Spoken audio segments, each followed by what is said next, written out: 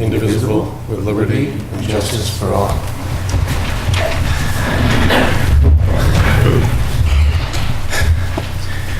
Good evening. In accordance with the requirements of the open meeting law, please be advised this meeting is being recorded and broadcast over Lunenburg Public Access. Catch your breath.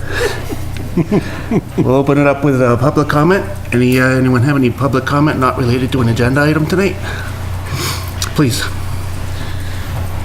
been a while, I believe we come up with this table, I'm not sure. Podium right here. Name and address, please. Sure, my name's Len Eaton. I run the Montezut Regional Planning Commission. I'm the executive director. Hi. We're based in, hi, how are you? We're based in Leominster, and Tanner is your representative to our commission. He's been on with us for at least 6 months, I think, Tanner. It's maybe a little longer than that. There was some discussion about some of our, Maybe just adjust the microphone. sure. My name's Glenn. I'm from Montezut Regional Planning Commission. Better? There was some discussion about administration of block grants last meeting. Tanner called me, and we finally connected today, and said if you had any questions, comments, or concerns, come to the meeting and be here tonight. You have a full agenda. You have a public comment on the back end of the meeting. If it's okay, I'll wait till the end, which is fine with me, or the beginning. It's your meeting, so whatever you'd like is fine with me. That would be fine with us. It's going to be a long meeting. It's going to be a long meeting. You might Entirely up to you. address it now. Would probably be in your best interest. Sure. The only thing, well, not the only thing, but one thing that I do remember is there was a discussion concerning an upcoming grant, maybe it was the Summer Street project, I'm not sure, in relation to the block grant administration state of issue that we've had last year. We did have some significant issues with our block grant administration. We suspended block grant. We don't have staff in that department anymore. We're not doing that right now, and we're retooling. The Summer Street project, if I understand it, is on the TIP list, Transportation Improvement Programs list. That money would come, it's not a grant.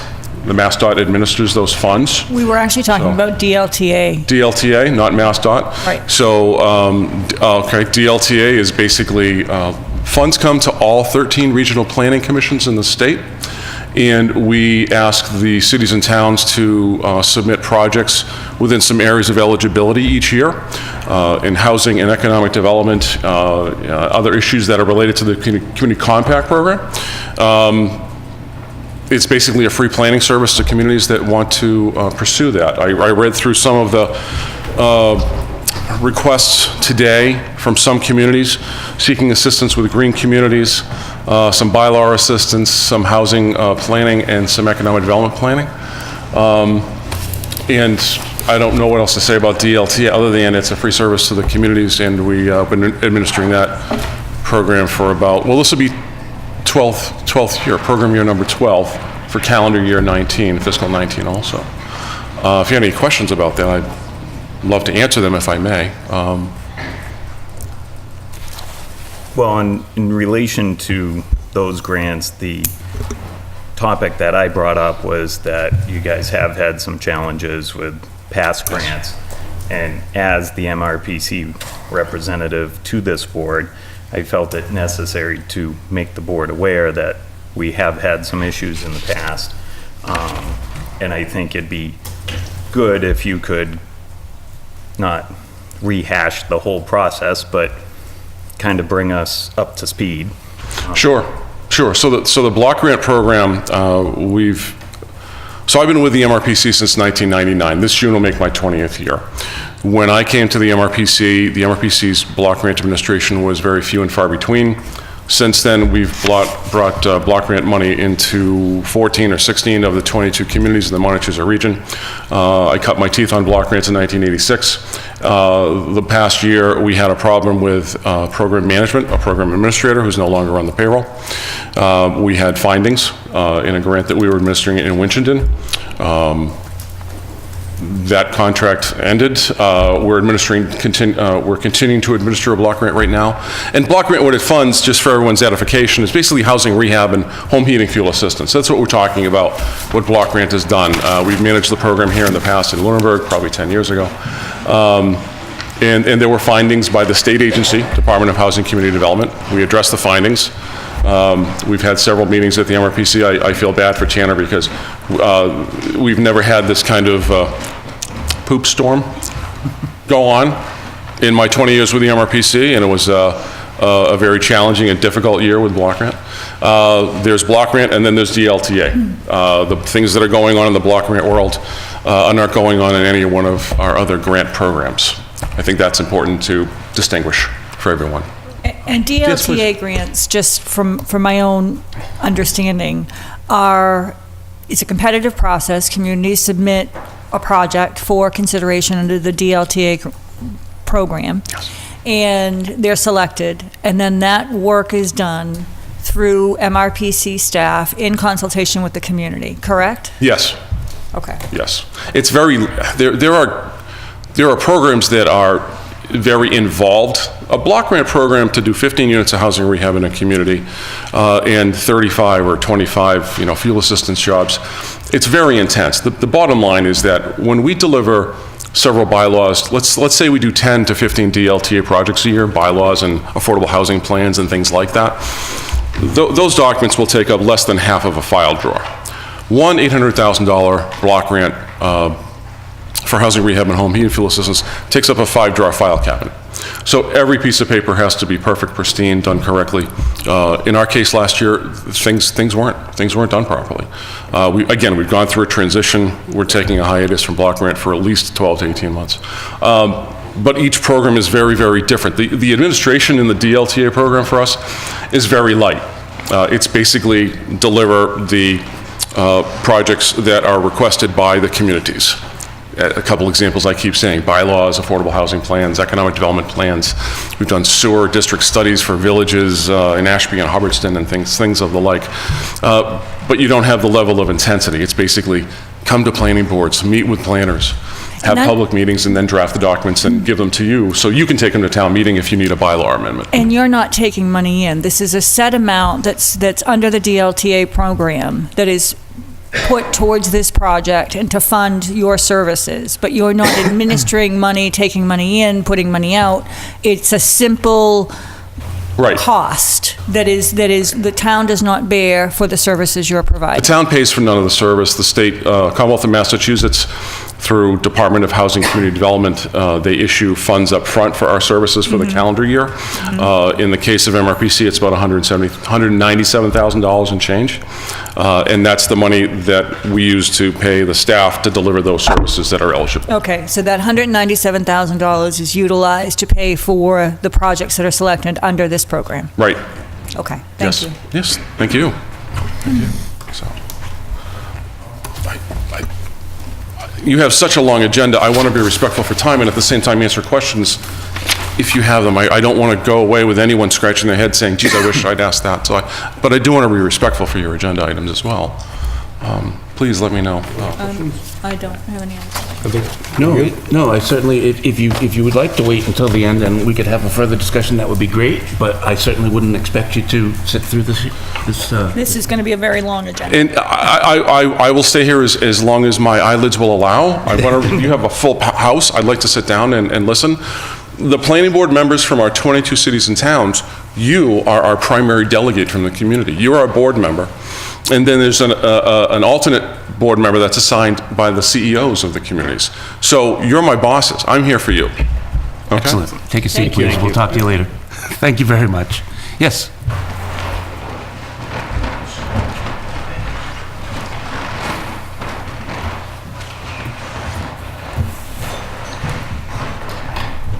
Evening. Good evening. My name's Justin Smith. I live at 225 Sunset Lane, new to the town, and I'm here tonight to just offer some comment on the A&R that's before you regarding the 2 sites that are up for approval. Obviously, that's a closed aspect without public comment, but the one thing that I just wanted to bring to the attention of the board was, I think, just an order of common courtesy, neighborly, from the perspective of the fact that In the past, because I did live in a development where there was construction, and when construction projects were happening to abutting properties, there was generally at least a courtesy of letting your neighbor know that something like that was happening. And in this case, there was no notification until I was home one day. I was mowing the lawn and my daughters were outside, and trees just started coming down, even onto my property, at the top of a 50-foot ridge that I abut with the adjoining property. It's very concerning the way that they approached that, and the way that they secured it or lack thereof for the winter. I've had to go up multiple times and cut myself to reinforce the bank, if you will, or the brush and the trees that they had left. Many of the trees they just left on my property, which was unfortunate. But I've received a little bit of damage from that. A couple boulders have come down. Obviously, it was not reinforced properly when they did that cutting before the freeze. So I just want you to be aware of that as you consider your deliberations on whether or not to approve that site. There are obvious concerns about the way things are laid out and how it will affect my property directly and some of my neighbors. So I wanted to come here tonight and just offer my thoughts and opinions on that, and hope you take that into consideration as well while you're making your deliberations with regards to the approval of that A&R. Excellent. Thank you. Thank you. In response to that, this A&R is kind of a typical thing that we don't really have much say over. We look at lot size and frontage, and we typically, the planning board doesn't typically have purview over single-family homes construction unless it needs a site plan review or a special permit for something. So I'm not sure where would that go to, the zoning, the building? It could go to a couple of different places. It could be as simple as a dispute between adjoining property owners. If trees were felled within the 100-foot buffer zone, the Conservation Commission could look at that. I don't know specifically where on the property. If the property wasn't secured properly, there may be some course of action, but none of this is done in conjunction with any permit. You don't need a permit to remove trees from your property. So sometimes it becomes a civil matter insofar as damage or intrusion on adjoining property. Mr. Chairman? I do have specific concerns relative to this A&R. So this is the A&R that I had issues with regarding the language that was on the plan, which has subsequently been removed. But my concern specifically is the fact that the driveway has been installed.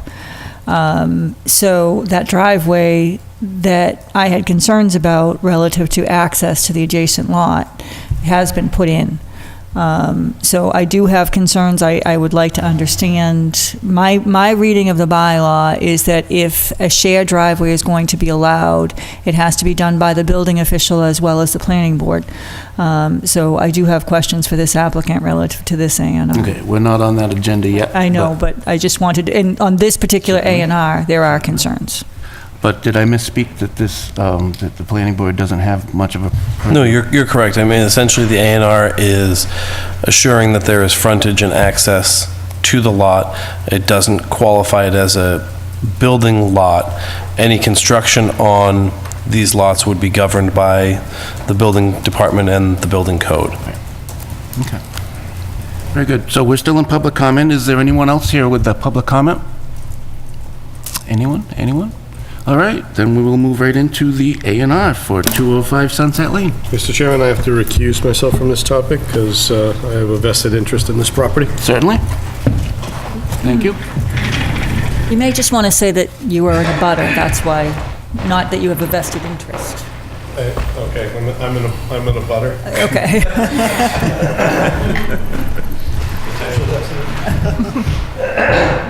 Potential financial impact.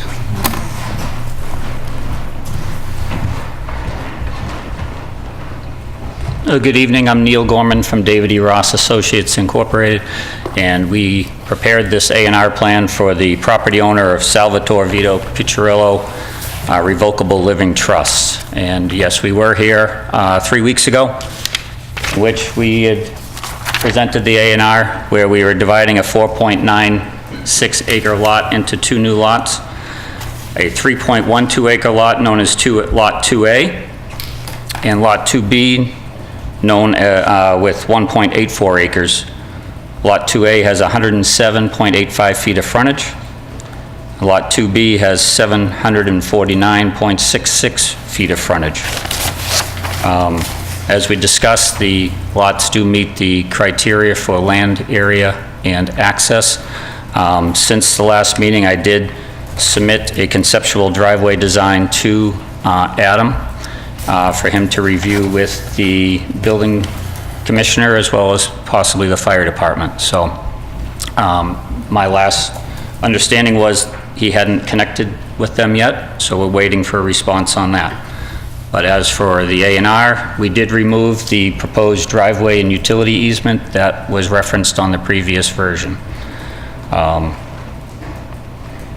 So with that, you know, the A&R that's presented tonight does not have that proposed driveway and utility easement. Mr. Chairman? Yes. If I could understand the process for a shared driveway, if someone could articulate the planning board's role in that? It really doesn't have much to do with an A&R. Well, And But you're right, but the applicant just mentioned the driveway that's been submitted, that's currently being reviewed. I just want it to be clear, I want to understand our role in the approval of the driveway. Does the planning board make a decision? My simple question is, on a common driveway, does the planning board make a decision? In this Yes and no. Not in this process, on a common driveway. So in so much as a common driveway meets the requirements of splitting the lot line, no, the planning board does not make a decision. Okay, right. If a property owner or property owners feel that they would like a common driveway and cannot, for whatever discernible reason, split the property line between the two properties, there is an independent decision or approval is with the word in the bylaw, an independent approval by the planning board and by the building commissioner. So that And will be a second, both, another yes, appointment. both would need to be, it's not a permit, it's not a hearing, it's an approval is the way the bylaw is But it would be written. on a future agenda? Correct. Okay, that's all I'm asking. Okay. I also have driven by this site, and I have observed that has been graded and grubbed, and has it been paved? Did you? No. No. So it's been cleared, which we really don't have any jurisdiction over. However, the previous comment that we made, and we were specific about it, had to do with a shared driveway and showing an easement with intentions other than the bylaw indicates. And the easement is gone, so technically this driveway would not be allowable without the easement. And then, I just want to be clear, I don't have a problem with the A&R because as was stated, it has the frontage, both lots meet the requirements, but I want to be very clear that this is not an approval of the driveway, that is a subsequent matter. yes, I totally agree with that statement. And I'm a little bit surprised to see this, but Well, I don't think that this is any better, if not worse, than the previous one. what is it that you're looking at right now? The Mr. driveway, Olson? the plan of the driveway. I think what you're looking at was submitted as a request for the board to hear the common driveway. As Mr. Gorman mentioned, I was supposed to meet with the fire chief. We had some snow today, so that didn't happen. But I will be doing so in order for this to be on the March 25th agenda. This sketch also includes, if you'll note at the bottom right, the ability to produce a driveway individual for Lot 2A, which would be part of the requirement for the A&R showing practicable access. So that was part of the conversation that we had, was the board wasn't willing to sign the A&R without proof that there could be practicable access through the frontage. They've shown the ability to install a two-car driveway. which would be the requirements. And if you'll notice, it does come in off of Sunset Lane, which is where the frontage for Lot 2A would be. Okay, that's all well and good, but this is kind of presupposing a site plan review that has not happened yet, and that is not at all the A&R process, the purpose for the A&R process. The A&R process is very clear about, does not constitute a buildable lot. Correct. And this looks like they're trying to subdivide and constitute a buildable lot in one plan, and I'm just not comfortable with that. The conceptual driveway design is simply that. It's just conceptual for the discussion for for Adam to be able to talk to the building commissioner and the fire chief to get our opinion, get an opinion from them whether or not we could build a shared driveway that was not straddling the dividing line, which is, there is an option or an allowable part within the bylaws that allow those situations. Okay, I just... If it is deemed a safer, more practical, more environmentally sensitive driveway. But that needs to come back before the planning board. This is why I was exactly why I was concerned, Mr. Chairman. That plan, which is on our agenda tonight, I have no problem signing. This unfortunately muddies the waters for me. No doubt. And I think that this needs to be a subsequent meeting, and I just want it clear in this A&R process, this is in no way, shape, or form approving this plan. It is simply approving the subdivision of the lot. Exactly. Okay, and may I just clear up some earlier comments while I have a moment? Yes, there is an access area constructed in there. That entire construction was outside the 100-foot buffer zone, so it did not involve any requirement of getting approval from the Conservation Commission. It was an access road that was constructed because it's an esker of sand. There was a lot of highs and lows, which was going to be complicated to get the equipment in there to perform the required soil testing needed for the Board of Health portion of dividing a lot off. So in order to access that area on Lot 2A, we had to come in from Robs Hill Road, again, outside of any buffer zones, to get into that corner to perform the soil testing that we did with your Board of Health agent, Jim Griffey. We did that soil testing, and also in the process of that, they did take some trees down, and they have left the trees there on the land. I was not aware of any issues with falling boulders or trees over a property line. We did mark those areas of clearing out and the property lines in advance of any of that work being done. So this is the first we had heard was Mr. Smith's comments earlier tonight. So if there was something that boulder or something that fell down the hill, that's the first I've heard of it, and I'm sure the contractor, it's the first he's heard of it as well. And I think from my perspective, I understand how this plan that shows the driveways may muddy it, but I think it's also the discussion at the original meeting 3 weeks ago about the common driveway was, well, can you even get a driveway in off of Sunset Lane due to the grades? So I asked that they include that in that plan so that if the board had questions, there was an identifiable driveway to clear up and that's the only reason it's included tonight, because practicable access is part of the requirements through the A&R process. That's excellent, and I think that we were very clear, and I think that you were very clear in understanding that we simply wanted the access easement off the plan, and then we would sign it. And that's what I've done. Not really. This shows a lot more detail than the previous. That's not the A&R plan. That's the Oh, I A&R. understand that. That's Okay. And this is the common driveway request for a future But the meeting. This discussion. was my concern. The discussion with the board to the applicant was that we simply wanted that note removed. And I'm not quite sure what happened in the planning office after the meeting, but we have a process that we're required to follow. And we delegate that authority to the applicants. And I think that we were very clear about what we wanted, right? And I think we have that. Unfortunately, I think that my issue, and I want to be very, very clear, that this plan is in no way, shape, or form approved, nor is the driveway. If we take action tonight, it is simply on the A&R plan This will require planning board approval, and it will require to come back to the planning board if you choose to utilize the common drive. Understood completely. And none of this is reflected on the plan that we are signing. Correct. Right. It was, again, it was a conversation piece, one, to prove that we could build a driveway off of Sunset Lane.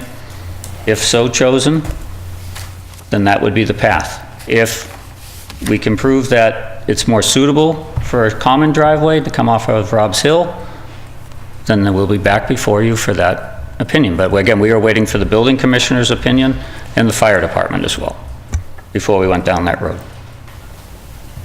Okay. Further discussion?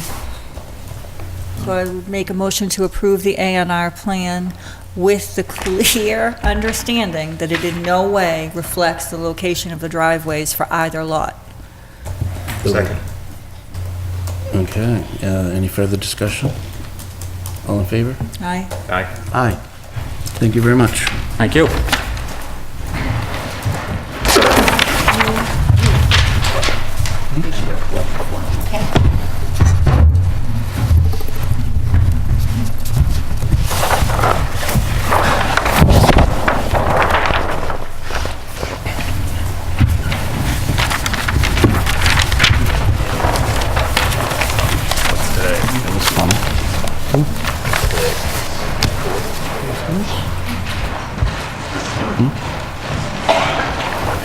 Yeah, well, it's just out of order.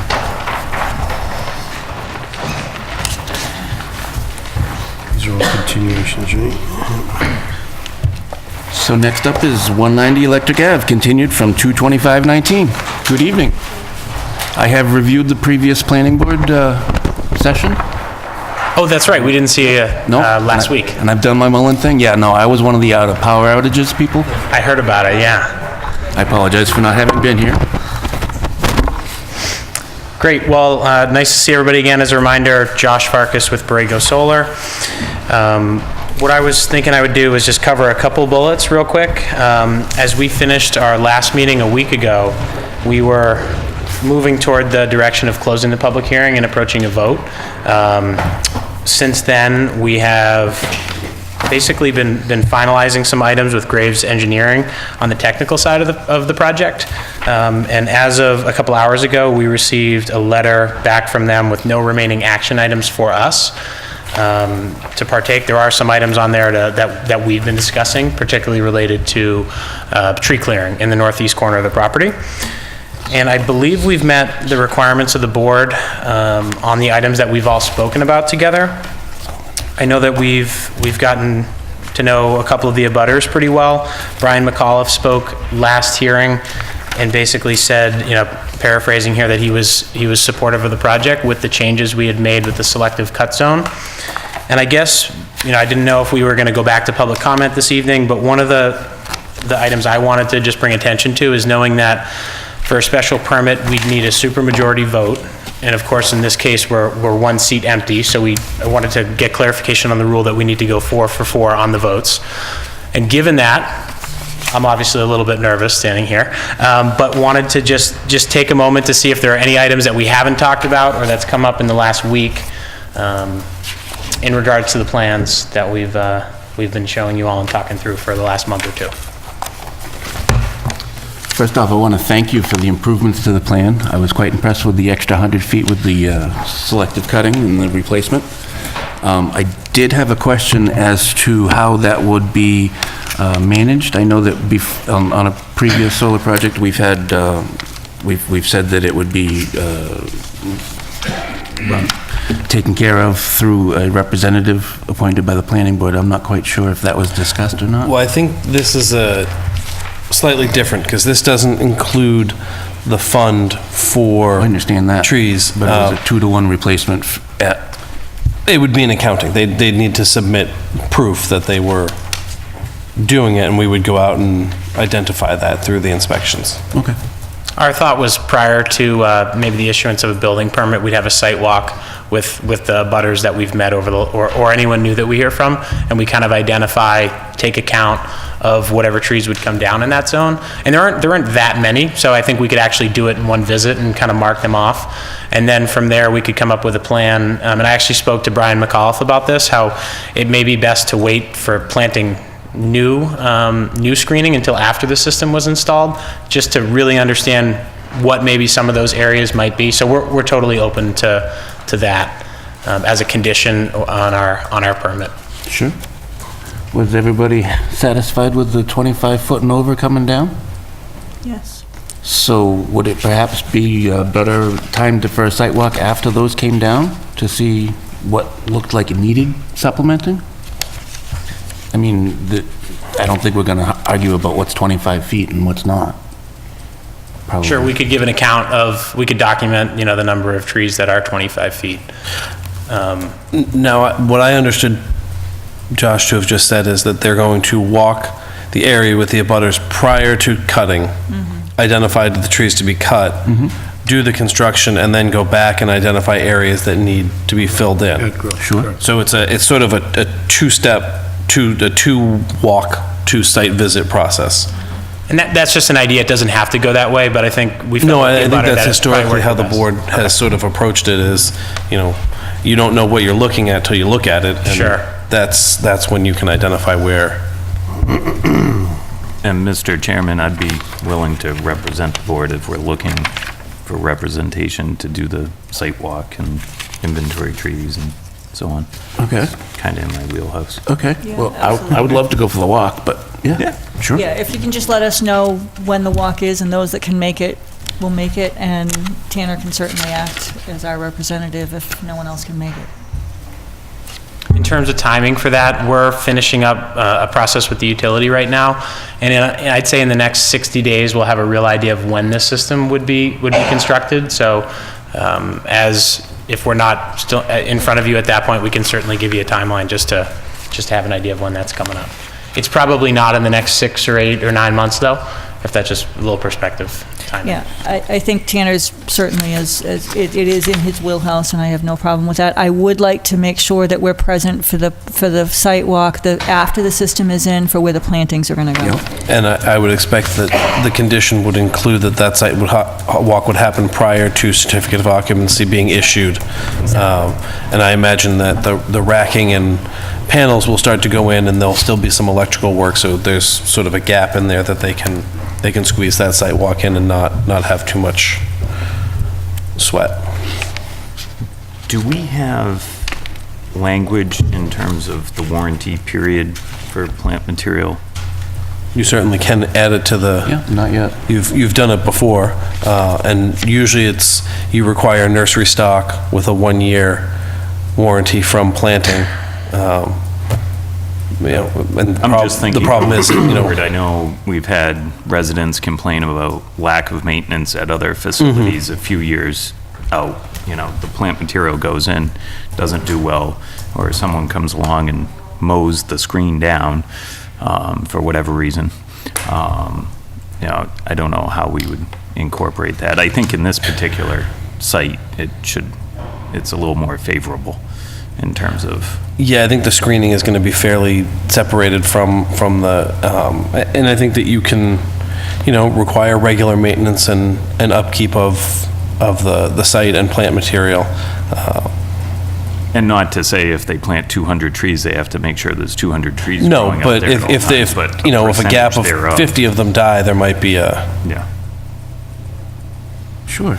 So, Sorry, I was just going to ask, is there anything in reference to, I was looking through, I didn't see it in the plan, but in order to see the budget for what your company is willing to expend for the supplemental tree plantings? Are they going to get to a point where they want a tree here, want a tree here, want a tree here, and oh, we're out of budget, so no more trees? Is there some cap that has been set on that? Well, we had proposed a 2-to-1 ratio, or I guess it would be a 1-to-2 ratio. For any tree that comes down, it would be replaced with 2. And the criteria would okay. be 6 feet or So greater. basing on count? Yep, Okay. we'll say we cut down X amount of trees, which requires, the amount of plantings from Okay, there. that satisfaction, then Okay. it's an actual count regardless. Yeah, of that should cost. be right in one of the call-outs on one of the pages within the plans. So I don't think you'd have to put a condition on the permit, because it's definitely in the plans there. So then these tree plantings would need to be performed before the sign-off? Before the certificate of occupancy is issued. Okay. And then the warranty period would go 1 year from the From the planting. Okay. I think that's generally how nurseries do it, so, Sure. if you plant in June and you get the certificate of occupancy in September, and the plants die the following September, they're probably out of warranty, but, I think that depending on how many die, there's certainly some ability to go back through the special permit and say, look, your screening isn't working here because you used the wrong plant or whatever. So it was a minimum of 1 inch caliber? 6 foot high, because they're talking about evergreen. Okay. So no problem with that, 6 foot with a 1 year warranty after? Yep, that's pretty standard what we do on the projects. As long as it's planted in the growing season, we have no problem having a warranty like that on plantings like this. Sounds good. And I know it was noted that it is on the plan. I don't think there's any harm in putting it as a condition as well, just so that someone looking at the permit can, rather than trying to thumb through the plan. I don't see any harm in doing that. Certainly. My point was further down the road. I understand the concept with the 1-year warranty, but if you come back in 5 years and half the plants are dead, what do you do at that point? I mean, you approach them and you can take action. The special permit requires those plants to be there as part of the plan, and it becomes a zoning action at that point. And, I think the 1-year warranty is going to cover the onesie twosie. If there's a big die-off, then there's something that they need to certainly look at. And if it's shown on the plan where they're replanting, then that, is covered under the permit. We're going to need to have an updated, like an as-built. Yes, that's correct. Identifying each. And you do require as-built on all the projects you approve. Yep. I'm just making sure we locate the plants. I'm pretty sure they don't locate the plants on as-built typically, especially here where we don't have a planting plan, because we don't know what we're planting. A lot of as-built will indicate plant material that's added. Well, why don't we put that as a requirement, that the plantings be reflected on the as-built?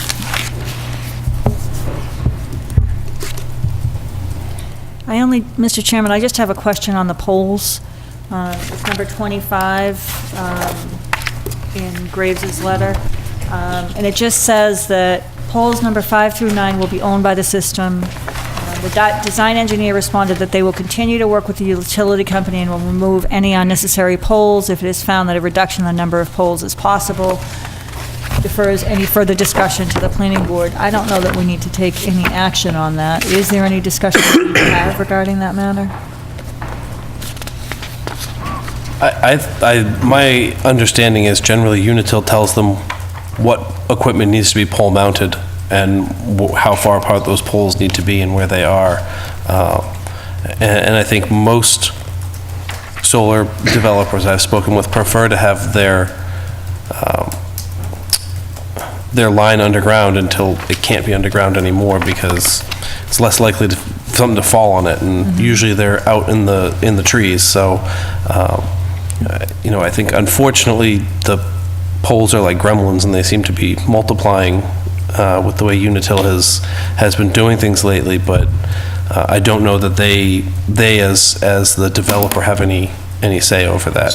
It's not the Unitil poles, though. It's the system-owned poles, right? They're system-owned, but they're required as part of the interconnection has been my understanding. The 3 at the road? No, it's 1 through 10. 4. The ones owned by the utility company were not the concern. It was poles 5 through 9, which were owned by the solar system. There were questions of whether you could reduce 5 through 9. I think the implication being, after the Unitil poles are completed, could you go underground and not have poles 5 through 9? Right. And can you explain why that? Yeah, Brandon Smith. So I think, I believe I responded to Mr. Walsh with that. Basically, like Mr. Burney said, the utility-owned as well as the customer-owned poles are all required by the utility. There is a customer, so the customer poles are still required equipment that need to be pole mounted, so we wouldn't be able to put that section underground or trench it because there is still equipment that's required by the utility. It's owned by the customer, but it's still required by the utility, and it will need to be pole mounted. So there has to be equipment mounted on all the poles, not just poles 1 through 4? Correct. There are, so equipment can't be mounted on like riser poles, for example. So there is a riser pole that doesn't have equipment, but that's because it's not able to. So other than that pole, the rest do have equipment, whether it's owned by the utility or owned by the customer.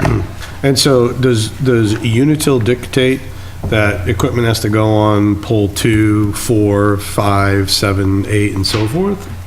Or Yeah, does Unitil just say this equipment has to be pole mounted, and you choose what poles it goes on? They require, basically there's a certain order, electrical order that they need to be in. They specify that, or I guess just the electrical design specifies that. Okay. So we don't really have any control over what equipment goes on what pole? Correct. Okay. This is, I think, our 5th large-scale solar. Anyways, we've been through this before. Correct. and The previous ones, we've been able to have just 3 poles at the road. Right, yeah, and the GEI said the same thing, is like, we understand that certain electrical equipment has to be pole mounted, but we don't see why the pole mounted equipment can't be placed on poles 1 through 4 instead of adding it to the 5th, 7th, 8th, and 9th poles. One thing I would add, I think we have without a doubt the same goals. It's much less expensive to have the power underground than it is overhead.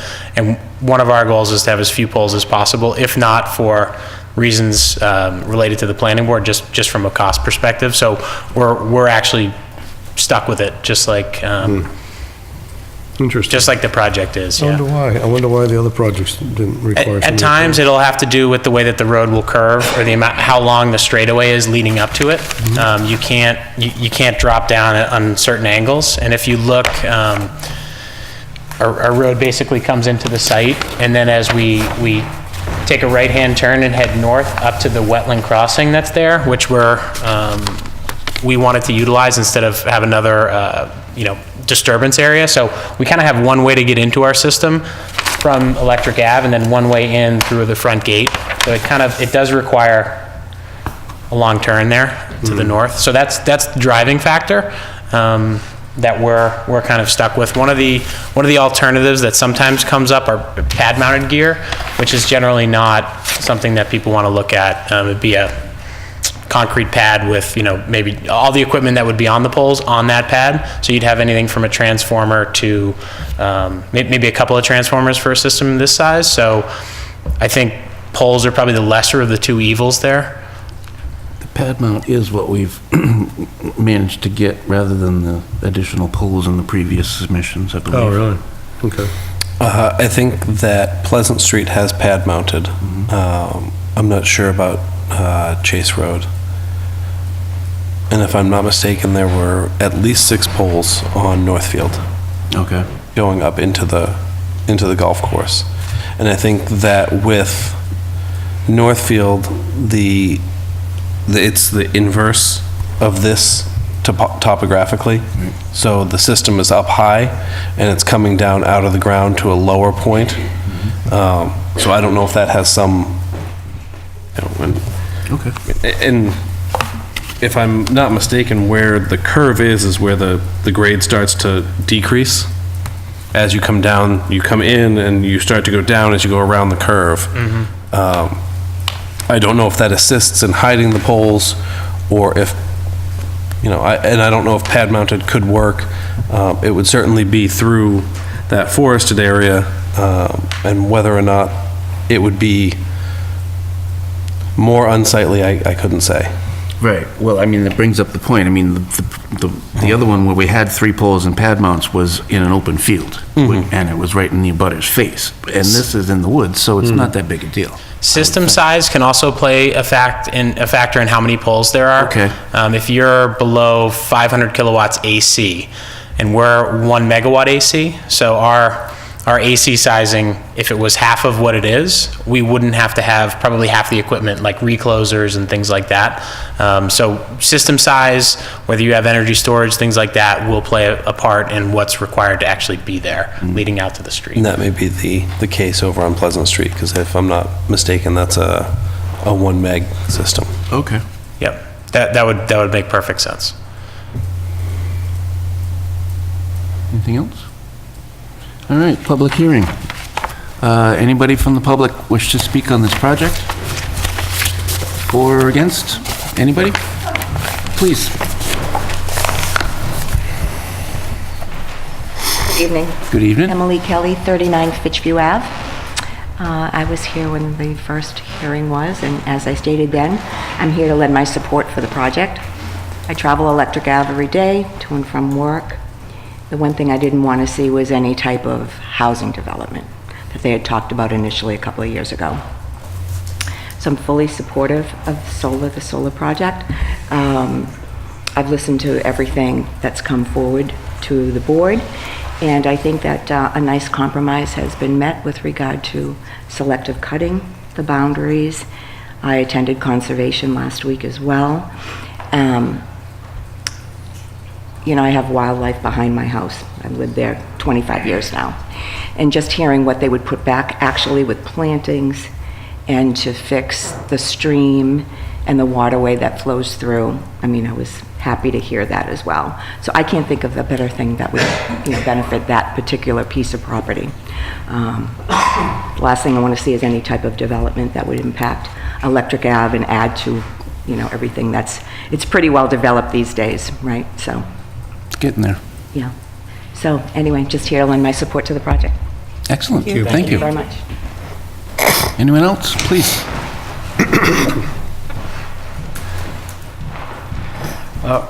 Carl Luck, 50 Sunset Lane.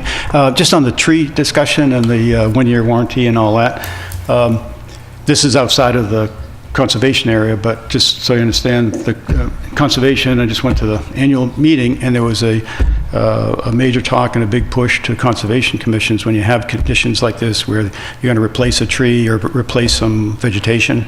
They strongly recommend at least 2 years, 2 growing seasons be guaranteed, even to the point where, since conservation permits are usually 3 years long, they suggest you require that the trees be planted within 1 year, so you have 2 years left. So that's how important they think having 2 years is.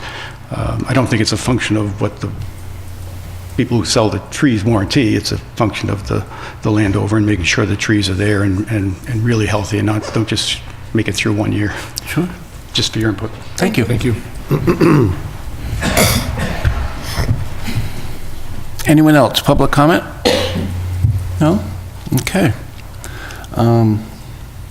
So, speaking of conservation, has conservation? They have not. Finished, okay. I believe they're waiting for a DEP number, and they had revised plans submitted that they'll be reviewing at their next meeting. Okay. Correct, we're scheduled for Wednesday, pending that number is issued prior to the meeting. And I know they're waiting for at least 2 other numbers, so. Okay. Mr. Chairman? Yes. If I could just ask the applicant to, his thoughts on a 2-year warranty Yeah. versus a 1-year Read warranty. my mind. You got it, no Perfect. problem. Perfect. All right, is there any further, what else do we need to talk about? That's it. The only other comment I would have is on the screening material that's being planted. The plan shows just black spruce. Can you put a variety in there? All evergreens, but maybe mix it up a little bit so we don't have 200 black spruce. Sure, a lot of times we'll use an arborvitae's, one of the giant arborvitae's that the deer tend not to eat, so it Green actually giant. stays, yeah, the green giant, exactly. Sure, we could do that, no problem. Do you have any recommendations on types, or since the plan specifies? No, or as long just- as they're all evergreens and just to How mix about, it up. are they indigenous? I mean, are they, Green giants. no, I mean, are there No, I any, was just gonna say are there green any giants. indigenous species that could be used? And would it be a benefit? Yeah. They would thrive probably better. in the climate or not? Yeah, it's a challenge with evergreens because you're a little bit limited, but we can 2-year to warranty. them. Yeah, 2-year warranty in all evergreens and Yeah, so if maybe we, a minimum of 6 different species. so maybe if we could put that in our So we have to put that in decision. as conditions. It's a condition, yeah. A minimum of 6 different species? Is that going to be an issue? I don't know a whole lot. I think you might know more than me about this, but I just got a little nervous hearing 6. I can't think of 6. That was a surprise to me. Maybe there's 100, I don't know, but. Well, I guess it depends on how tall you'll let the trees get. I mean, realistically, you probably don't want something that's going to get very tall because then it becomes a shading issue, but what's the useful life of the array? 20 years, 25 years? Yeah, 20 to 30 years, I'd say. I think you could find 6 different species that will stay under that height in the course of 25 years. I'm just thinking about Firs and the act of spruces. purchasing them and getting them all brought in, and is there one landscaper that can plant all 6, or do I all of a sudden need contract with a couple different landscapers? That's the type of stuff going through my head right think now. you'll be all right. Yeah? Want to do 3 different species or 4 different Well, species? let's do Three- four. three- How about 4? How about 4? I was gonna say, how about 3? Okay. Because it was 1, we went to 2. All right, so let's which I go thought was 3. logical. Let's do 3, I 3. think, is 3. good middle ground. There we go. Okay. Great, thank you. We're going to push as far as we can until you tell us. That's it. Oh, I'm we all getting get that free impression all of power a for what? sudden. No, just kidding. All right. I again want to thank you with how flexible and workable and for the site walk. That was extremely beneficial. You guys have been really great to deal with. Thank you, it's good to Appreciate hear that. that. Thank you. Absolutely. So I would make a motion that we close the public hearing. Second? All right. Any further discussion? All in favor? Aye. Aye. Aye. Oh, wait. Did we have? No waivers. No waivers. Okay, that was the question. Okay, aye. Excellent. Thank you. Thank you. Don't we have to vote on the approval? Well, yes, but you can deliberate over conditions, some of which you've talked about. Standard conditions the board has been issuing on solar projects is the special permit and the site plan is based on the plans referenced and included therein, shall be completed in substantial conformance with those plans, that the development conforms with the Americans with Disabilities Act. During the construction, the applicant should conform to local, state, and federal laws, Wait a minute, go back to the American Disabilities Act? just that they conform to it. Okay. It's just kind of a standard catch-all so that something doesn't go awry. One of the concerns that I have is we have made some changes to the plan specifically relative to the types of trees. Right now, the plan reflects one type of tree, so, Correct, well, that will be a condition that you'll add. okay.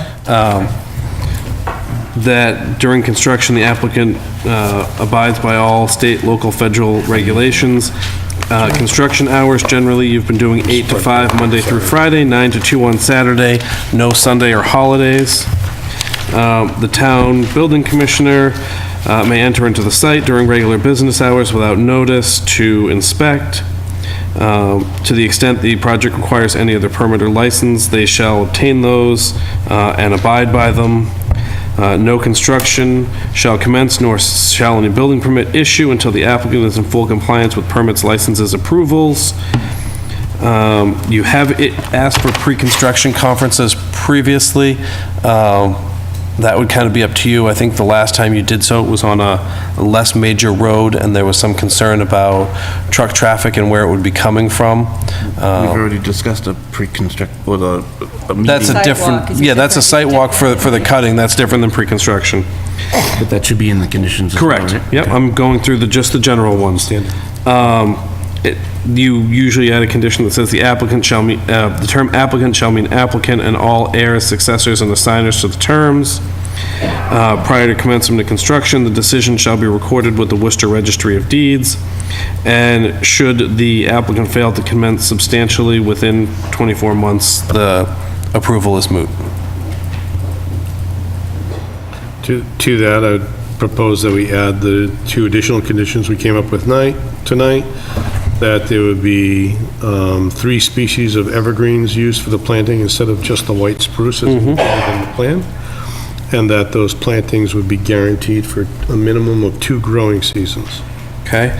I also have 2 other conditions: that prior to the issuance of a building permit, a site walk will be held with town officials and abutters to ID trees to ID the selective cutting trees to be removed, and that post installation of the racks and panels, a second site walk will be held to discuss where to replant screening prior to the issuance of the certificate of occupancy. I think Paula wanted to add that for every tree that is removed in selective cutting, 2 shall be planted to replace. It is on the plans, Right, but I think having it makes as a sense. condition is an easy call-out for someone to find. Clearly, the applicant intends to do it, so they shouldn't have an issue with that. And also, the applicant shall submit a planting as-built reflecting the location and species of trees planted to provide screening. To be confirmed by a representative of the planning board? Yes. And the only other question I have is the bond for removal. Is that referenced in the decision? That should be standard. It certainly should be referenced in the decision. Yep, we can certainly add that in there.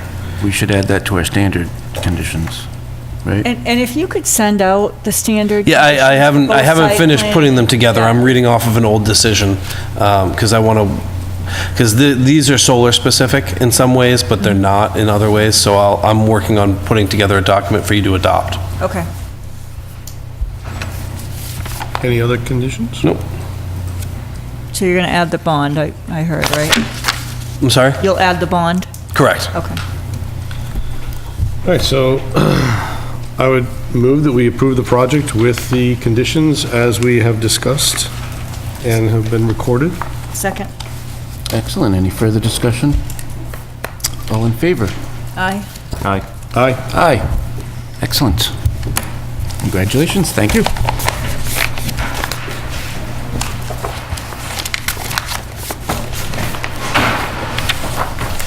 All right, there's no more administrivia on that?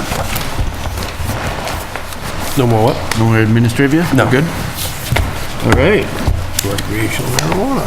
Thank you, folks, for your patience. Now we get to talk about pot. Nope, we got 400 electric. That's not what my... Oh, I'm sorry, you're right. It says recreational I marijuana. misread the agenda. I was thinking it should have been before 190, but that's all right.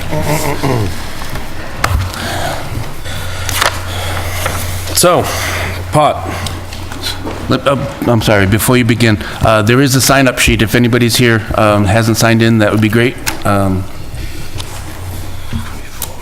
Sorry. It's okay. So you have a bevy of drafts of this in front of you. I sent out last Tuesday the separate documents of council's comments and the building commissioner's comments with a very short note. There should be a copy of one document that has both sets of comments in it, and it should have a handwritten date of 3/4 at the top. And I think what you'll find is the comments from council were more clarification. They didn't change any substance.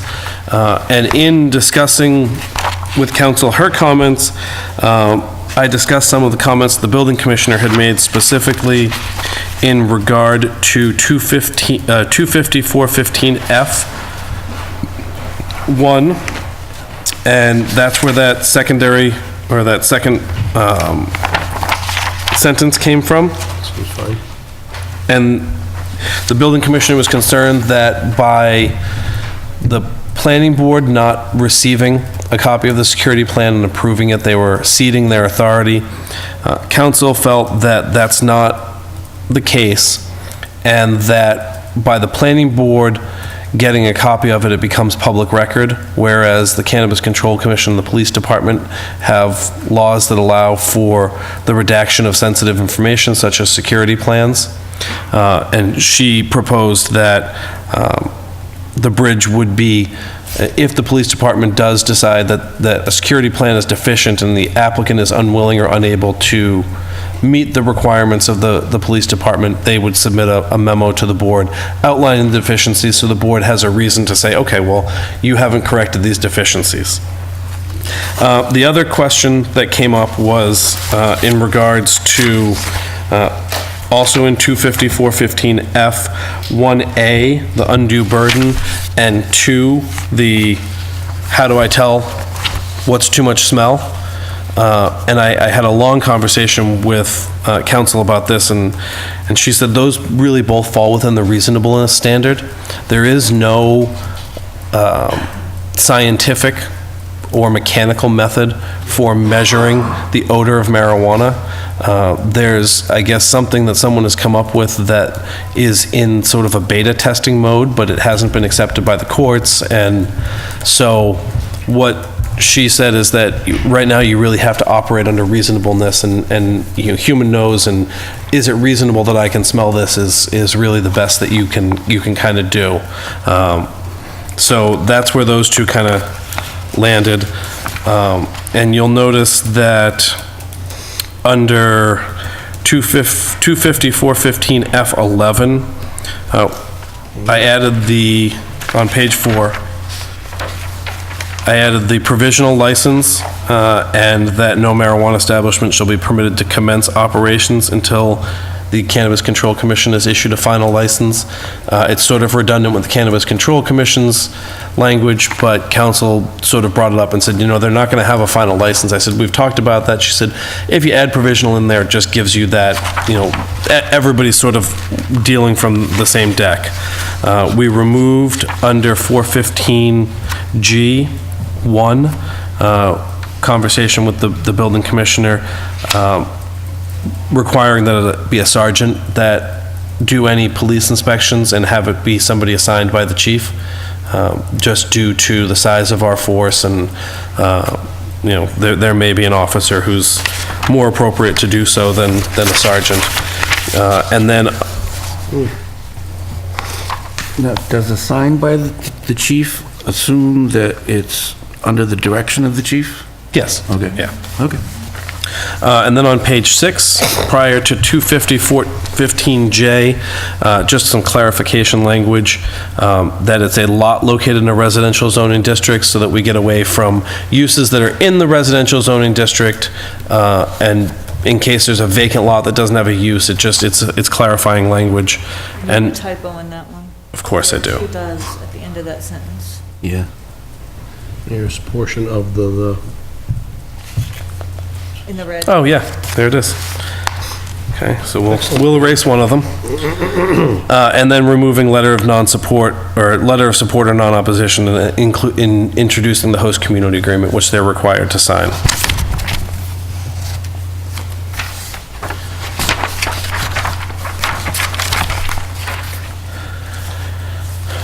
The other alteration I would propose that the board make is in our discussion with this, and strategically how it's going to be proposed to town meeting. If the board is proposing that all 7 articles be approved, I would propose that we remove the definitions from the prohibition articles, because if we're inserting the definitions through, well, no, it should probably, forget that, that should stay. yeah, Yeah, because it'll just be overlap, it'll be the same thing, and it won't, and we can clean it up in the Yeah. future.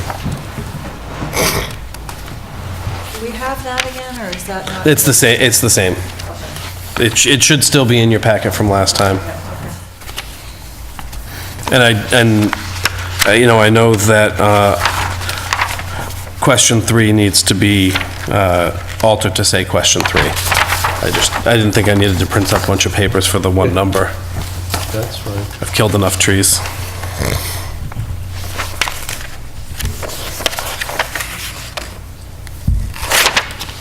All right. So, Public comment? yeah, so you're not going to go through the ditty again? Would you like me to? Well, I don't know. Is there anybody here that has not heard Adam's ditty? It's a really great one. It takes a little bit of time, though. Yeah, I don't think we need to do. No? Okay. Okay. Hopefully everyone's heard the. Very good. Is there any public comment? Anybody would like to speak on this issue? please feel free.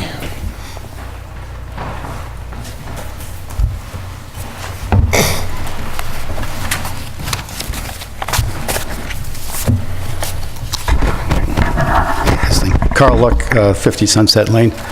And thank you for continuing this hearing till tonight, since I spazzed out and missed the last hearing altogether. By the time I got here, you were all done. I couldn't believe it.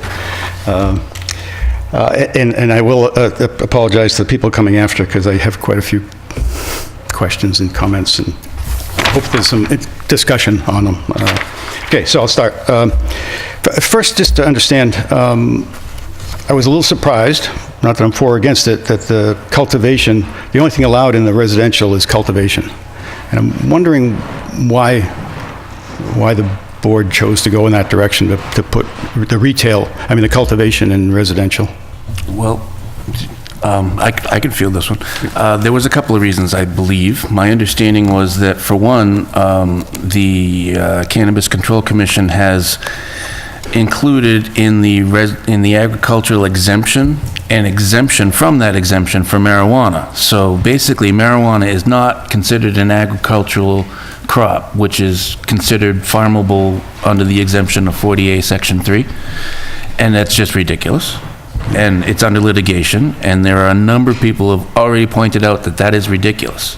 So it is not unlikely that sometime in the future that the state will remove that exemption from the exemption, and then it will become exempted under 40A Section 3, was my understanding.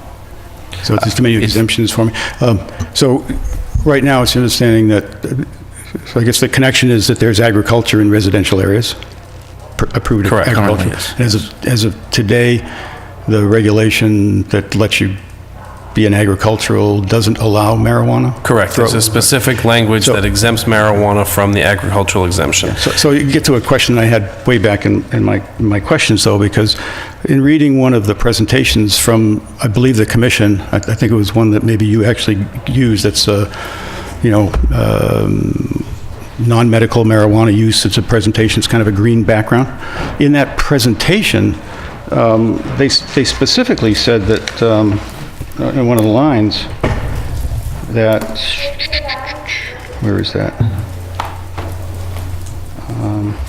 That's, because it specifically says relative to Chapter 48, Section 3, right? Yep. It specifically says, the Act now expressly adds that municipalities are not precluded from establishing zoning bylaws or ordinance which will allow commercial marijuana growing and cultivation on land used for commercial agriculture, aquaculture, and all those things. So, because on that view graph, and I'd be happy to send it back to you, because maybe it's not correct anymore, but in that view graph, they stated that it was exactly what you said in the first bullet, and in the second bullet, they said, but it's been specifically added, the statement that I read. So maybe we need to look at that again, because it sounds like, at least from that state presentation, I think what they're it's been a saying is change. that it can be allowed. It can, yes. But it's not a by right that the state. Yeah, but it can be allowed. It can be allowed, and So that's you- what we're doing in this plan, is allowing it. In agricultural? Correct. Whereas the state has declared it's not qualified as a by right, such as agriculture is. Right. Okay, so then the other thing about it not being allowed is, so this regulation would allow marijuana cultivation in agricultural land today, not someday. Correct. It would allow it in any. We don't do it by agricultural land, because agricultural land is not a zone. In residence. But Correct, yeah, okay. We identified Residence A, Residence B, outlying, and office park industrial. Park industrial So as the basically zones all that the would be zones. allowed. Right, And okay. those zones are inclusive of all the agricultural growth in Lunenburg. Okay. Great, okay, so that was the link that put it in residential, because it seemed a little funny, people Yeah, trying that's to why we prohibit it, but we're going to put it in residential. That's why we put it in residential. For that reason. But you'll notice that it's only the growing aspect of it. Only cultivation, only cultivation. So the follow-up on that is and maybe now I understand, there's a 375-foot setback, which, if we're looking at big agricultural pieces of property, then, okay, that makes sense. But if it's not agricultural property, that 375 feet, I guess the part that concerns me is there are two uses, we'll call them, or categories. One is craft cultivation cooperative, and one is a micro business. Those, in fact, by definition, I think there's like a 5,000 square foot canopy limit on those. So by definition, it's meant to be a small thing. Micro business, there's a canopy limit Yes. on. Craft cultivator, there is not. Right. And I believe both of those still fall under the cultivator license. So they're sub-license of the cultivator. The craft cultivation is Correct. underneath cultivation, And but the other one is a separate, there's like 8 uses. We Right, keep yeah, referring to multiple uses, 6, but multiple there's 8. uses. But what we did is we tried to structure the bylaw by use, Right. not by those categories. So if you're a micro business and you're focusing only on cultivation, then you would be allowed in the zones that we allow the cultivation. But if you're a micro business that's doing product manufacturing, you would not be allowed in residence. You would Good only be clarification. allowed in industrial. Good clarification. Or a craft cultivation. Correct. Because those are, one of the... Same thing as a co-op. If you're in a co-op. Yeah, that is a co-op, craft cultivation co-op. You can be in residence A, residence B, provided you Right. have the proper offsets to Right. put the structure in place. So that's where I'd like to ask the commission to reconsider the offset, maybe for those two subcategories, which tends to, one of the good things that the commission is doing is they're working pretty hard to try to make sure, I don't know if they're going to succeed, that this just isn't a big business, only big business benefits from this. So you can have some local benefits, some, smaller businesses, cottage industry kind of things. And those are typically those categories. However, with a 375-foot setback, I mean, that pretty much says you can't do it unless you've got a big piece of farmland. Because, I mean, if the building has 0 dimension, you need at least 13 acres. If the building is 2,500 square feet, which is nothing, you need 15 acres. So in a residential area, to get 15 acres, I would say pretty much might put us at risk for it being really impracticable to do those uses. So they may be being, prohibited by bylaw. I can tell you where that 375 number came from. Great, thanks. Is there were 4 of us here talking about it. 2 of us wanted 250 and 2 of us wanted 500. And we kept negotiating. Yeah, well, I just request before town meeting that maybe we negotiate a little more, because it really is, it stops any kind of cottage industry. You're in favor of 500? No. No, I'm in favor, Negotiate more, though. No. I think this conversation did go around in circles quite a few times, Carl. And one of the things that I asked and was agreed is that when this is on the floor, depending upon the sentiment of the people voting in the bylaw, we can make a change to those numbers. Or you can. On the floor. So you could propose, with the proper support in the room, you could propose that you want that to be reduced to 200 feet or 150 feet or whatever you think is a reasonable number that the rest of the town would agree with. And if you can get agreement from the town, then this can be amended on the floor before it is voted on. And we took that stance because we couldn't agree amongst the 4 of us on what a reasonable number is, because some of us thought it should be 50 and some of us thought it should be 500. And, you argue back and forth, and eventually we took the law of averages and came up with 375. Right.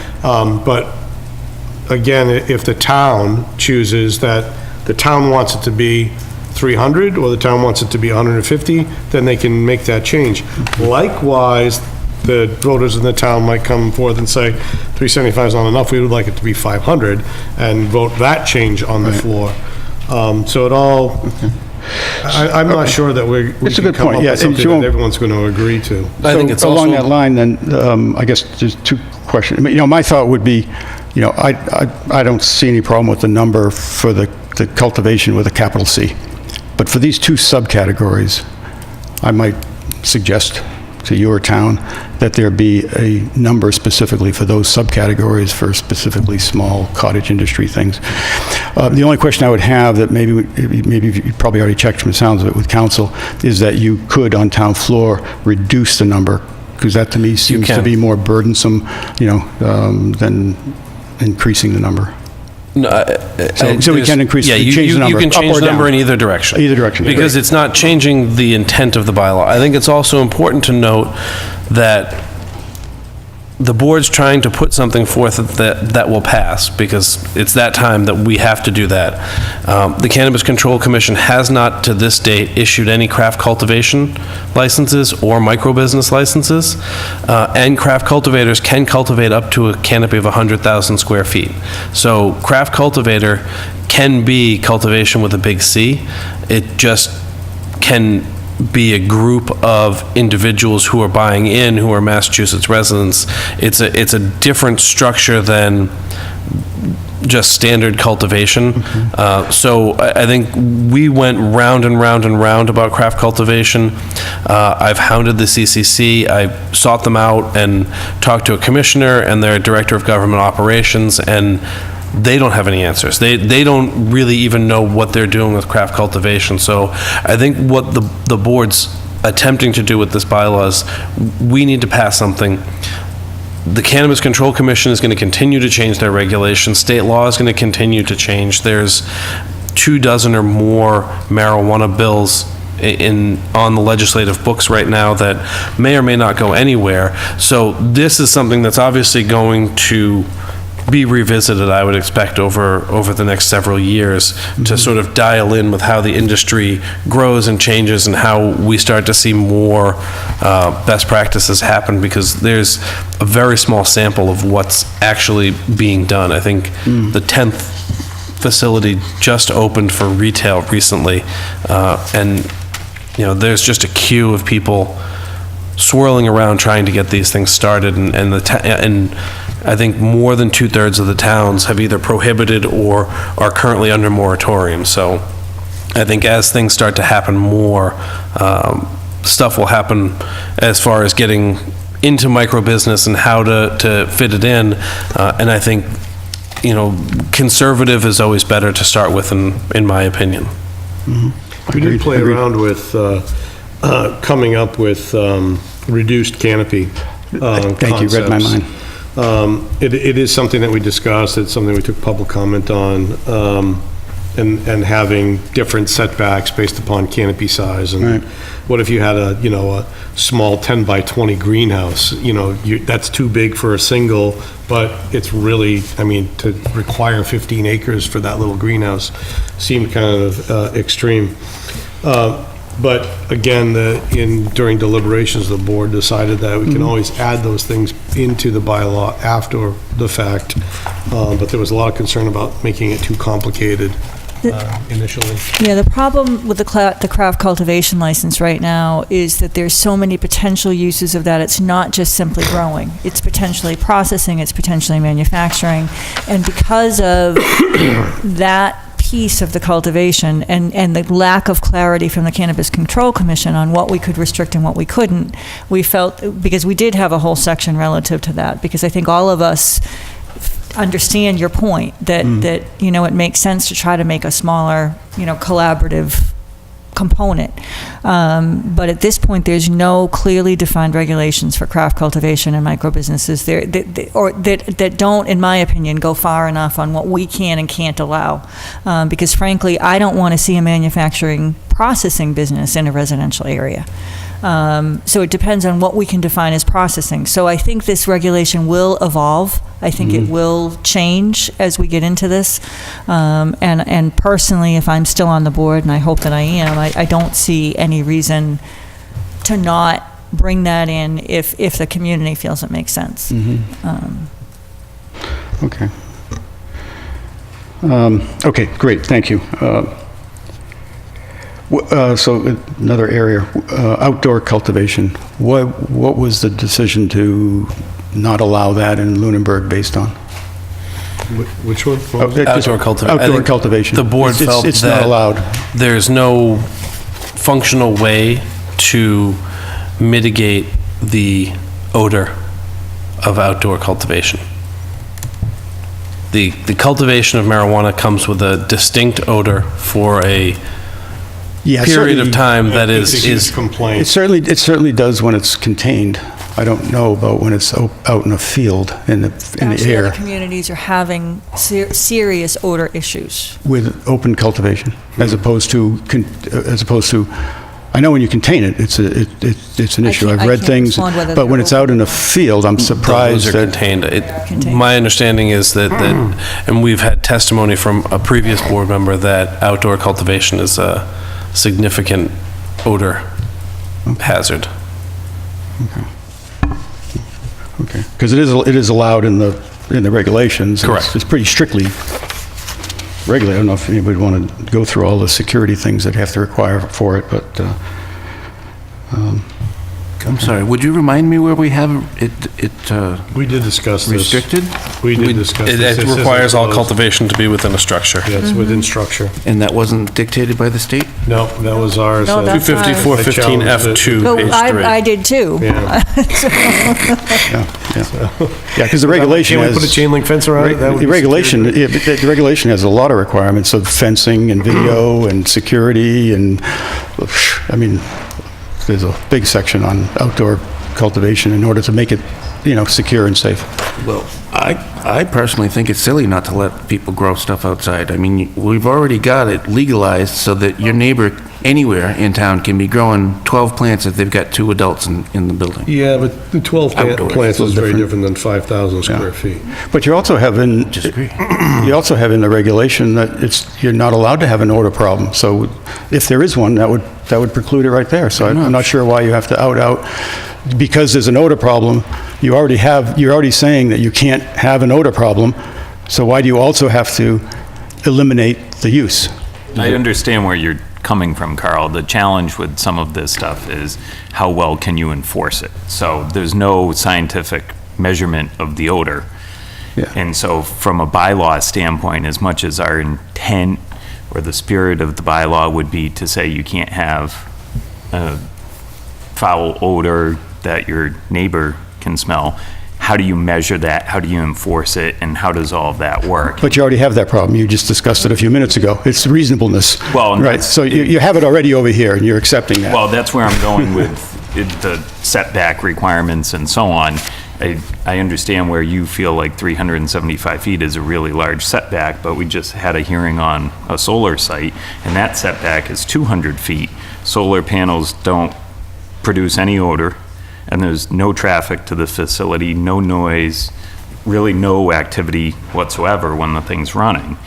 And we've had a lot of pushback from neighbors to those projects that are concerned about the setback. yeah. And so reasonably, if you take a use where you're going to have daily traffic and you have a potential for odor and you have significant security concerns, no one's looking to steal solar panels, but I'm sure there's plenty of people that would be potentially be looking to break into a marijuana facility, correct?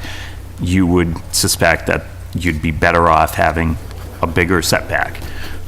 Especially when you put those uses in residential areas. I know if I'm a resident and I adjoin a large parcel of land, I would be concerned if a marijuana facility entered that property, because what does that attract into my neighborhood, Yeah. correct? And so that's where and I don't want to speak for the board, but in developing this bylaw, a lot of it has been based on similar uses. That's why the marijuana retailer is allowed in the commercial district. It's a retail use, it's in the retail district.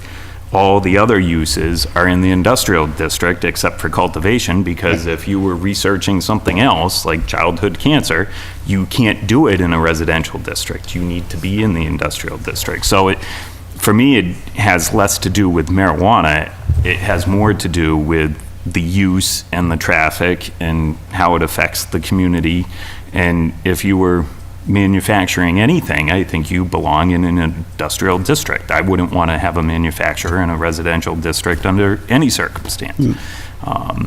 And so that's where a lot of this is coming from. Okay. So I'm just saying it's inconsistent that one use is being prohibited, basically. So somehow, and I guess it's legal, to prohibit a use within the bylaw, What are we prohibiting? outdoor cultivation.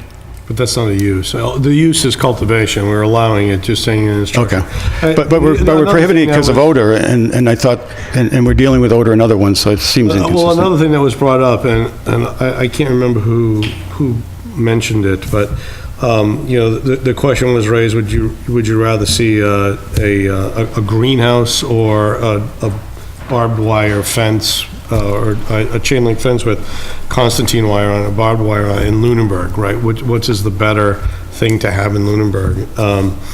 And again, the greenhouse for the home grower seemed to come up as the better supported infrastructure to have growing. It just seemed to fit better with our town. Okay, I won't belabor That is that. one of my concerns, is I would agree with the chairman. I was actually a proponent of having outdoor cultivation. However, when you get to the security components, and just as Ken just said, I would prefer to see a building than barbed wire. Yeah, I don't think you're I gonna... agree. I don't disagree. think you're gonna keep somebody out of a greenhouse without the chain link and the Constantine. I mean, where's your security come in the greenhouse? How is Well, it gonna be secured? Well, it would be a There's a security secured system. structure. It's a yeah. secured structure. There's a security system associated with the structure. Okay, I don't have to have, we'll move on. Brick and mortar, then. It's not gonna be a greenhouse. In could have a glass roof.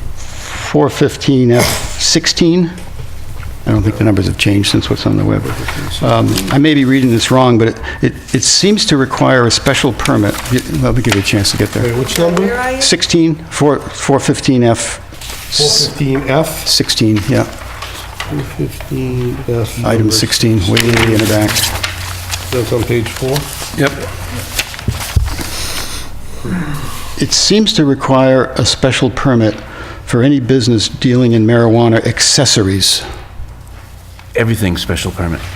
There is not one single marijuana thing here that's not special permit. But marijuana accessories? Not even marijuana, not a use. That's within the retail establishment, I believe. I don't think we're regulating. Marijuana accessories as defined by 94G. This wouldn't be what, At the line. smoking paraphernalia. Yeah, and That's that's why I read specifically exempted. accessories. No, marijuana accessories are defined in 94G as things that go along with, and it's not just the selling of, it's the marijuana accessories can be things used for growing, producing, manufacturing marijuana.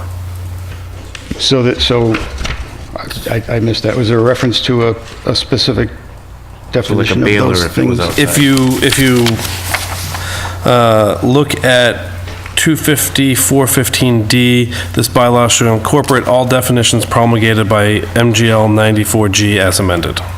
So what was the regulation you said these accessories are defined in?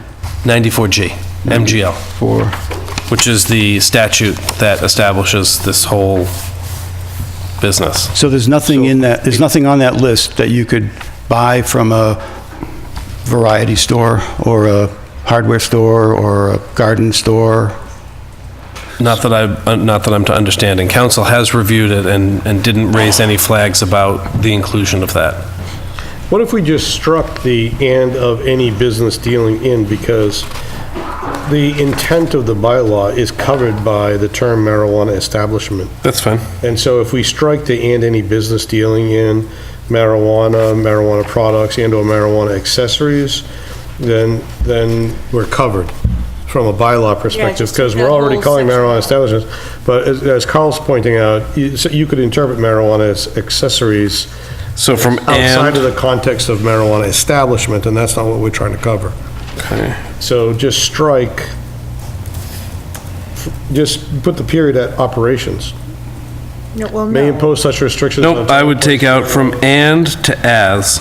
So it would read, the planning board as special permit granting authority may impose such restrictions on the time, place, and manner of marijuana establishment operations as may be necessary to protect the public interest Yes. and/or to satisfy the purpose and intent of this bylaw. I'm sorry, strike from operations to accessories, that's what I meant, yeah. Okay. Does that mean? That's great. Yeah, that's very clear. Yeah, Thank you. I totally understand what you're saying, because marijuana accessories could be associated with something that's not a marijuana establishment. So the reference to, Carl, to MGL 94G is on page 2. It's 250, 415D. That's the one that Adam just read, page 2. For your reading That line pleasure. already had a bunch of red lines in it. Good, more homework, thanks. Okay.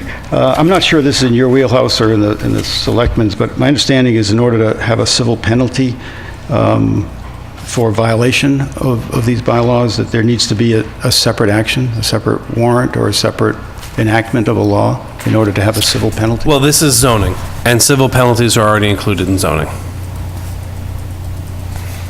Is that what you're talking about? I'm talking about a civil penalty, if there is a violation of the regulation. So that's already covered somewhere else. It sounded like there was something special relative to the marijuana. Whereabouts are you referencing?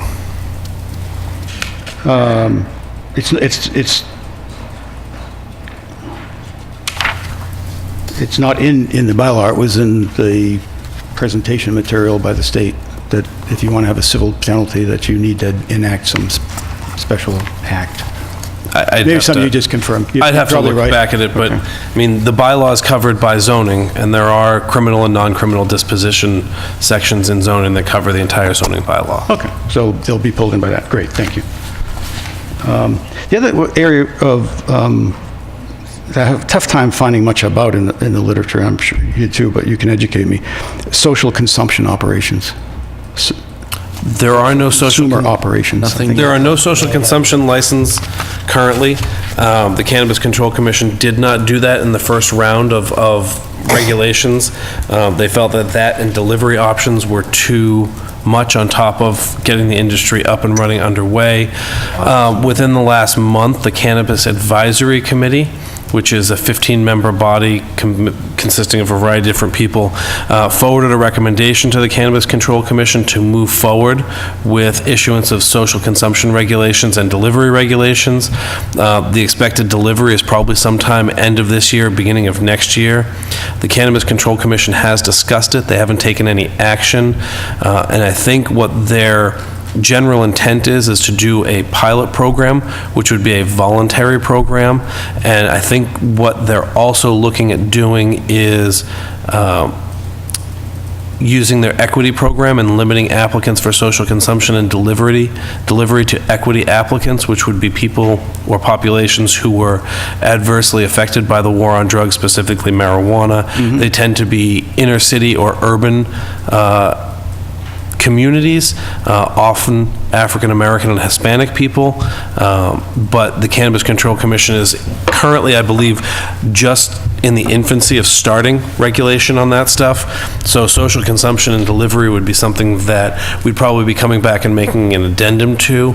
I would expect that statewide or unrestricted access to social consumption is probably years down the road. I think they'll probably start with less than 10 pilot applicants in selected areas of communities that are willing and desirous of hosting such a facility, trying out the regulations through that, dialing them in a little bit more, and then opening it up a little bit wider. Okay, good to know. Thank you. That's why I couldn't find much out about it. Yeah, there isn't a lot out there. Can we preempt that by specifying that it's prohibited?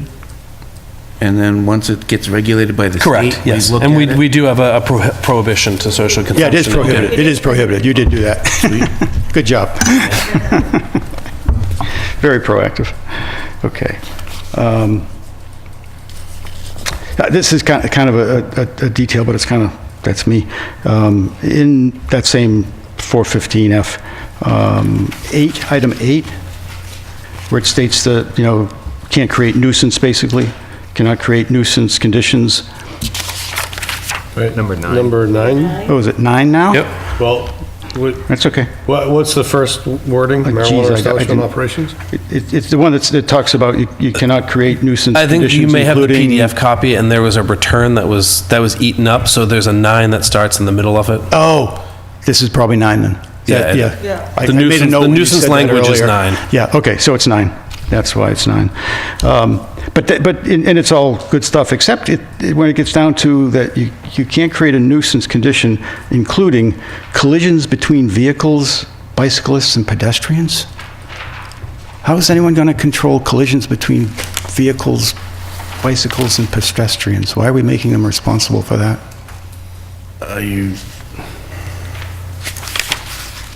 Collisions, are you sure? Oh, Right at the yeah. end. Look at that. Yeah, why do we have that?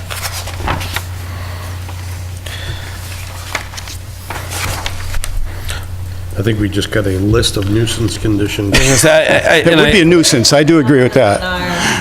They're not, but they could be considered under site design, and if they're operating the site contrary to design or But that's something we can take up under site design. Sure, I mean, you can certainly strike it.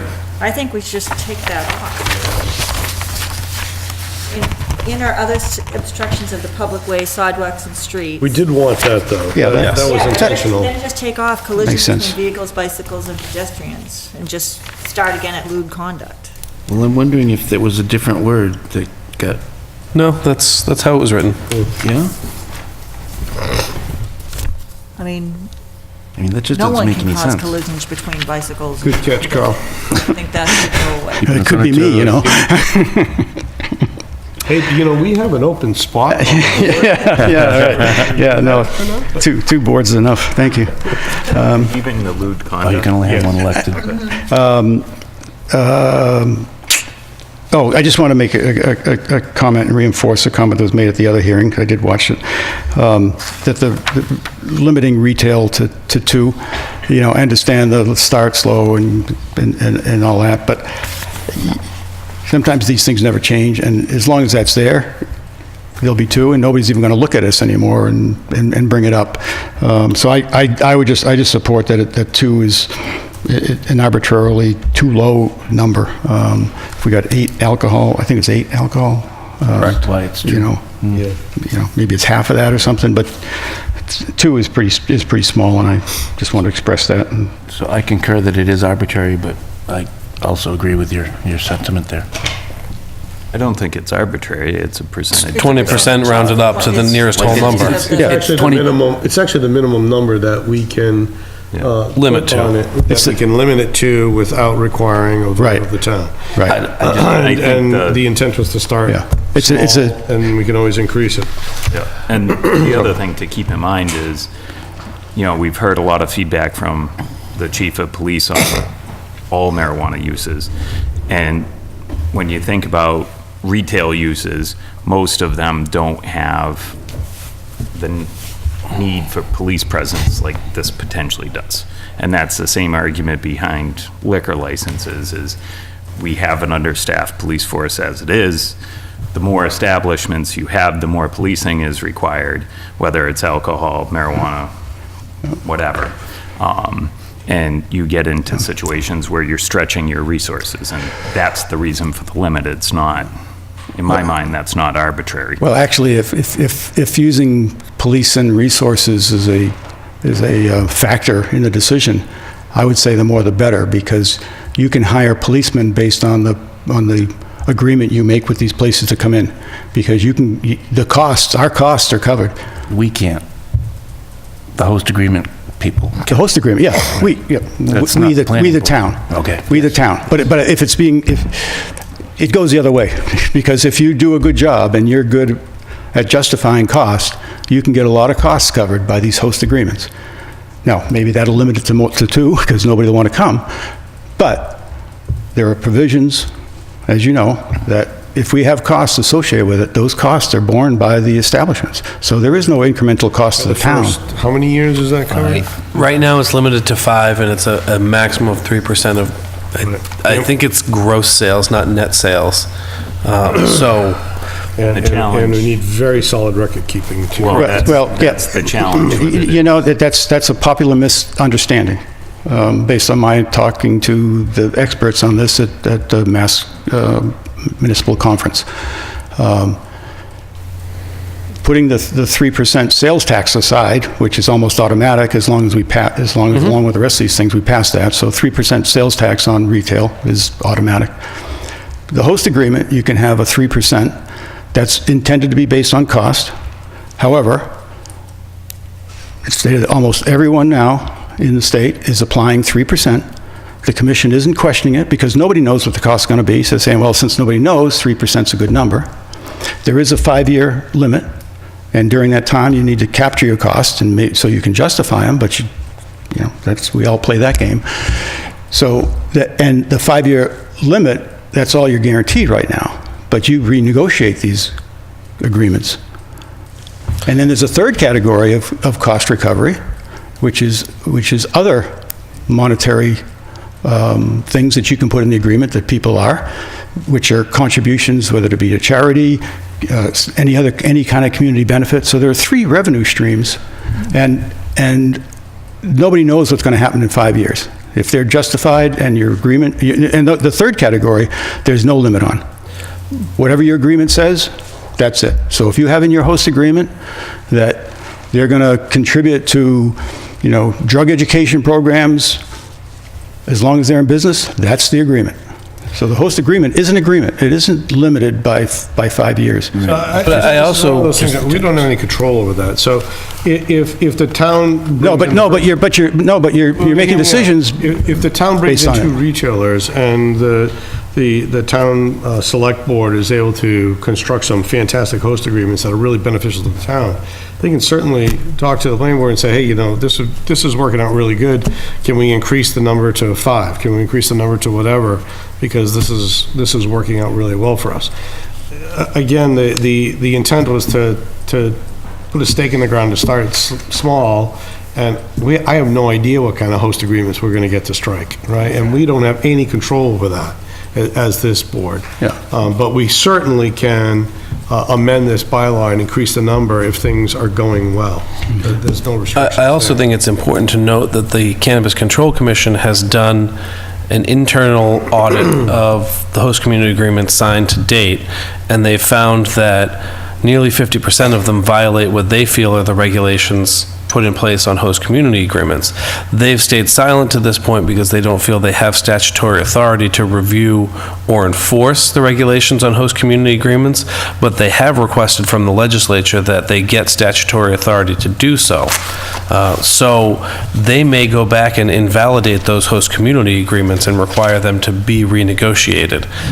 So I think there's a lot of gray area with host community agreements, and specifically the third revenue stream that you mentioned, charity donations, drug education, those are the areas where they're finding that they feel that communities are taking advantage of the corporations, and I find that kind of a funny way to put it, but and sort of stretching the rules because that's above and beyond the 3% and isn't specifically allowed within the language, and they've found that that's a barrier to entry for some smaller individuals or corporations, and it's what it's doing is it's driving the industry towards large companies and big money, and that's something that they're trying to balance pretty closely. Yeah, I think the key message is they don't have any jurisdiction over these right now. And we don't know if and when they will and what they'll do and what they won't do. So we shouldn't make decisions based on that. The type of reason why we needs to start slow, though. I think that the fact that they are looking to get statutory, they are finding issues, and that I think we need to start slow. I think the fact that we're looking to go to 2 town meetings a year, I think it offers opportunity to change that. And as was stated earlier, if town meeting feels strongly and they want to change that number, they can do so. Okay, good, thank you. Sorry, Carl, do you have a lot more? It's up to you somewhat. I'm sorry? Oh, okay. That's all I have for the regulation. So that's the good news. But I'd like to go into the prohibition because this is a hearing on all of the articles, right? Sure. So I'm a little confused. I got even more additionally confused tonight because I keep hearing, certainly at the last meeting, that the board is looking for all 7 articles to be approved. Now, at the last hearing, when that came up, Mr. Tennis very articulately said, no, that's not the case. You do what you got to do at town meeting, basically, and do what you got to do at the town, but you're not pushing for all 7. But tonight it was said again. that you're looking for all 7 to be approved? We need to have the bylaw approved. The bylaw, no, I'm past the bylaw. I'm talking about the prohibitions. But I think that the board historically has been in favor of the passage at town meeting of the prohibition and allowing the ballot to be the deciding factor. I would not word it that way. I disagree with your wording, Adam. Then I've misunderstood what the board is. I agree with his wording.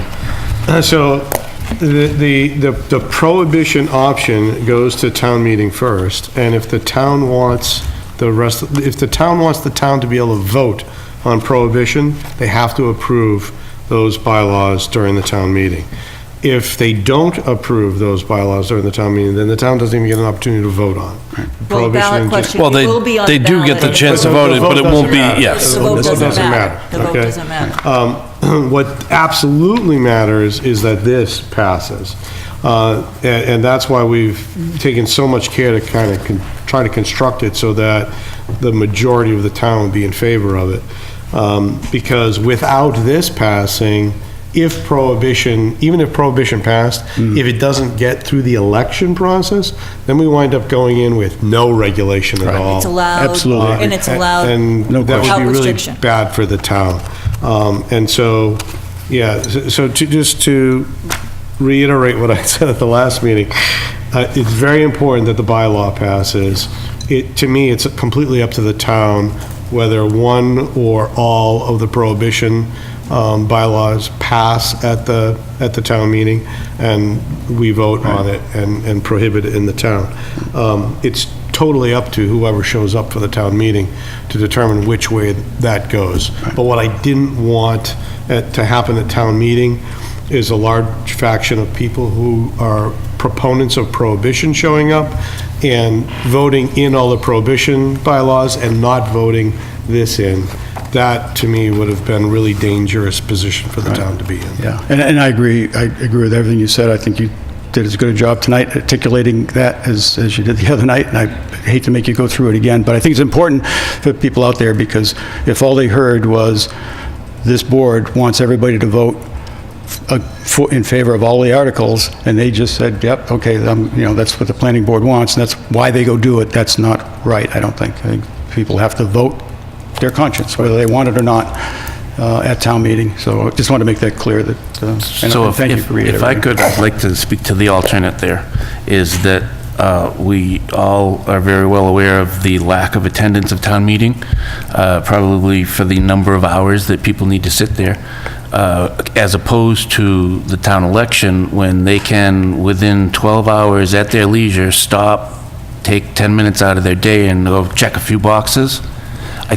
Those thousands of people are closer to the number of people that I want to input on this. I mean, we've got over 11,000 people in population now.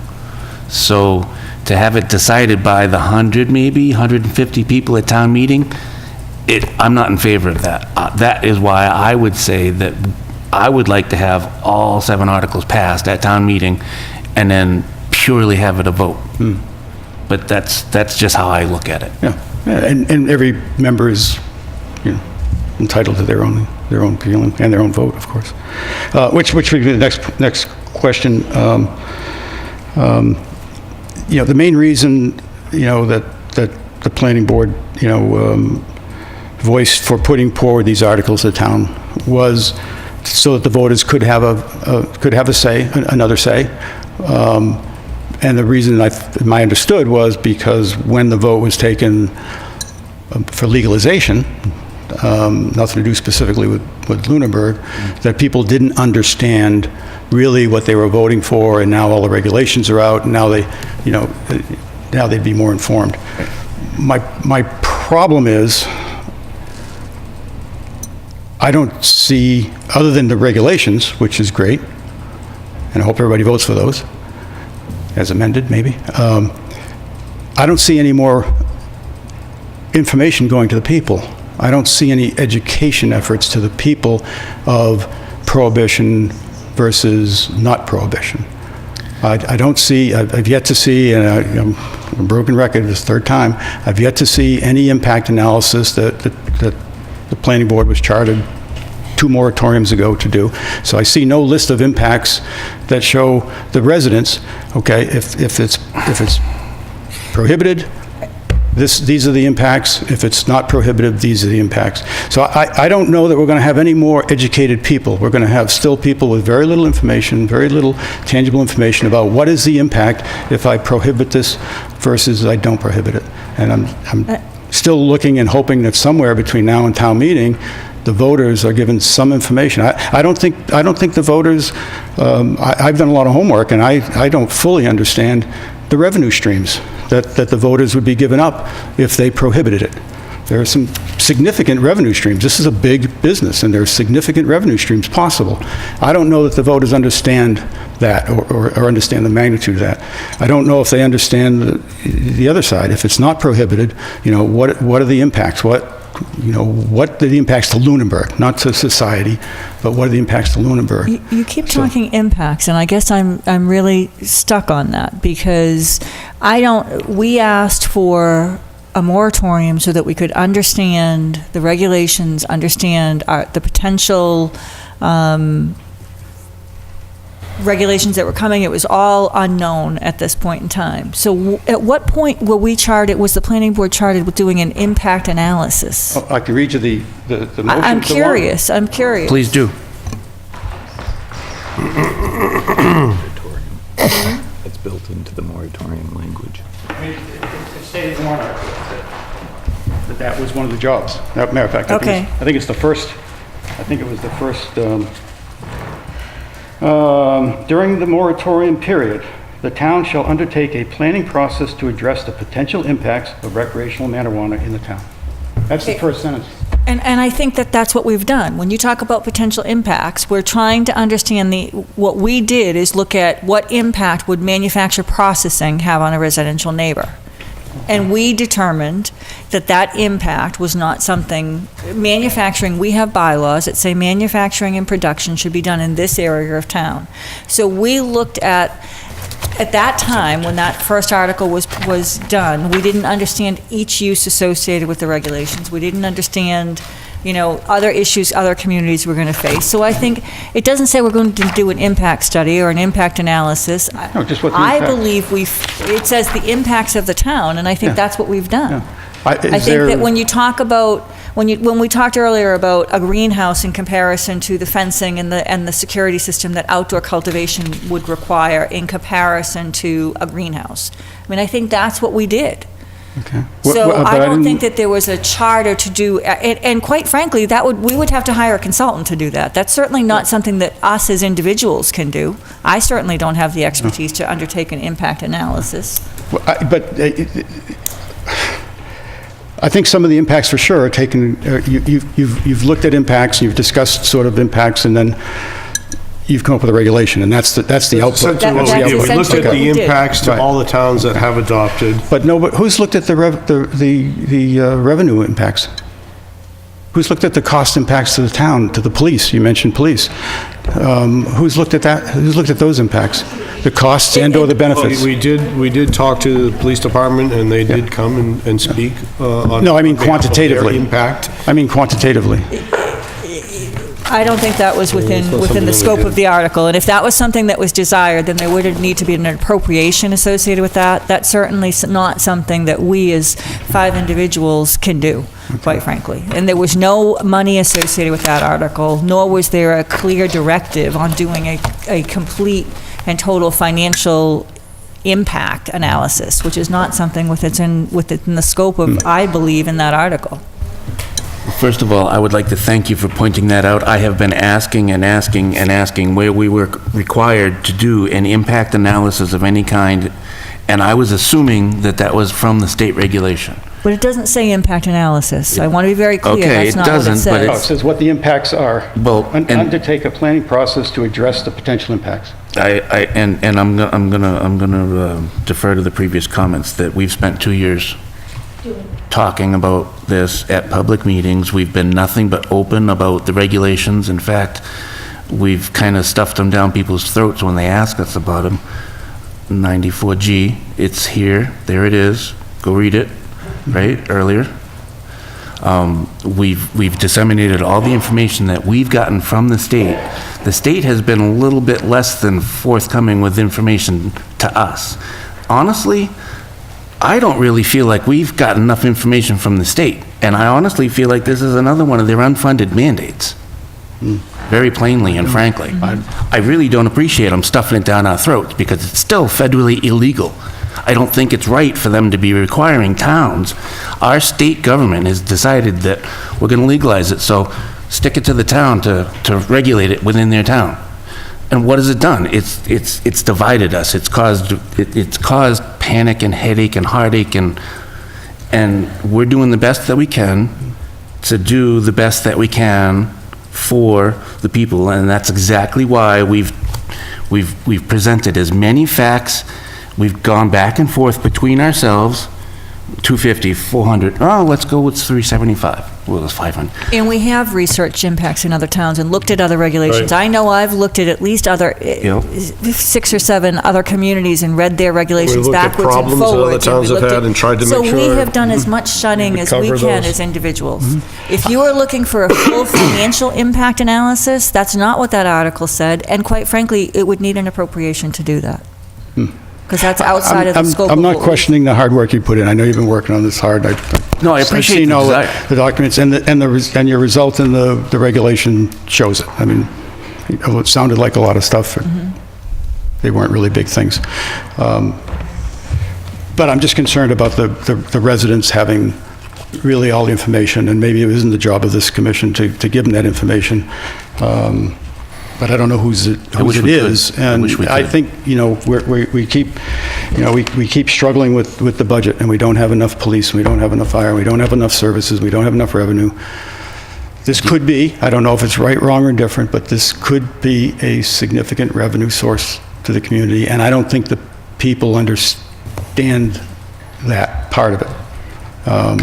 So if you don't think you're going to lose anything prohibiting it, yeah, well, why not? I can go right across the line on 2A and buy it not too long from now.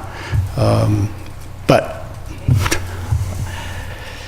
it could be a big factor, and I appreciate it. It's not in your wheelhouse, but I hope somebody gives the town that impression that there are other things to take into account that were outside your scope.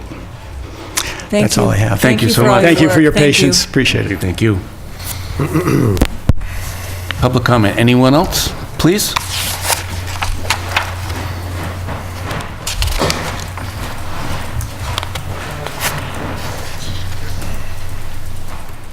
Good evening.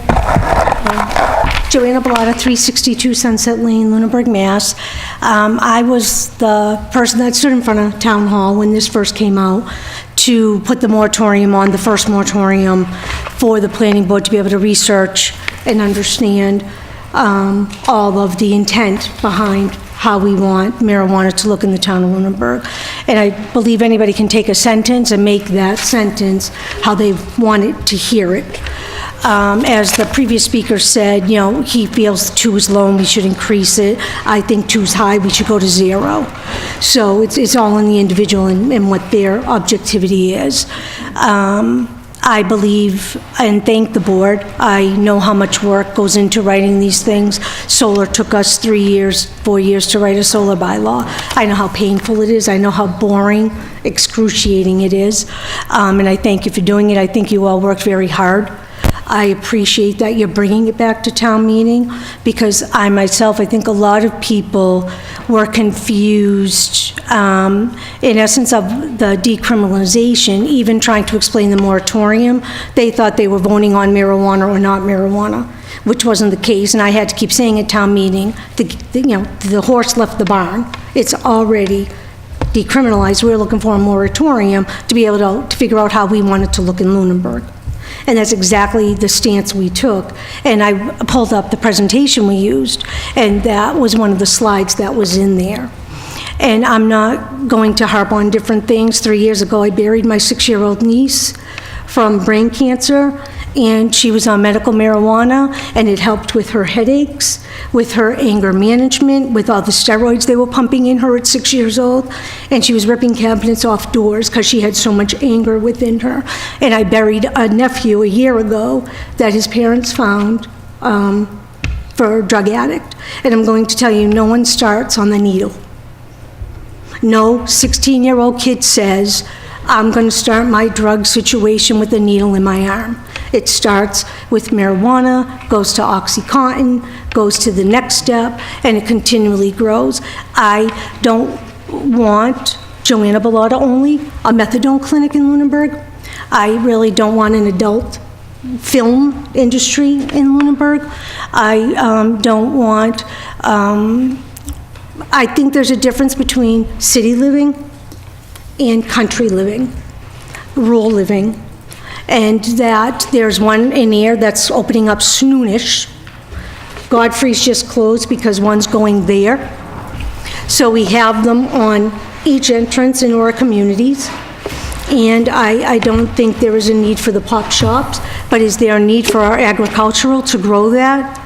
And just as Dick's Market, and bring it out to those communities where it's accessible and everybody can go get it? Absolutely. So I do believe that coming back to vote with the 7 alternatives and the different options is a compromise. And it's a way to still get revenues for Lunenburg, but it's also a way for our community to stay as it is and be able to still provide those things 4 miles away. Thank you. Thank you. Thank you. Thank you. Public comment? Anyone else? Anyone? And if it does pass, the mobile guy's gonna open up a little side section and sell edibles. And the old Mango Grill does say coming soonish. The sign does say soonish. It says soonish, coming soonish. Yeah. So is this going to be our last session for the public hearing? It is. So this is it. Speak now or forever hold your peace until town meeting and then town election and then after that. Anybody? All right.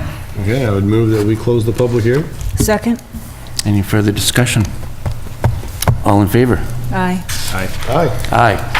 Thank you, folks. It's been very enlightening. You need to take a position. What do you mean we need to take a position? I totally support what we've put forth. Well, You need to come up with a final bylaw, and you need to vote on it. The only thing that I want to ask about is, we've had a couple people talk about the 2 uses, and we've had someone saying it should be 0. So I just want, personally, I feel comfortable with the 2. I want to make sure everyone else I do too. does. I think the 2 should stand. I think the edits that we made tonight are good. So do you want to wait to the next meeting and come up with the final version that we would vote on? No, because I Or do need you to wanna- submit it before the final, Okay, so. before the next so we meeting would for the be warrant. Moving to approve it with the edits that we Correct. documented this evening? There's And the edits you another- documented there's another were, typo. what? There's another typo, number 16 on page 4. You've got a semicolon and a, That's a strike through. Okay. The semicolon is struck Okay, through, and okay, because I it's was replaced with a wondering what comma. the heck that was. That's what the red Okay. is already in their edits. Okay. So it would be removing collisions between vehicles, bicycles, pedestrians, removing end of any business dealing in yada, yada, yada, to marijuana accessories, and striking that redundant "the" in J. And then also accepting council and building commissioner edits. Correct. correct. Then I would move that we approve the bylaw as documented with the edits. Second? Is it approve or recommend approval? Recommend approval. Recommend approval. Second? Any discussion? All in favor? Aye. Aye. Aye. Aye. And I would move that we recommend approval of the remaining, is it 5? 6. 6 bylaws with the renumbering edit Correct. for prohibition. So you're recommending we approve them? Yes. I'm recommending we approve submission. You're recommending, you're making a recommendation to town meeting. Yes. I thought we just said we weren't going to, that you didn't want to do that, whatever town meeting No, does, I- town meeting does. But I think the board should recommend one way or the other what we think the town should vote on. And I think I think if the town, I think if the board recommends the town vote in favor of them, then it leaves it up to the voters to choose. I guess it's a fine line for me, because I don't have a problem with some of the uses. Actually, the only one I do have a problem with is retail. You don't have to second it. We can have So, discussion. no, I afterwards. just want to have this discussion. No, sure. Because that's the only. You need a second to have a Yeah, discussion. you Oh, I'm can't talk sorry. about it until it's Second. Okay, So that's. discussion. So, So you want to do them each individually? well, I'm not going to second it, but Well- Tanner might. I think this goes back to the discussion that we had about putting these articles on the ballot when we had our joint meeting with the selectmen. And the board's stance in that meeting was that one of the options that a voter may want to choose is prohibition. And I don't think this board needs to take a position either supporting or not each individual article, but in this case, the only way it gets to town meeting is for us to put it there. And it's hard to draw the distinction that our position is we want people to have the choice versus we Want the people to we vote want yes. the people to vote yes or no in I each disagree. particular We've already situation. submitted the articles. We can make it very clear on the We've floor already at town sub- meeting yeah, that we've we're al- not promoting they vote yes or no. We are simply advising that But our we think the position, best. but it will never make it to the ballot if it doesn't get passed, is my point. And so, for the people at town meeting, if you are adamantly opposed to the article, then you vote against it. But at the end of the day, the bigger pool of voters is at the ballot, and all other things being equal, I think you defer to the ballot, really. If that's the case, if you defer to the ballot, then you would recommend approval of all seven. Exactly, and Right? I'm not trying to support any one of these or all of them or anything. I'm just trying to make it clear that, in my opinion, something like this should be decided at the ballot. Yes. And That's my opinion as well, and that's There's why a I very recommend big all seven. difference. But there's a very big difference. When people get that warrant and it says planning board recommend approval, it doesn't say in order for it to be voted on the ballot. It's they recommend approval, and that's where I'm having the hard time. I would prefer not to make a recommendation, to submit the articles and then make that stance at town meeting. But I'm not comfortable sending out a warrant saying we recommend approval, because frankly, I have no problem saying at town meeting, we would recommend that you approve these in order for a majority, more voices to be heard at the ballot. Okay. But I don't want to send it out with it. But is it binary, though? I mean, is the warrant going to say the planning board does not recommend approval? No, it would just say submitted by, or it would just Or say submitted by recommendation planning. at town Right. They'll ask for your recommendation at town meeting. yeah.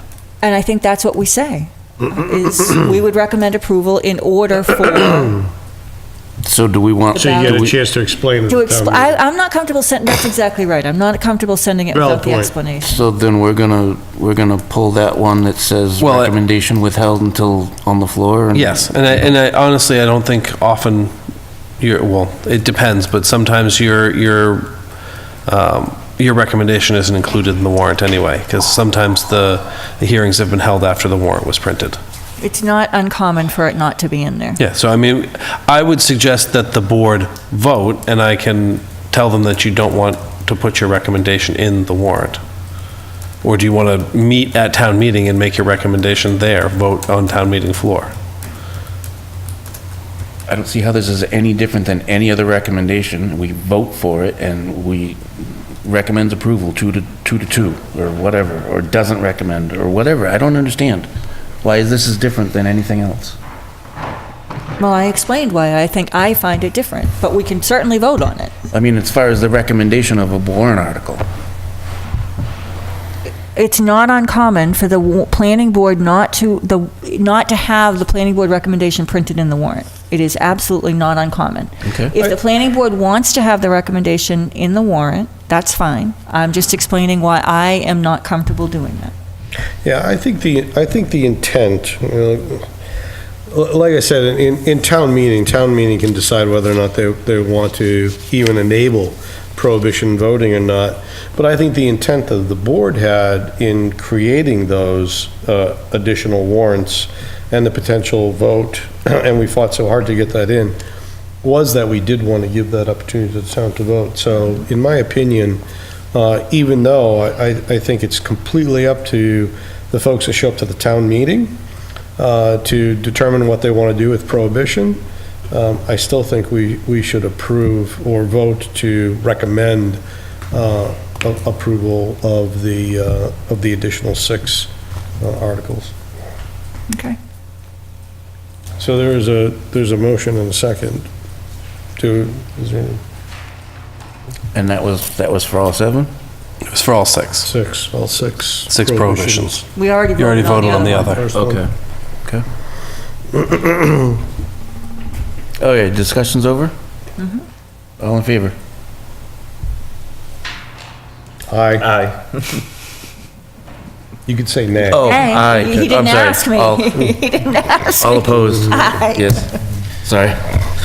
So that was Excellent. 3-1. Yes. So is that I opposed or nay? All right. Just for the record. So that wraps that up? All right, so now we move back to a continuation of the public hearing for 400 Electric Avenue, continued from 2/11/19.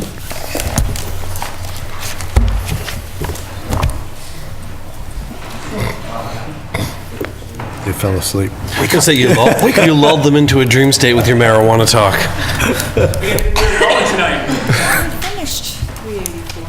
No, this is the gas station. This is 400. You finished 400. This is 400. Oh, this is 4, no. We finished 3. Okay, yeah, 380. This is 400. This is 400. Okay. Good evening. Evening.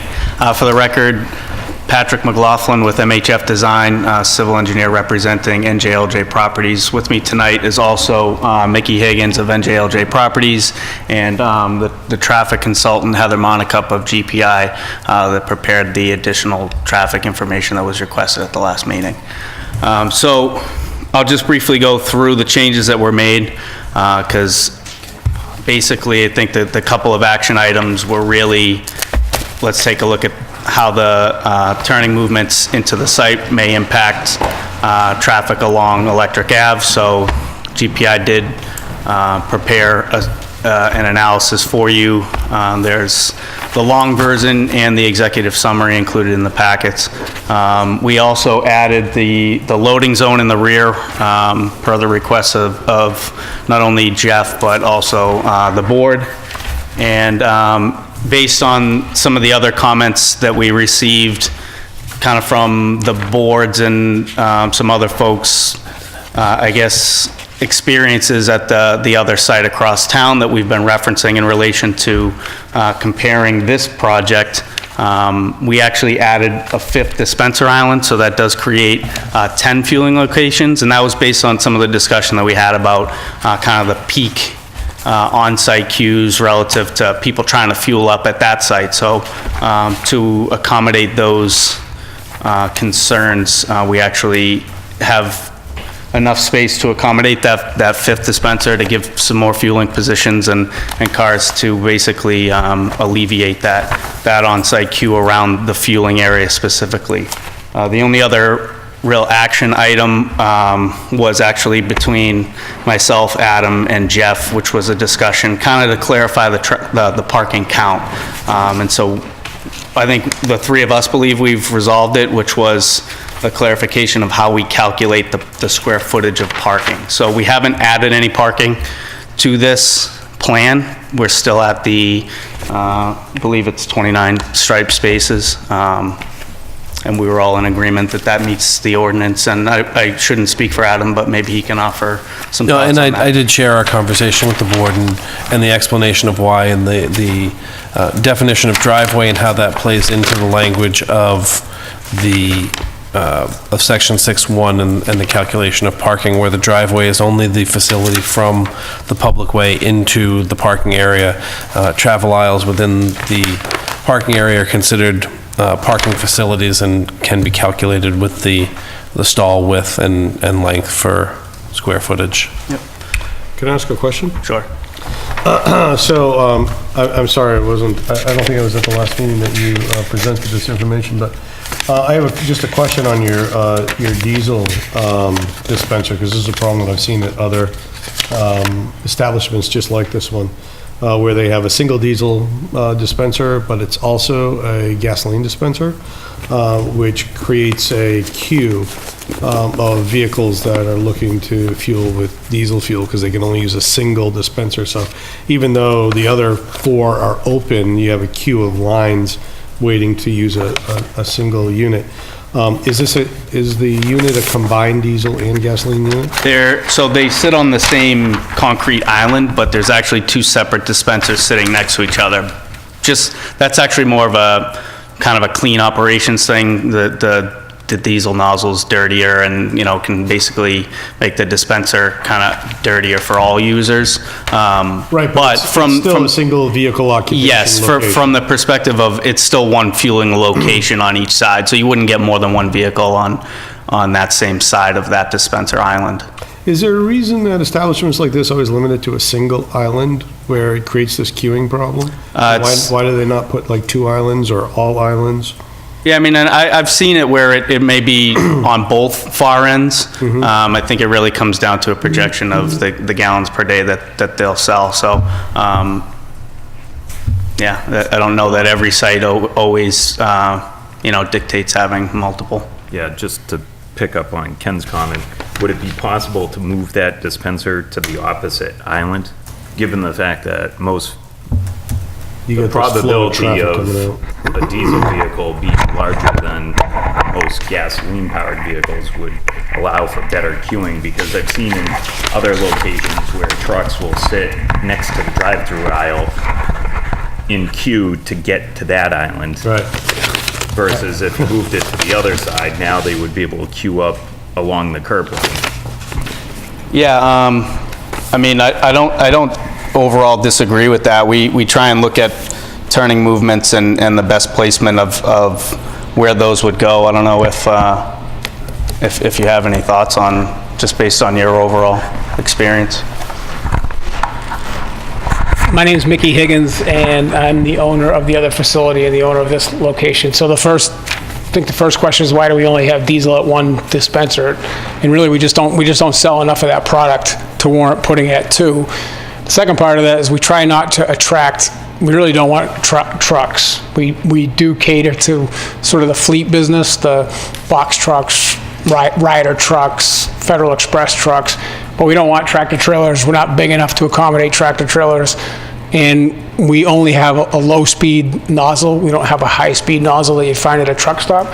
So, listening to both your comments, I could add it, diesel here, diesel there, but I think this is a better spot for diesel, because if trucks queue here, they're going to block this side driveway. At our location at 134 Leominster Shirley Road, this driveway, we get more than half our business from our side driveway as opposed to our primary driveway. So I think if you move the diesel from that spot to this spot, you have the same issue with this driveway. I think if you put it in both locations, that would meet my concern.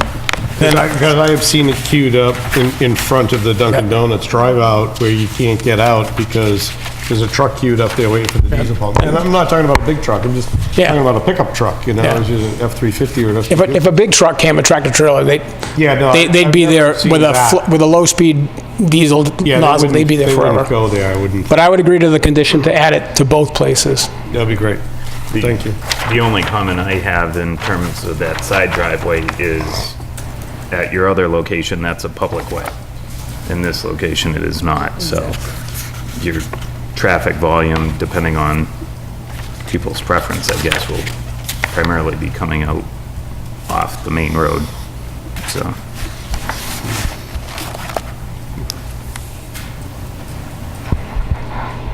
Yeah, at least now, though, if it's available in both, if you came in off the roadway and that pump is blocked, you now have the option of going around the island until a pump opens up, which doesn't stick you there in the roadway waiting for that one pump to open up.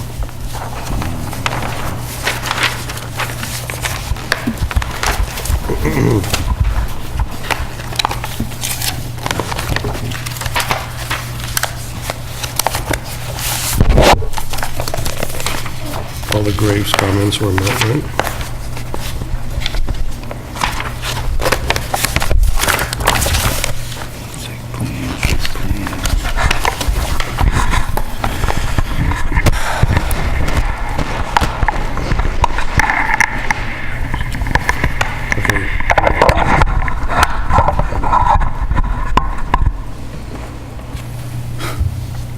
So you didn't add any parking at all, right?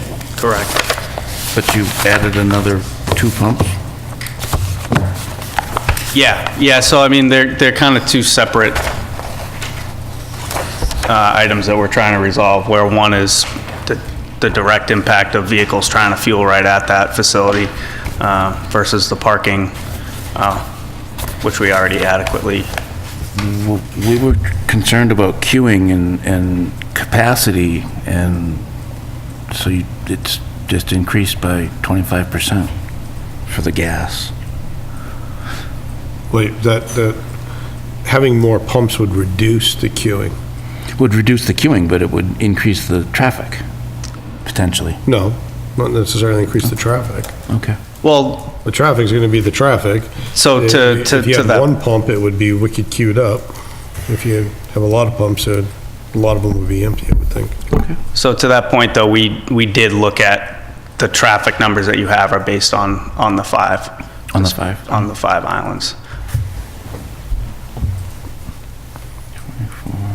I had a question about the parking calculations in terms of the driveway being excluded. How does that relate to the loading zone in the back? Because the language specifies that the driveway to access the parking area, or loading zone. So is the lane down the right side of the building, the 16-foot swath between the parking areas and the drive-through, is that now considered a driveway for access to the loading zone?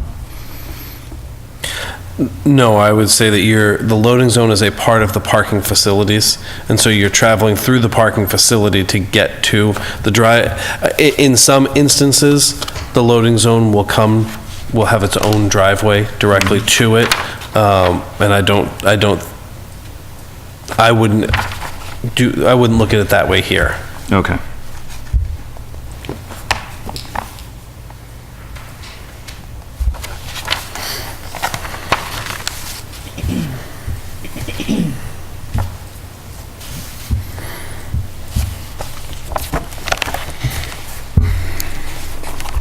Do we have any immediate questions? Do we want to mull this over and let the public? Yeah. Yeah? Is there any public comment? Anybody?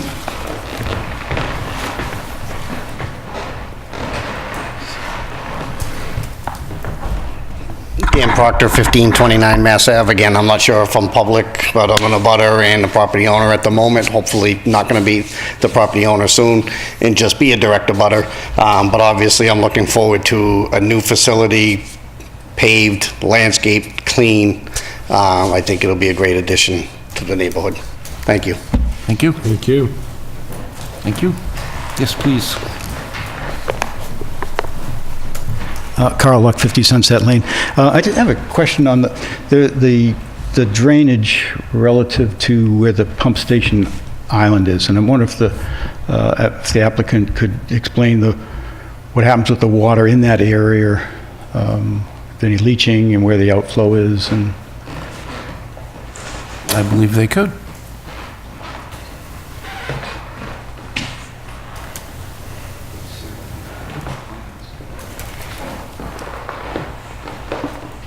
Mr. Luck, he's going to get the microphone. Perfect.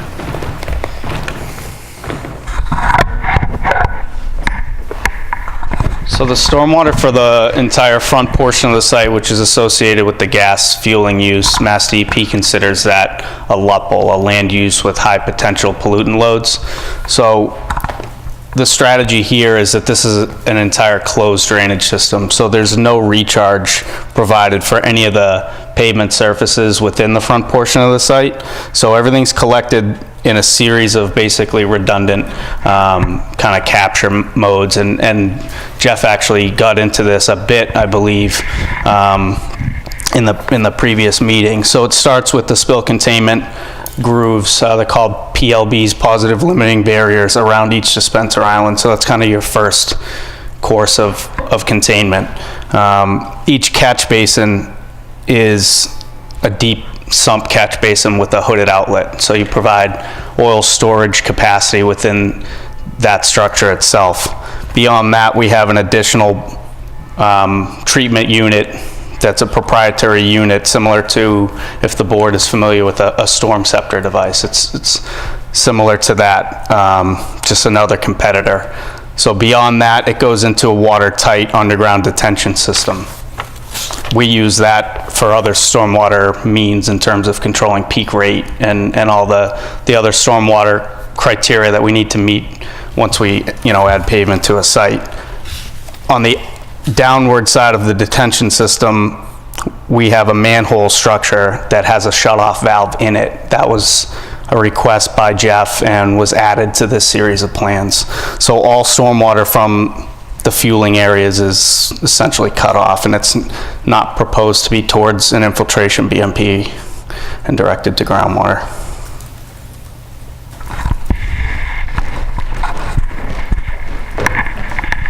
Adequate? All right. Yeah, that's great. Thank you.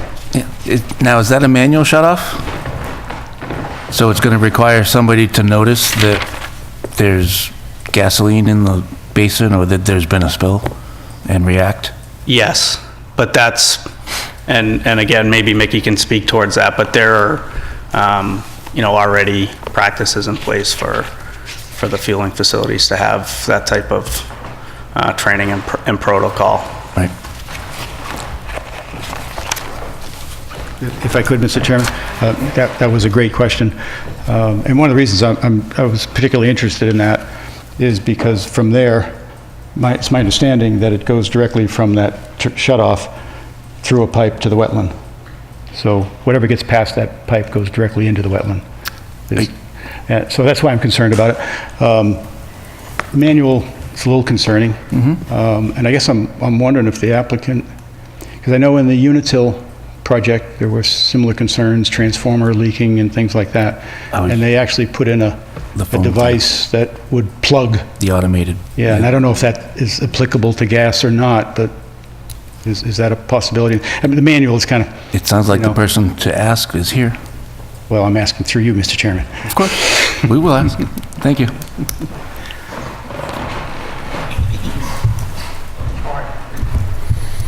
I would say that for a service station, our engineer designed this system to meet and exceed Mass Stormwater Policy Act.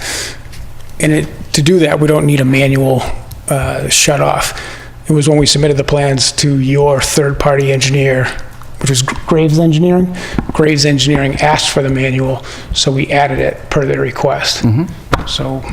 Sure. What we were talking about was across the street, the Unitil has their headquarters, and they had pole storage, and there was a similar setup, and the manhole was fitted with, and correct me if I'm wrong, anybody, an absorbent that expanded and closed the outlet because it does directly discharge to a wetland. And it's a very sensitive area. I mean, that whole area basically was filled for 13 to go through, and then the various businesses filled in, and then the Wetlands Protection Act came along. So basically, it's all filled wetland originally, not anybody's violation currently, but it's very wet and it's a very sensitive area. So that was, the question was, is that available for my answer would be, while I am a business owner today, I'm a civil engineer by degree, and I've been building gasoline service stations for 30 years. Spent my first 10 years of my career, which started in 1988, working for Mobil Oil, and I own a construction company today called South Coast Development, and we specialize in building gasoline service stations all over New England. I do not know of a product that works for hydrocarbons. I've never heard of that product. Okay. That was the question. Thank you. You're welcome.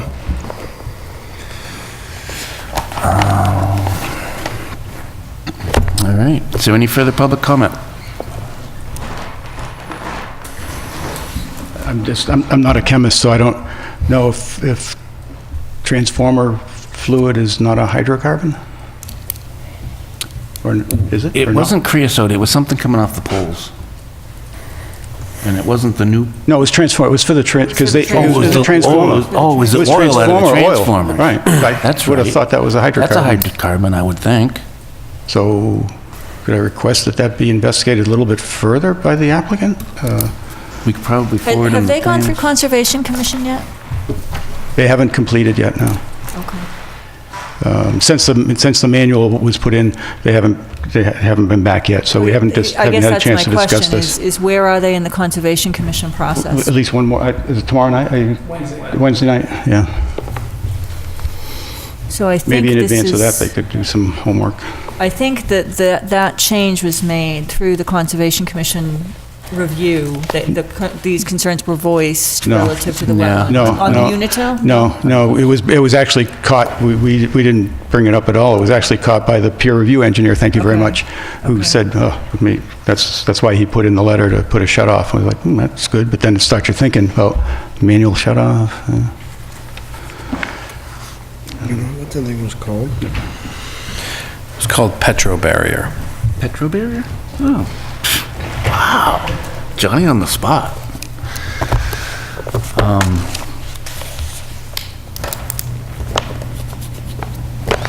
I think, if I recall correctly, the reason that worked so well at the Unitil project was because there was little to no chance of things leaking unless it was a problem. And if I recall correctly, this product was so sensitive to petroleum products that even minute amounts start to cause it to react. And I would expect even the best maintained gas station is going to, at some point, have someone spill some gas. I'm guilty of it. Every time I fill up my snow blower gas tank, the 5-gallon bucket, I always spill a little bit of it. And if, 10 of me go to the gas station on the day before the storm, it probably doesn't add up to any sort of reportable or issue for the station, but over time, that's going to slowly make its way in. Whether or not it would be long-term reactive, I don't know. I don't know enough about the product. But I do remember there was a lot of discussion between Jeff and the engineer for Unitil about how reactive the product was and where it would be viable. Yeah, I'm researching it, and Petro barriers provide the quintessential oil spill containment system, guarantee your property's total compliance by completely isolating any designated area from all threats of an oil spill. Completely seals off an industrial parking area where hydrocarbons are stored, removing a huge environmental threat to the area. They allow enormous volumes of rainwater to drain freely while simultaneously sequestering any and all oil sheens and spills, affording a complete peace of mind that the property is well protected with unparalleled compliance standards. So it's not it's an actual physical. It's a membrane that allows water to pass. It's actually a device. It's actually a device. Yeah. Well, that's not what was used on the unit. Then I misremembered the name, because this was a membrane that allowed water to pass through, and upon contact with a petroleum product became a solid, for lack of a better term, and ceased to allow water to flow through.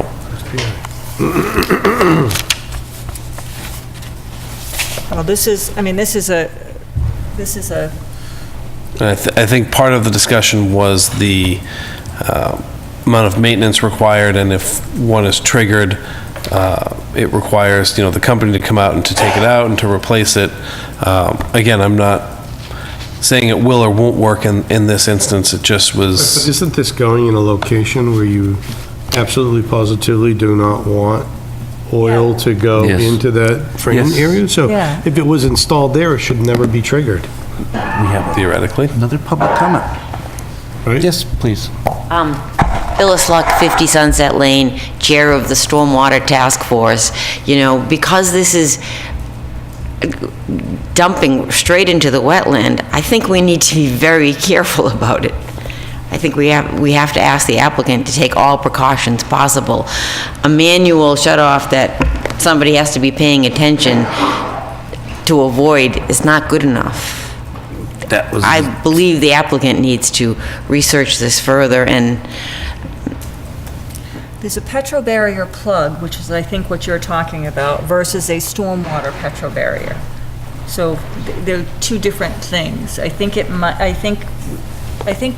personally, because of what you just said, is that there are spills, I would like to look into this a little bit further.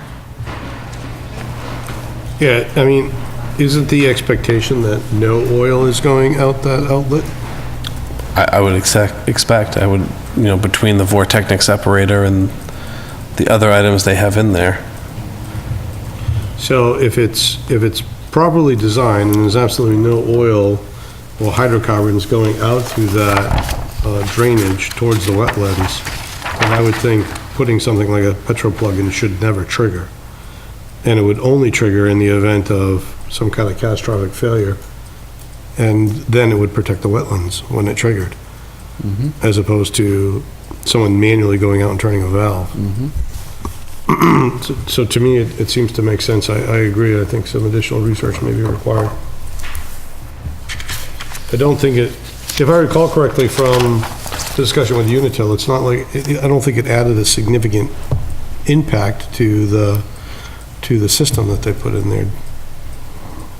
Their transformers never leaked either. Correct. Right. But it was, again, it was something for catastrophic failure to protect the wetland. Should never trigger. True. But if, I don't know, lightning struck something and a catastrophic failure occurred, you don't have a wetland cleanup to deal with too. So.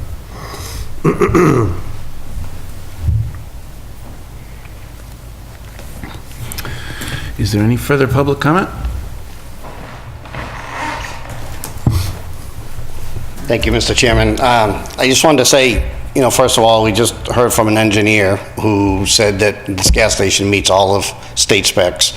Then we have a review engineer who makes a suggestion of a manual shut-off. So the applicant says, okay, we'll put the manual shut-off in. I just feel like we constantly want to get more opinions. I mean, are we going to bring on 20 different engineers to analyze this? I mean, I just think, quite honestly, there's probably as much of a chance of an oil truck rolling over coming down the road in a slippery, snowy condition than there is having a leak at a gas station. There's gas stations everywhere. I mean, they all have these protective devices. The engineer said, we have the deep double sump catch basins. It's gonna go into a watertight infiltration system. It's gonna go into this other. There is a final discharge that would happen, that would go to the wetland like every other project that we do. Okay, but again, we have a series of safeguards in place before that would happen. Right. And that's really what that's all about. I mean, I just feel like, we've engineered this, we've had review engineers a couple times, we've had another engineer look at it. I just, how far do we need to go with, we are protecting in the best practical, professional standards, I guess is the word. Well, I guess there's a question as to actually if that's the fact. That what? If that is the fact. I guess. I don't know. Well, I mean, no, I don't know either, but isn't that why we have a review engineer, peer review engineer? I mean... It is. Who recommended a shut-off. Right, and so... Our question is a manual shut-off, and I understand what you're saying, but we did go the planning board at the time, and I was there when the Unitil project came up, the planning board did ask them to go back and relook at it and eliminate the manual component. And I think it makes sense to ask these questions. I think a lot of the Unitil comparison that we're making, the Unitil, I was at quite a few of those meetings as an abutter. The whole concept with the Unitil was the fact that they have transformers that sit all night unattended. They have poles sitting there, you know, there's nobody there that if it started to leak, that they could take action. Again, the gas station have personnel on board that if a guy's fueling up and there's a leak, he takes action. I'm talking like the bigger trucks, I would assume. So I think a lot of that Unitil was the fact that there's nobody there from, 5 o'clock at night till 7 o'clock the next morning. So that's why they put those series of basins in to protect if those unattended transformers leaked. I believe that was the intent of that. Thank you. From what I can see, I mean, this is just a device that sits inside the stormwater component.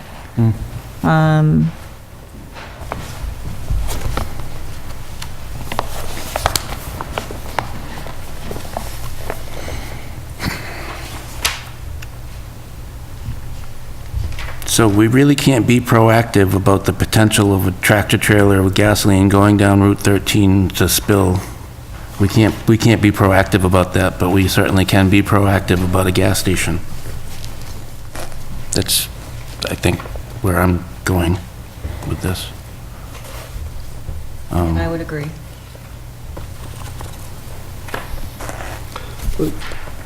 Could we ask the applicant what kind of impact that would have to their ability to? They're familiar with it. I think they'd have to go back and Okay. look at it. And that would allow us time to find out the exact product that was used before, that was recommended by the review engineer. Well, I don't think it was recommended by the review engineer. I believe the design engineer came back and proposed that product. Okay. And I think that product fit the specific use based on the design engineer's conversation with the company. So I don't know, I mean, we can certainly pass along the information that we have. I don't know that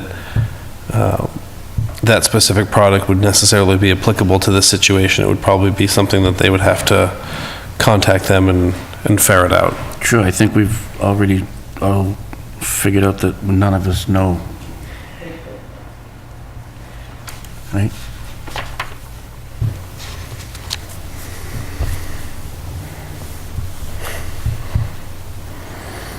So the Lima or the Loma or the dangerous thing to the environment was mentioned before? What exactly was that? Can you ask that again? I heard in the presentation before, it was something to do with the fueling station was something that was specifically regulated stormwater? A LUPL, land use with high potential pollutant load. Okay. LUHPPL. Okay, thank you very much. What would we do without acronyms? We'd have to spend a lot of time talking.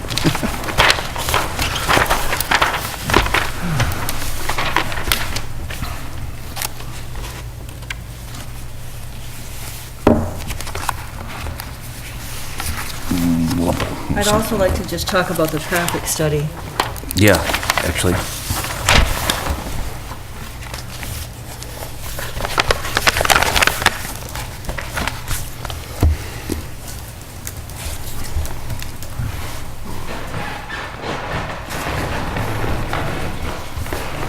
Mr. Chair, is it possible that you might have data or information on the product? I only have what was Here submitted tonight. with the previous, no, not with me tonight. I might be able to find it. I was actually looking for it, because it would... Because one of our concerns as the applicant is this is not our first meeting. We came to the first meeting, got continued to tonight. And what I believe is after tonight, there's not a full board or not a five? The 25th will be the last night we have 4 members. I may not be available the 25th. My surgery may be the 25th. So to get a special permit, we need You need four four members. members. Yes. So that, I will know definitively tomorrow. There appears to be some confusion of whether it's the 25th or the 26th. So how long do you expect that this gas station will remain there? I'm sorry? Do you think this business is going to stay here for some time? I sure hope so. Okay. So maybe we could use more than 2 meetings to go through the details of it? But if you don't have a quorum, Well, I think the applicant's point is that, if we don't decide tonight, then we're going to be laid up for a number of weeks. Yeah, we don't know. a number of weeks. Yeah, maybe. Thereabouts. Well, there is an appointment on the selectmen's agenda for tomorrow night. Is there an applicant before the selectmen? There is Okay. not. No, there is not. Okay. so I'd be happy to live with a condition that said we worked it out with town engineer or some conservation or somebody that this board would give that authority to or trust that authority to. It's not that I'm not against trying to protect the wetland. Sure. No, I don't think you are. I just have a hard time standing before you tonight agreeing to some product that I don't know that exists. And I can't come back in 2 weeks because you don't have a quorum. So, yeah, so could we just add a condition that they would come up with a mechanism that would be in favor Acceptable to of conservation? Nope. No? Or town engineer. Can't do that. You could do it with, because your approval then rests on the approval of a separate body. Right. So,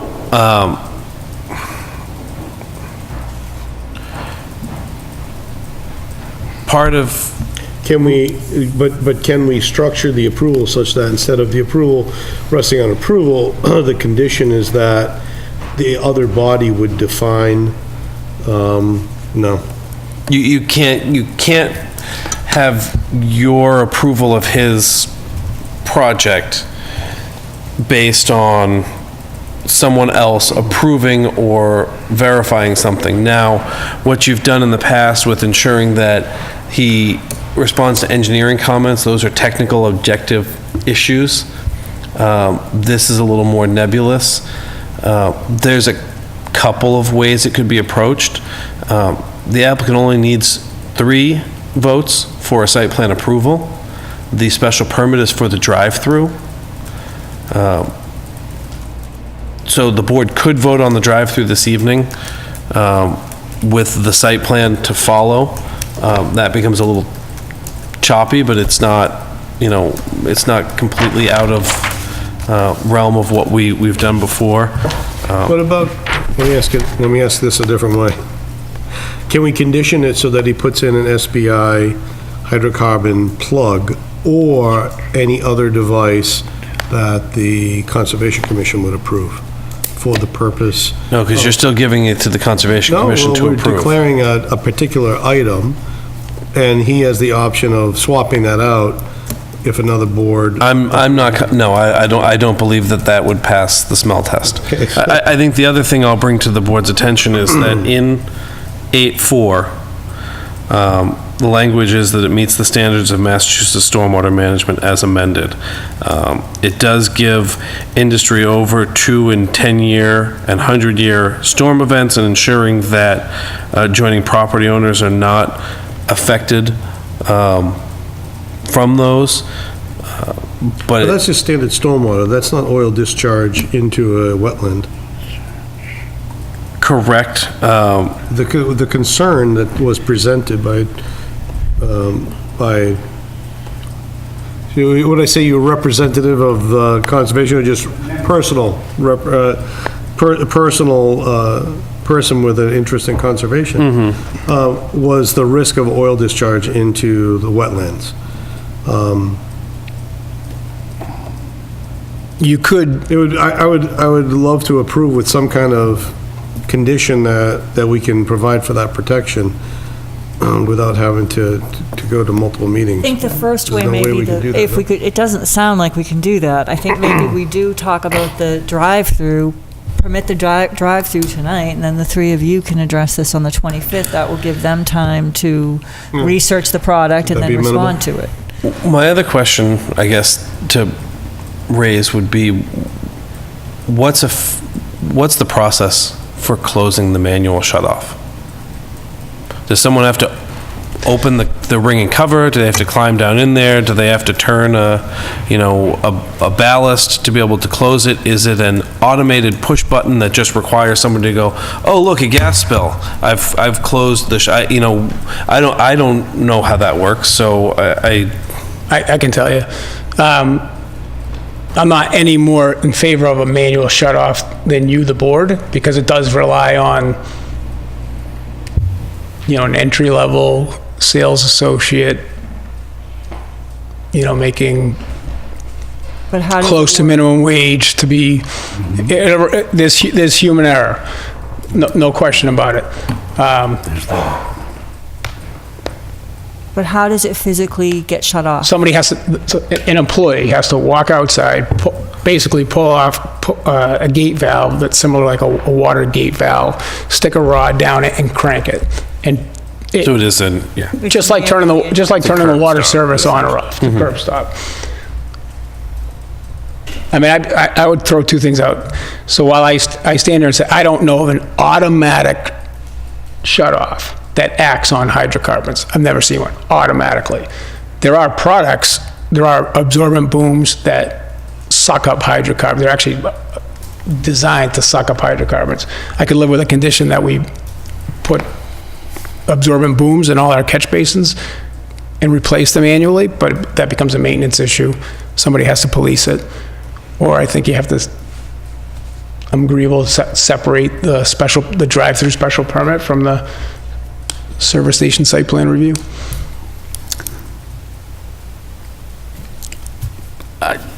It does seem to me, we've lived with conditions in other communities, though, where planning board will give that authority to, say, the building inspector. So a certificate of occupancy a building permit cannot be pulled until you do this. Certificate of occupancy will not be pulled until you do this. Correct, but And you can give that authority to either a town engineer or a code enforcement officer. Correct, that's different, though. That's if you do this thing, this person is authorized to act. What the condition that's being asked to put forward is another board approving this, and if they don't approve that, then your special permit or your site plan is null and void. What about if we just conditioned it to say, instead of a manual shut-off, it's an automatic shut-off that absolutely guarantees?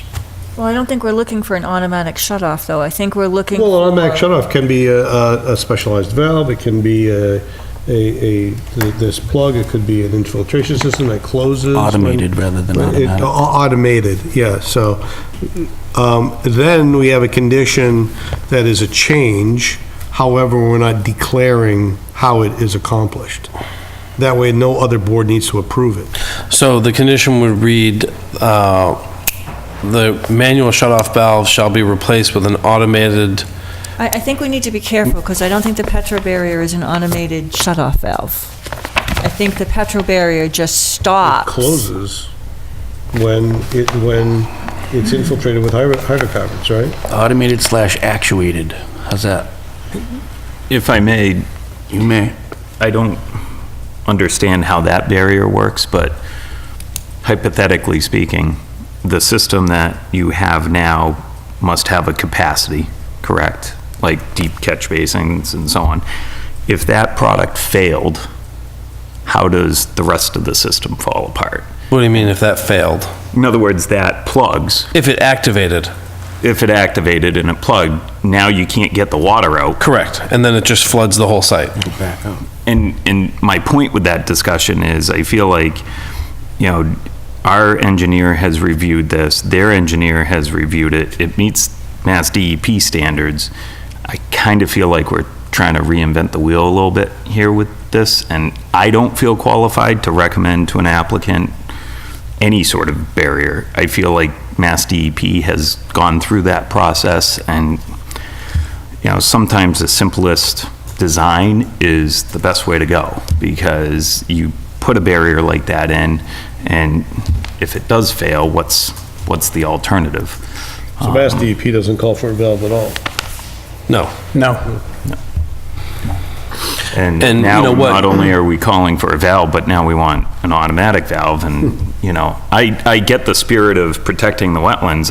And my fear with this is we're kind of falling into the weeds trying to engineer something that's kind of out of our jurisdiction. But, except for Matt. Matt's an engineer, so. I don't play one on planning board. Okay. Yes? If I could, just one point to make clear, 'cause I appreciate your pursuing this. Just want to make it clear that even turning this over to conservation, this is outside of the Conservation Commission's jurisdiction. This is outside 100 feet. If it directly discharges into the wetlands, it's not. It would, that's been debated a couple times, but it's not clearly within our Pointed out to you in the jurisdiction. stormwater regulations if you need. Conservation's jurisdiction. But again, the automated piece, it's a language thing. Maybe there's a way to address the language that it's stopped without manual intervention, as opposed to automated, because I agree, you get tangled up in what's automated and what's automatic and so forth. But there may be some language, but I would strongly encourage it. Doesn't seem to be anything pressing if you took that path of dealing with a drive-through tonight and then giving the applicant and yourself some time to do some homework on this. The only reason you go shut that valve off is if there's a catastrophic event. If there's a lot, or there's poor maintenance of the system. But that aside, assuming the system's maintained well, if there's a major spill and it gets out to that plug, better that it shut it down and back up somewhere else so somebody knows, because nobody knows. The outlet is way down across the next lot, so nobody's going to see what's coming out. My point with that analysis, just so we're clear, is that the way it's set up now, the water will pass through and the hydrocarbons stay behind. Only if everything is working. Well, because they're deep sump catch basins, so. But they have to be maintained. Like anything else, but with this product in line, it stops all flow, so you can't get the water out, and so now you have both. But you only have backing that, up. but you've protected the wetland. If it plugs, it's because there's an event. If the water backs up, it's still going to sheet off. Somebody might realize that there's something wrong.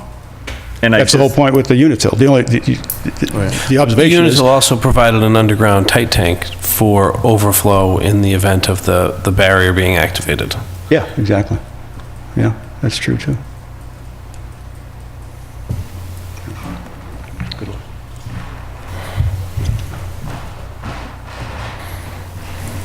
Just a question. We still haven't heard about the traffic analysis, so we might as well go ahead and hear about that. I would love to hear it. Brad did. So for the record, I'm Heather Monacup with Greenman Peterson, and we were the traffic engineers for the project. And so what we heard was at the planning board meeting on February 11th, there was some maybe not even concerns. They just wanted to make sure that traffic was going to flow freely on Electric Avenue. So we went ahead and, as you know, the site plan today, it's one large, wide-open curb cut. We are, as part of the redevelopment, there'll be 2 defined curb cuts that will get you access to and from this site. So we looked at both those driveways.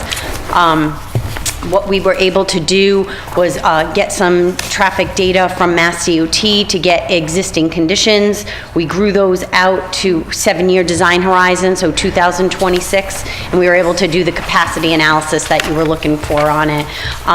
It's my understanding, based on discussions with town staff and the team that was here last time, that you weren't so concerned about queues on the site, but we did analyze those as well.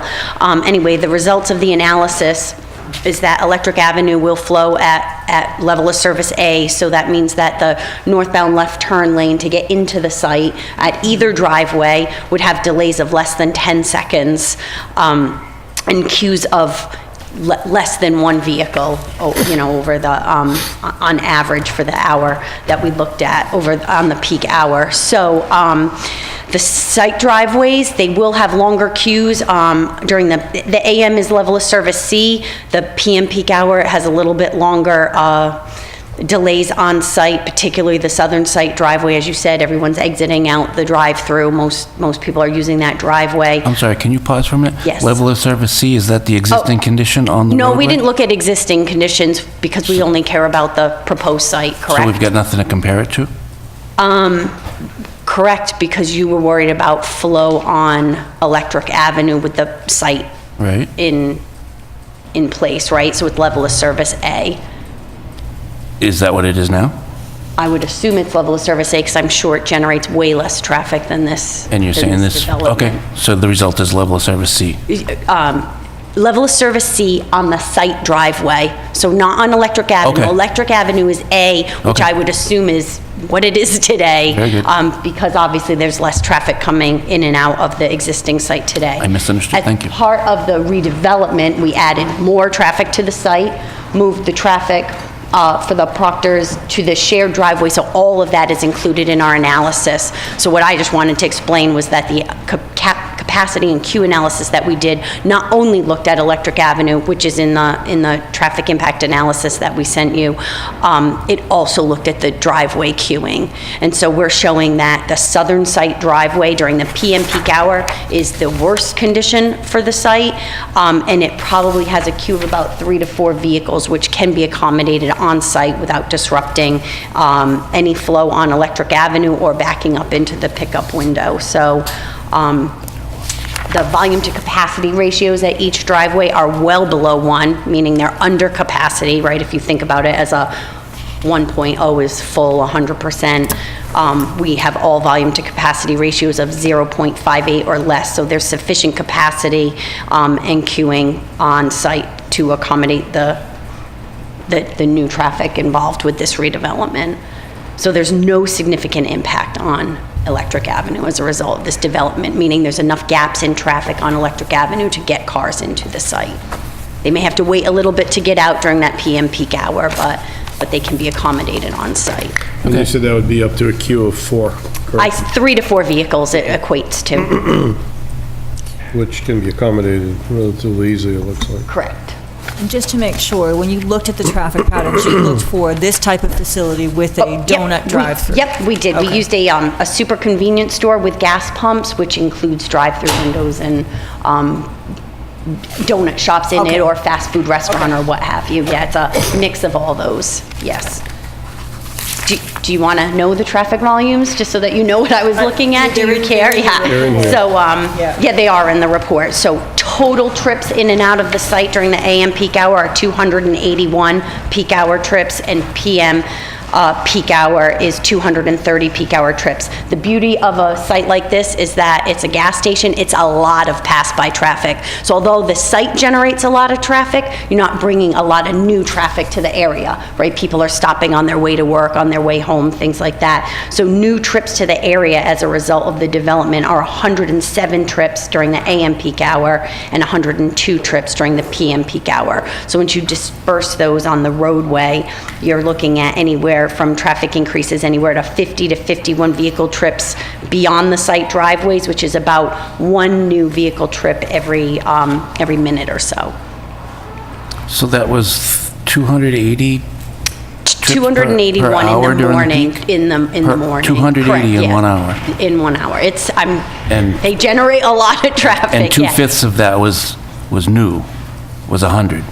60, in the AM peak hour, the pass-by is 62%, meaning more than half the traffic that comes to the site is already on your roadway, already on Electric Avenue passing. In the PM peak hour, it's 56%. So again, already on your roadway, not bringing new traffic to the area, just another place for them to stop on their way to and from work, home, wherever it may be. So it's increasing the traffic by 40%, give or take. Give or take, exactly, yeah. And then also 280 per hour. Yeah, and I tell you that because I wanted you to know that the Q analysis that we're using are using these high numbers, coming in and out of the site. It's a high volume road. Yeah, right. yeah, it is. Right. And that's why they like to be on these busy roads, because they just pull from the traffic that's already there. So the resultant you said was that after the analysis, the impact to the through traffic on Electric Ave was nothing. Practically negligible. I mean, you are going to slow down a bit, but we're not showing a queue of 5 vehicles backing up into the signalized intersection, which I think was the concern at the meeting that I wasn't at last time. And that's not what we're showing as a result of the capacity and queue analysis. So the 10-second 10 seconds is 10 seconds of delay. So you may like slow down at every now and then. You might see a couple cars like queued up waiting, but they're not going to be there for 20 minutes. They're just waiting for the break in traffic and they'll go. And so you take the whole average of an hour of how long everybody waited. Is it this, that, whatever. So most of the time you're not going to see anyone there, but every now and then you might see 1 or 2, and you add up all those delays, and on average for the whole hour, the left turn movements into the site at either driveway are expected to wait 10 seconds or less. It's level of service A. Good. Well, thank you for that. Any questions for the traffic engineer? Thank you. That was correct, right? Traffic engineer? Traffic engineer, yeah, thank you. Thank you. All right, so was that all we asked for, the traffic analysis? You asked for the loading area, which they've provided. You asked for clarification on parking calculations, which was provided. You asked for the traffic study, and you raised concerns about the fueling islands, which they've added the one and agreed to add diesel to both end islands. So they already had diesel with one, and they've agreed this evening to provide a second diesel dispenser. a second? Wasn't it an alternate location? No, second. Second Was it second? location. Yep. Okay.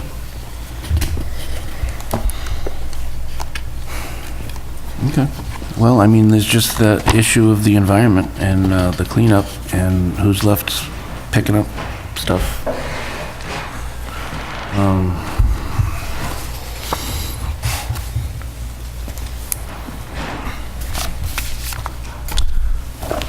One of the public commenters mentioned that they were on the Stormwater Task Force, which I also share membership to. And that specific group is dealing with another unfunded mandate from the state to deal with stormwater generated from our roadways. And it's not a lot different. We've got conservation, I don't know. And I'm just one person up here, there's 3 others, so you guys can certainly take the lead. I would like to see somebody look into the thing that we've got at Unitil, which nobody can seem to come up with the information to provide them, so I think that we could act on the drive-through tonight, and I think that if we can separate the site plan review, that would give you, the 3 of you, provided you're going to be in attendance on the 25th, an opportunity to address the site plan review then, and it would give you time to do that research. And that's a simple majority for the site plan review. For us to do the research? No, we'll give everybody time to research, whether it's the board, whether it's the applicant, or how you, or at least we could look at what was in Unitil. Yeah, right, exactly. And I would think that would be made available to the board. So simply the use is a special permit. The drive-through. The drive-through. Is the special permit. Drive-through. Correct. So, just from a mechanic perspective, do we have to close the public hearing to do that, or? You could close the public hearing for the special permit. Because currently you have two public hearings open, but you're doing them concurrently. The applicant is in front of us, so. So in the amount of time that I've had to do some quick research, I did check in with another engineer at our office that has worked with not only Mr. Higgins, but a number of the other local, gas operations here in New England. And there is an actuated, I'll use that term because that's what was conveyed to me over the phone, but an actuated version of the valve, meaning that the employee would push a button in the store, which would then actuate and close that valve. So again, that is obviously still dependent on an employee, but so is the entire operation of a facility like this.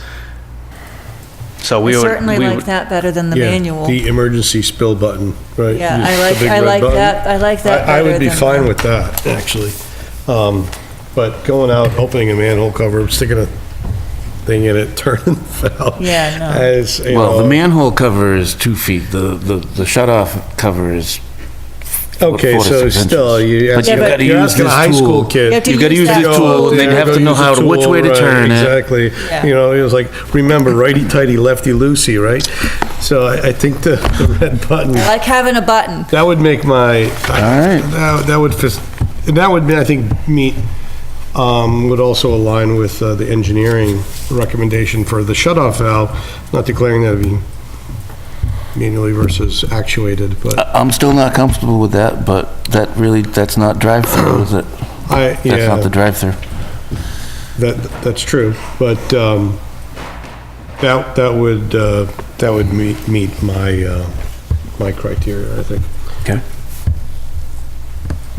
Because there's, you know, emergency fire button, you hit, you have pump shut-off things. The operator has to be trained on doing those things. So I think just this falls into another. I don't disagree, but we required it on another project that went to the same wetlands with, as far as I can see, the same potential hazard. Public comment?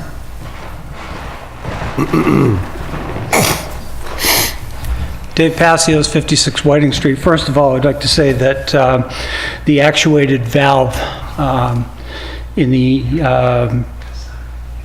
30-some-odd years that I've been manufacturing, actuated valves have come a long way. Very dependable valves. As you say, with the emergency push buttons, you've got a very quick way to actuate that valve and stop the flow when a spill occurs. You've also, your peer review engineer requested some type of a valve in that spot, and that's what they're agreeing to. And I feel that you should agree to both permits this evening, based on them putting in an actuated valve in that location. I think that's more than covers the regulations, and I think it's protects, with all the other engineering, I think it protects the environment plenty. Thank you. Thank you.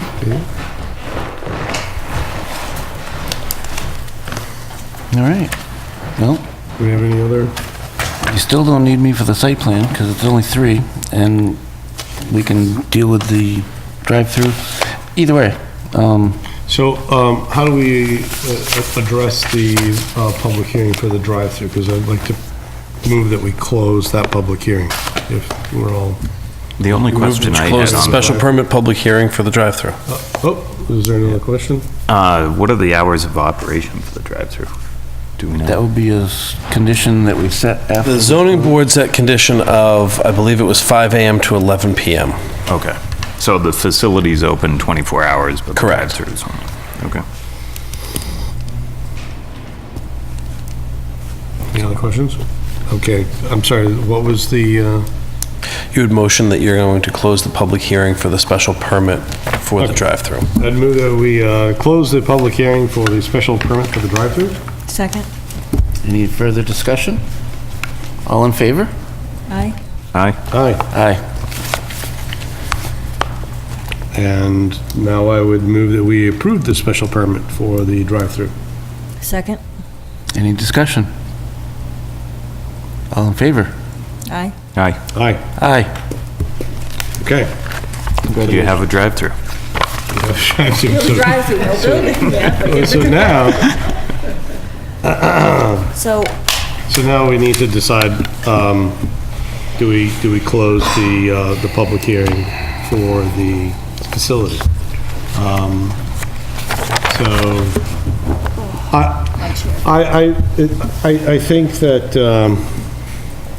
I know that Matthew is not a proponent of this approach, but I do think that the electric or the actuated valve shut-off with proper construction, provides adequate control in the event of a catastrophic spill.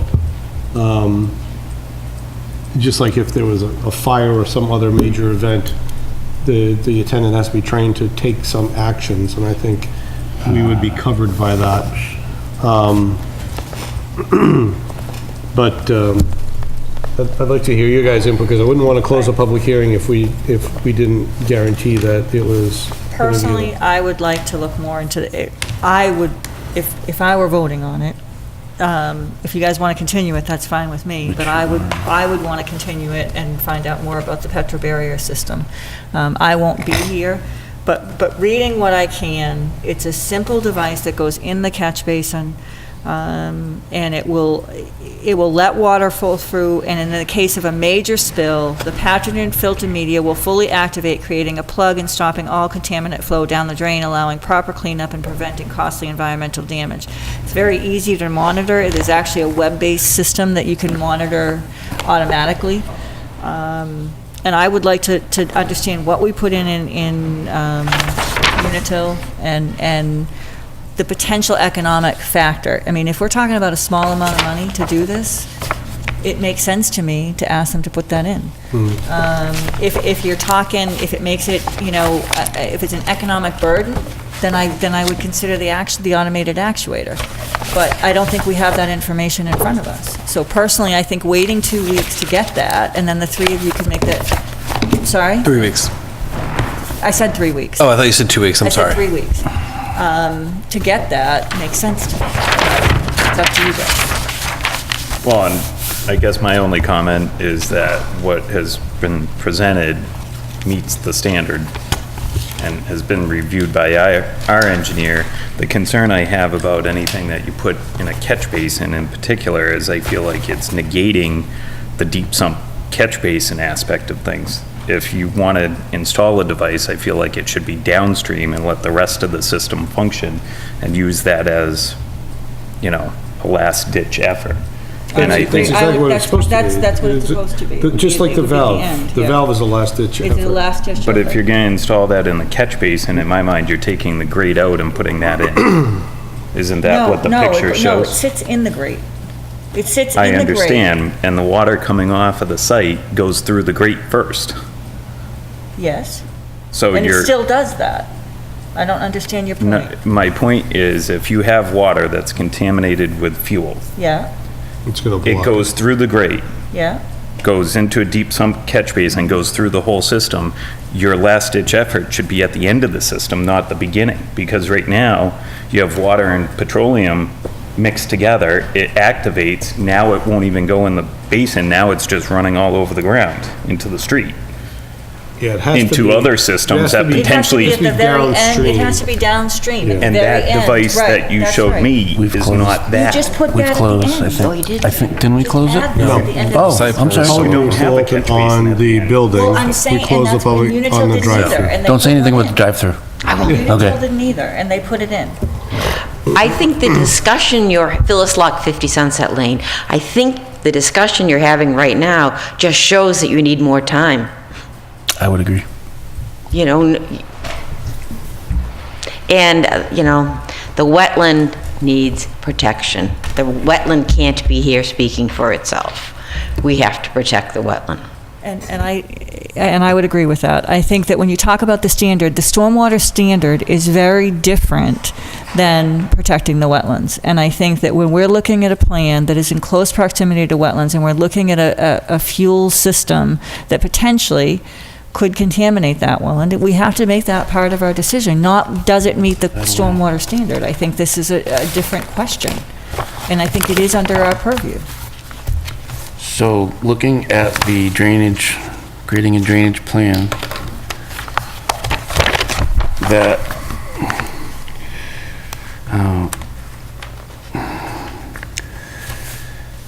they all go to one manhole which discharges to within feet of the wetlands.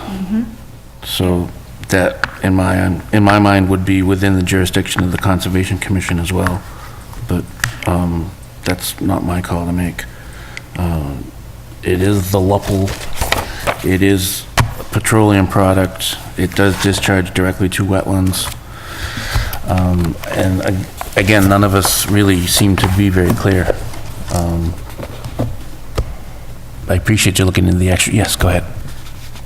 I guess I just want to at least comment on the fact that I guess regardless of what valve was before you tonight, that still wouldn't have educated the board much more. And there are quite a bit of different products out there that act in different ways. Now, we need to find one that apparently, suits the preference of this board, and we have no issue doing that. But I think, we may look into one product because Adam thought that it was what was used on the other site that we're referencing, which I'm not even sure that it was. So I have no issue looking into any number of products, but the amount that I'm gonna decide doesn't work for this site, you know what I mean? So I agree with Tanner's explanation that that specific product, as I've heard it described tonight, is really a first line of defense, and that really negates everything else that we have going on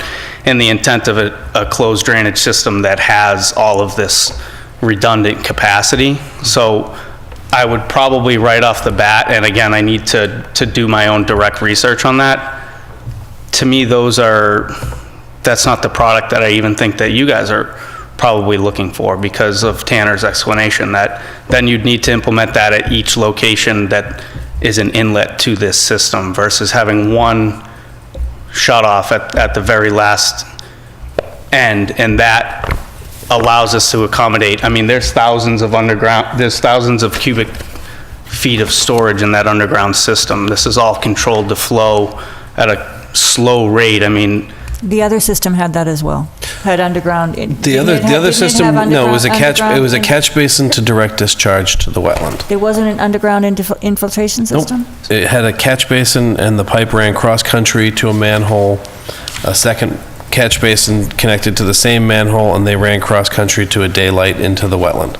All right, well, then we may be comparing apples and oranges. The Unitil site was essentially a sheet flow site, and these were bermed contained areas that had direct piped discharge, and the Petro plug was at the end of the piping prior to the discharge with I think it was a 1,500 gallon Okay, then tight you know tank. what, then I do think that if that's the case, if there was no underground infiltration system, then I think what Tanner's saying makes sense, and I'd be okay with the actuator valve. if I just may, just quickly add one more thing, and we completely recognize the proximity to the wetlands, and we want to be, as proactive as we can with respect to that, but when you think of these same discharges as relative to the MS4 requirements, if we were discharging to your municipal system along Electric Ave, that still goes to the wetland. It's just going to take another few hundred feet to get there. Now, if we were up the intersection at Wallem Road, we're a little bit further from that wetland. So there's always a discharge point. So we recognize that we're close to the wetlands and that discharge is within a few feet of there because that's where it exists currently. But we are trying to accommodate your request, so thank you. Well, I appreciate that insight, because if it was a sheet flow versus an infiltration system, I think we are looking at two different situations. I'm sorry? What's the difference? I think that there's a lot of on-site treatment that's going on through this infiltration system that Unitil didn't have. So I think we're comparing two sites that are very different. This is not infiltration, this is detention. This is just holding it so that the rate that they express the water from the site does not exceed the current. I think what Paul is saying is that this is a system has treatment in it. Yes. Whereas the Unitil site, it's not Did treatment. not. It's detention. I think where it has the vortechnic separator, it has Okay. the oil water separators, before it gets to the detention, the Unitil site where they used the barrier was the sheet flow portion of the site in the rear. Okay. And those two catch basins were capturing closed off areas and then piping them directly to the wetland. Yeah, because this is the filtration system here, right? Yeah, here's the underground infiltration system cross-section. Well, there's an infiltration, there's two separate Because the systems. the fuel islands are detained, the rest of the site is infiltrated. Right. Okay.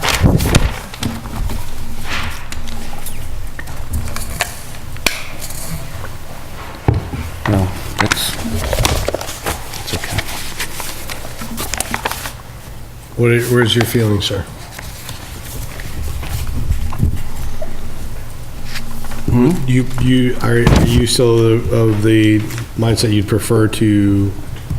I honestly don't think that we should be rushed into making a decision on the second meeting that we've had. I really don't. I mean, this is going to be here for what, 50 years, and we're required to make a decision within a month? I don't agree with that.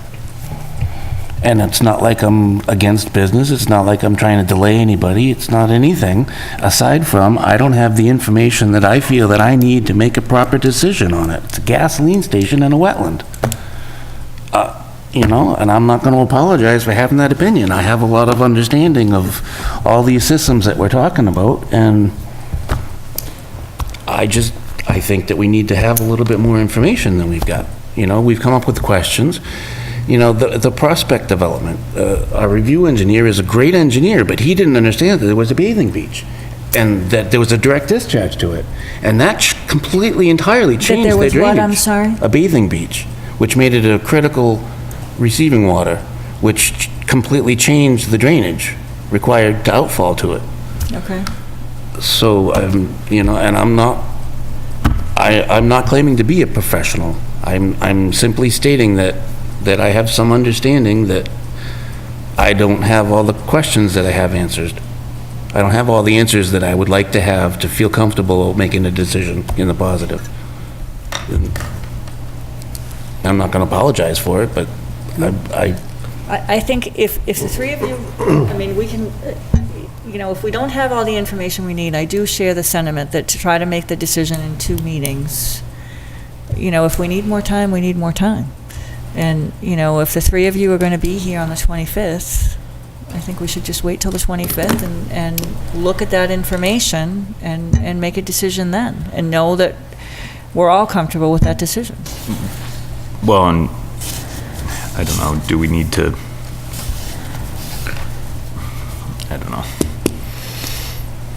we would need to continue the hearing or the site plan approval. Yeah.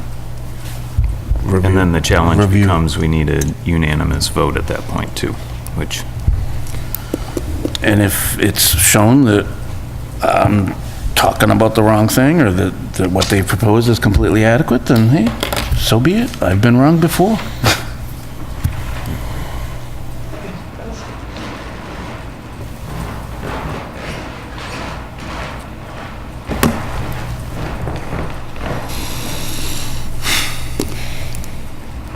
If we come back on the 25th, there'll be 3 members. If at that time, we still haven't, to the satisfaction of the 3 members that are here that night, found a method that is, whether it's by means of coagulation in a filter or a valve that you hit a button, I just want to understand, how does the vote work when there's 3 members here? Still, you need 3 votes. Yeah, still need them, right? Need all 3. Yeah, okay. Yeah. It's still open? Mm-hmm. Yep. Come on up. Well, Tiana, what do you think?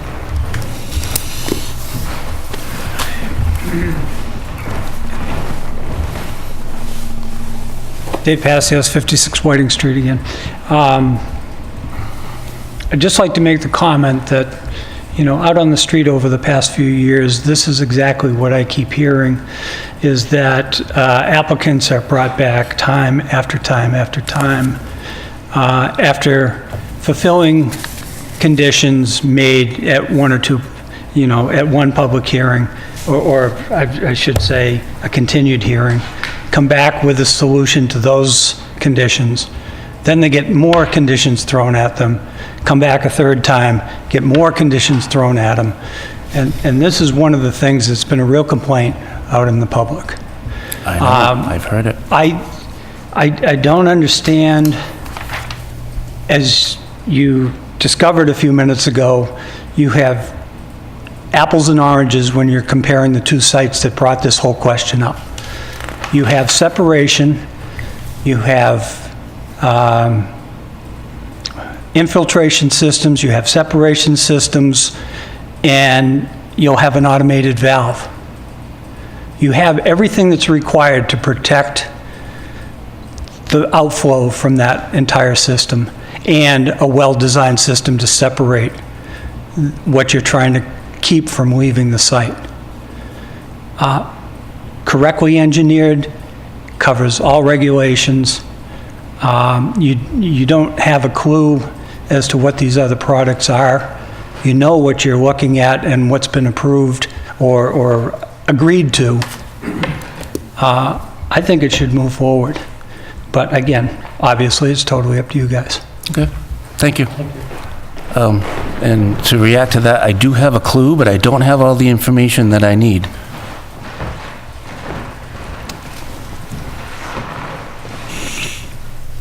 I just wanted to say the same thing, Dan Proctor again. You know, again, I just know we talk about the 25th, okay, the 25th shows up, Tanner has a cold, he can't show up, now we're down to 2, you know, it happens, I get it, it's small town, you guys are volunteer boards, we appreciate your time, all that type of thing, but, you know, Paula just made a comment about, you know, a financial, you know, burden, whether it was a lot or a little or whatever. You know, with all due respect for this lady over here, you don't want to know what a traffic study costs, okay? A lot of money. So the applicant satisfied, I'm assuming, with the traffic study. You know, it constantly, it's a dollar figure. It just keeps going, it goes, okay? We're all in the same boat. We're all battling Mother Nature. Springtime's coming, construction seasons in New England, you know, we want to get going, that type of thing. So I really would hope that the board could vote tonight on it. Again, we talk about the Wetland Protection Act. Any development that is being developed by today's standards, we're protecting the wetland immediately because we're elevating everything up and we're putting drainage systems everywhere. So if we're worried about protecting the wetland, as soon as we start doing development plan review, we are protecting the wetlands. We're putting in catch basins and infiltrator systems and everything, where right now it rains, the water all ends up in the wetlands anyhow. So we're really immediately, first thing we do is we put drainage in, we're protecting the wetland the day we start the project. So if we're really looking at protecting the wetlands, then the sooner we act on it, the better. I really would hope we could vote on it tonight. Thank you. Thank you.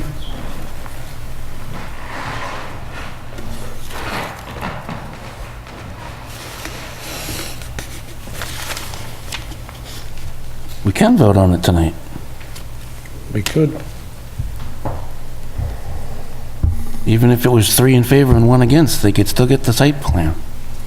I want to understand, I want to go back to what you said earlier, because I really do think this is a Conservation Commission question. And I'm hearing from Conservation that they can't look at this, which I quite frankly don't understand. So I guess, and you had made a comment that you can under the wetlands protection. Under the regulations, the stormwater regulations, there is a piece in there that says within the buffer zone to a wetland, or anything that could reasonably be, and I'm not even going to say it because I don't know the exact words, but there is a piece in there that there is jurisdiction for something that will get to the wetlands. I can clarify it for our next meeting. Which certainly makes sense to me, because this is a wetlands issue. Right, but if it's a wetlands issue, it's not necessarily a planning board issue, right? I mean, from a planning perspective, it meets all of the regulation requirements. I'm an environmentalist, so it is a personal thing for me, too. Right. I agree. But I think from a regulation perspective of what our direct jurisdiction is, I think we've met the requirements, we've met all the engineering review requirements. It's met the traffic study requirements that we put out. Look, bottom line is, we had a question. We had a question, a number of people agreed with it. People from Conservation agreed with the question. It's just a question, it's not a no. It's, we need more information. And really, honestly, I don't see the problem that it might take an extra couple weeks. We need the information before we say, okay, go ahead, do it. And I'm really kind of this is not the way the planning board is supposed to work in towns. I know because I've worked with plenty of other planning boards in other towns. And you're not like, oh, this is our third meeting, where's our permit? No. And I do want to say, I mean, to one of the speakers who said, you know, this is what you hear time and time again. I've only been on this board for a very short period of time, but I think that this board acts very expeditiously on most matters. It And I think does. that if there's a question that's come up, you know, I mean, 2 meetings, and I've seen it in other towns, because I've actually worked with some other planning boards as well, and 2 meetings is nothing. I mean, I've seen hearings continued for years. Yes, sir. Just among the things that we don't fully understand, I'm not sure, and I'm not questioning your judgment, but you can't remember the words, but it could be a mistake to assume that this is a conservation issue, because my understanding, what I've been told, and I'd have to go read the language just like you, is that the Conservation Commission absolutely can step in if something outside of the 100 feet when a problem is identified. I think there's a gate there that you can't step in until it's an issue. Then you can step in. That was what I've been told, because several times we've tried to stray outside the 100 feet, and I've been told that. So, but that could be wrong. But it's another thing on the list of don't fully understand, and so I absolutely appreciate the chairman's sentiment, is that if there are things you don't understand, and there is no huge time pressure, then I think we owe it to the town to. Well, there try seems to be understand some it. huge time pressure thing here. I don't know. It's- So, yes.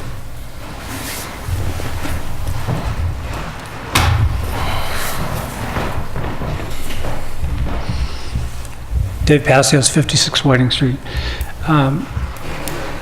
Speaking to the chair directly on my first point, you're right, there isn't a big rush to move to approve this. But I don't see anything that's been presented tonight that's not approvable. I don't either. And how do you say you don't know? It all meets the criteria that's required for this system. The other question, and okay, that's my comment to your concerns, and you have, you're right to those concerns. The other thing is that, if I'm not mistaken, and correct me if I'm wrong, somebody correct me, the outflow as of the point where this actuated valve would be and the last manhole is the last point that this flow is actually on the property that you're discussing. It goes from there into an off-site pipe and then goes to the wetlands, if I'm not mistaken. Well, currently it's still one, no, they did the A&R, so yeah. Well, there's 2 separate parcels by the same owner. Correct. So the outflow from, at that point, goes off property. So I question whether you have jurisdiction over that outflow once it leaves there. And your engineer has asked for a valve. They've agreed to a valve, an automated valve on top of that. Will you bring up another question that we don't know the answer to? What's that? Just what you asked. Is that the last point on the property, and is that applicable? I think that was already covered in previous hearings. Why would I know about it? Because I There's a watched. drainage easement for that pipe, correct? There's something to do with a hearing somewhere, either needs on to be- YouTube or a meeting I attended. I'm not sure which. Can we just ask the engineer, can you just go over the drainage system? Can you just point out everything? Thank you.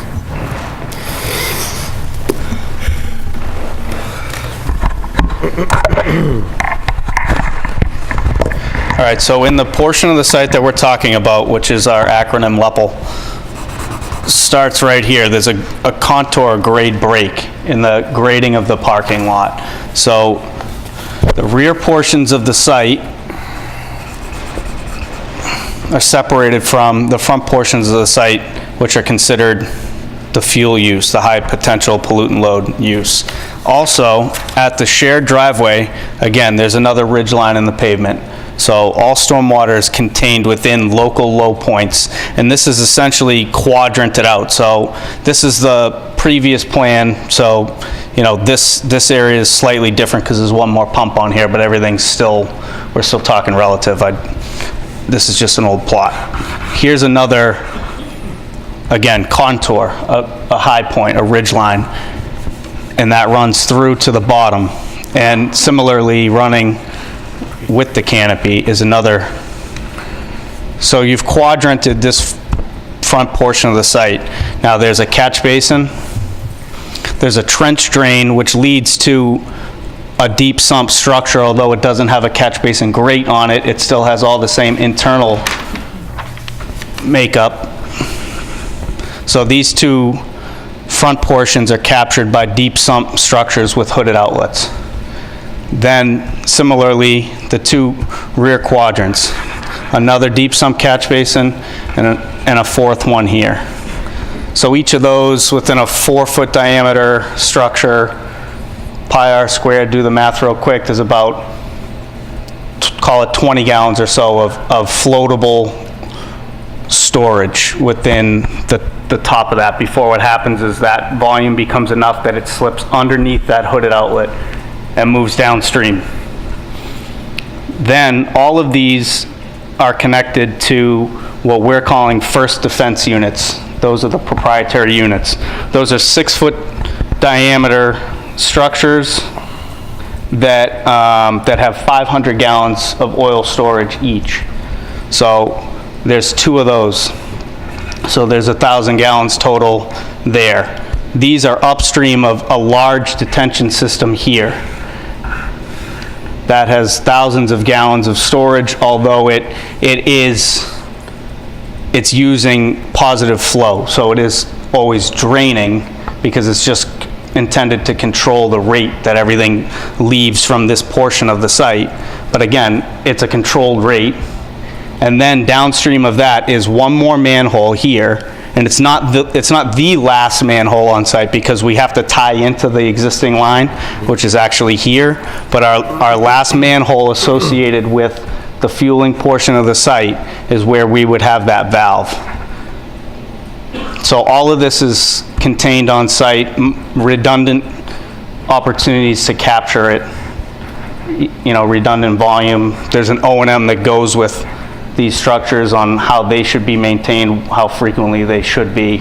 Again, so the valve would... You have 1,040 gallons of potential contaminant that you can store. Right. That assumes that, right, but yeah, in total we do. Yep. And Mickey might know this number, but the grooves, the spill containment grooves, I don't know what that number is, but there's a number associated, a gallon storage with that. And I want to say that at the last meeting, someone even said that maybe Jeff had gone through and done a calculation of what that comes out to. I don't know that number off the top of my head, but per dispenser, that's a specific volume. So you're already capturing stuff there. If there's a spill at the tank mat itself, that whole process is already has redundancies in it, where at each of the fill ports there's a spill bucket right there. So if for some reason the shutoff mechanism within the underground tanks failed, there would be a scenario where maybe that would start to overtop, and anything dripping out of the hose as the guy finishes up. There's a bucket that surrounds that, so there's a redundancy there. The hose itself has shutoffs on either end, so, and the fuel delivery operations are supposed to be manned at all times. So whatever the gallon storage of a 4-inch diameter hose that's 20 feet long, in theory, if there was a break in the hose, the driver would shut that off at the truck.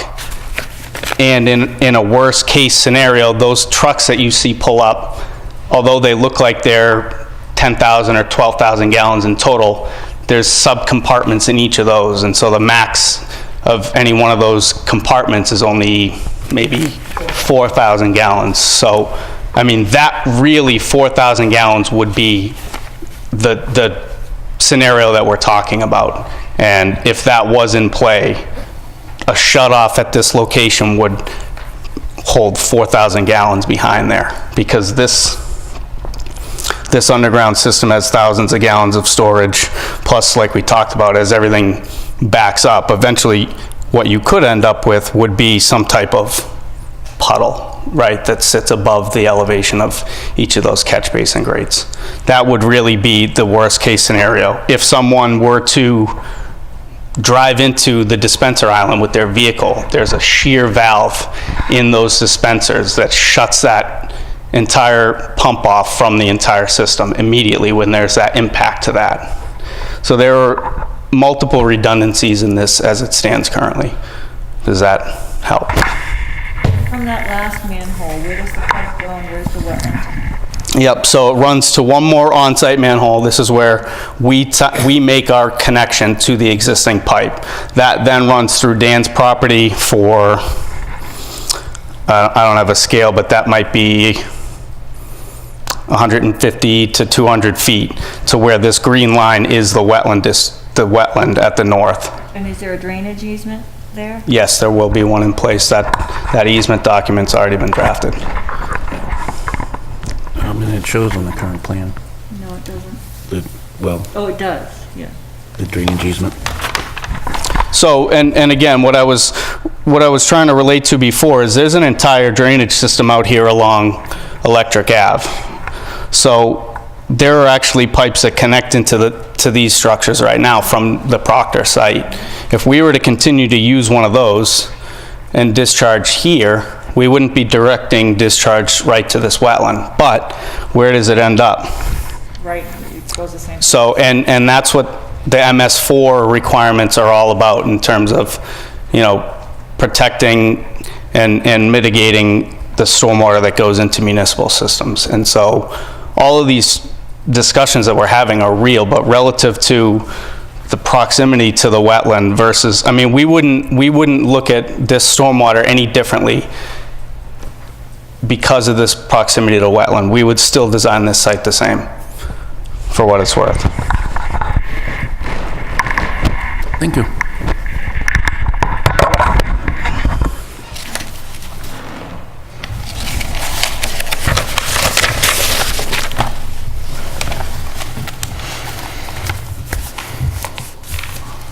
So the options at hand are to, someone move to continue or someone move to close.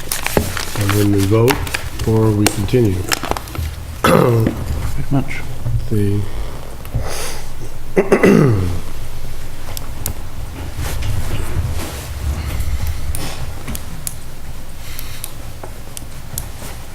Why is everyone looking at me? Well, we can close the public hearing and then... Well, no, you either... No, because then you can't take new testimony. No, if we close, if the choice of the board is to continue it, we can't close it. That was it, yeah. Well... All right, I'll throw it out there. I move that we close the public hearing. Second. Now we can discuss it. So discussion, I guess I would ask the applicant if that's your choice, to close the public hearing, or to continue it and potentially answer some questions. We're in discussion of a motion, though. A motion to close the public hearing. Right? Correct. So, and it's really not deliberation, it's asking. I could retract the motion if we want to ask for additional public comment. Well, no, on the I would... context of the public I hearing. would thought we'd ask the applicant what they prefer. That's fine, yeah. So I retract the motion. Yeah, my second. Why did you retract the motion? Retract the motion so we can take more testimony and comment To get from... Let's see if they have a preference. Input and Correct. preference on whether we continue or close.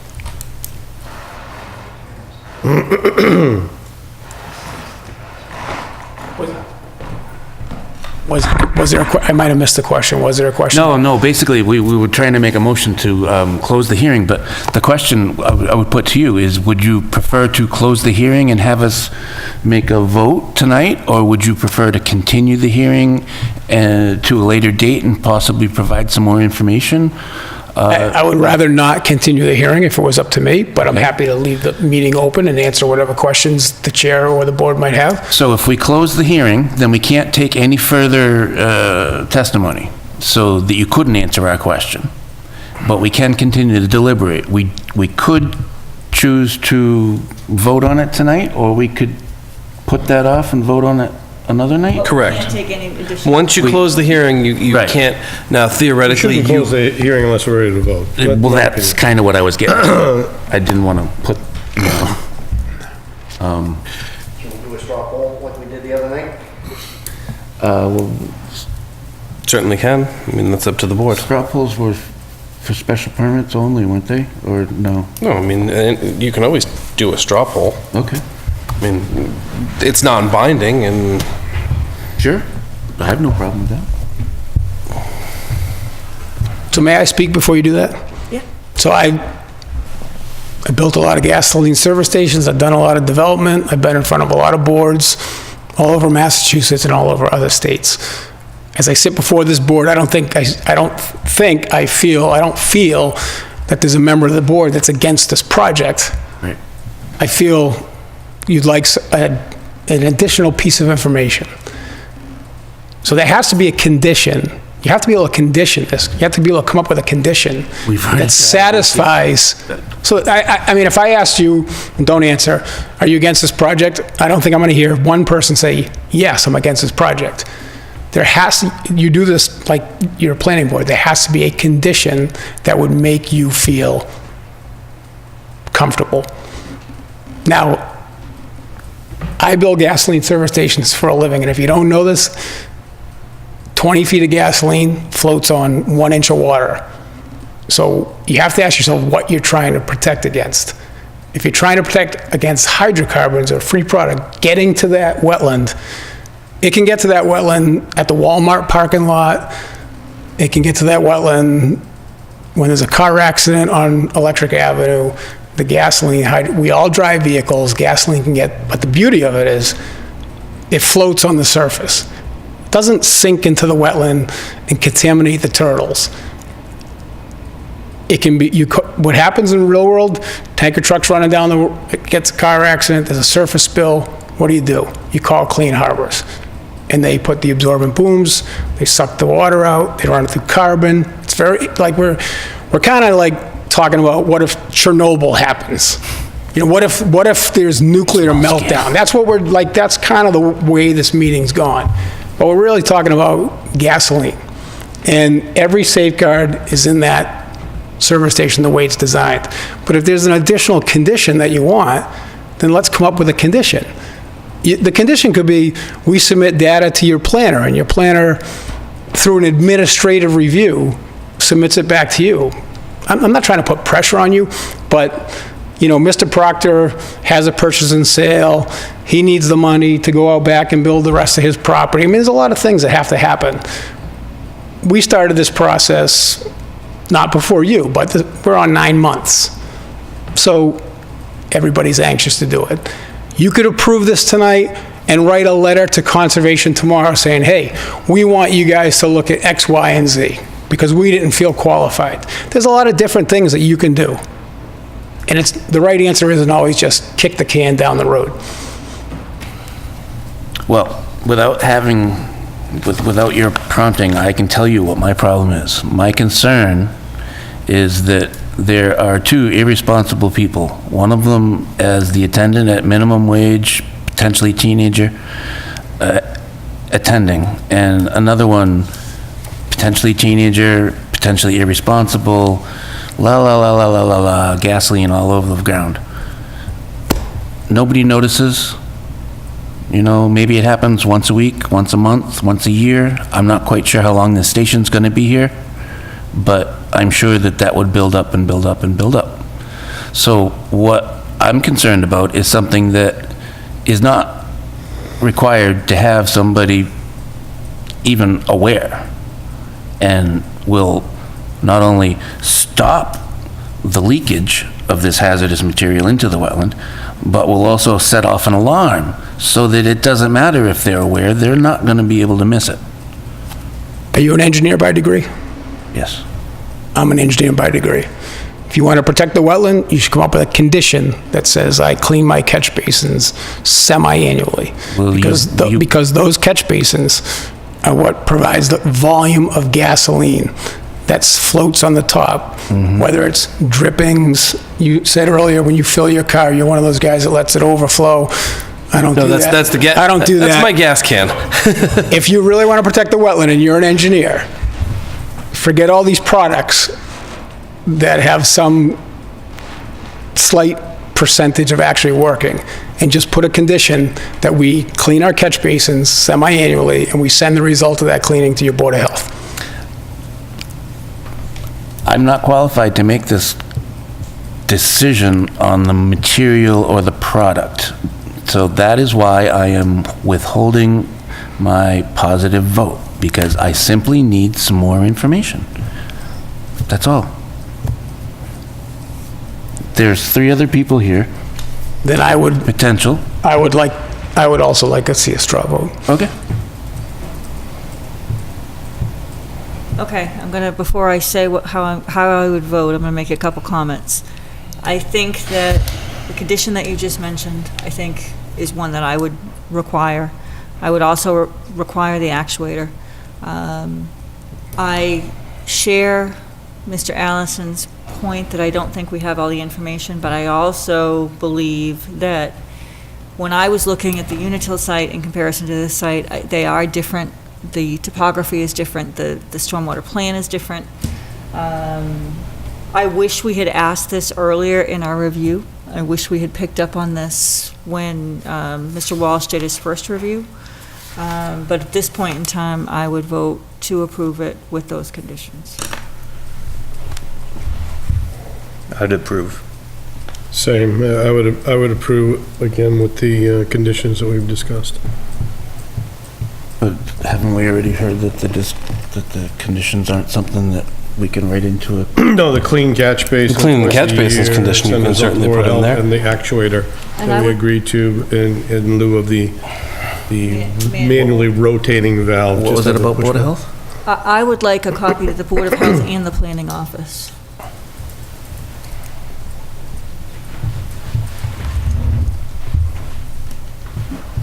So that's a straw poll.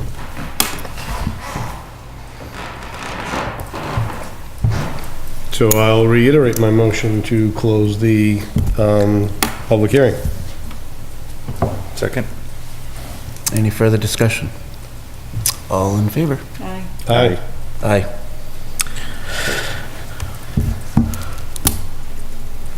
So I would make a motion that... Well, hold on. As you're deliberating, I'm going to infer that you want to include the issuance of the site plan is based on the plans as submitted. Project shall be completed in substantial conformance with the plans. Applicant shall comply with requirements of the ADA Act. Standard. Yeah, the ones that we went through the last time. Yep, okay.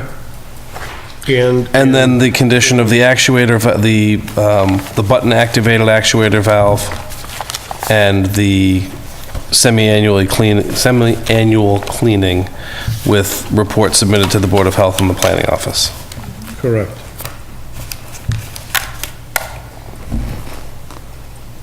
So we're clear on the conditions? Yep.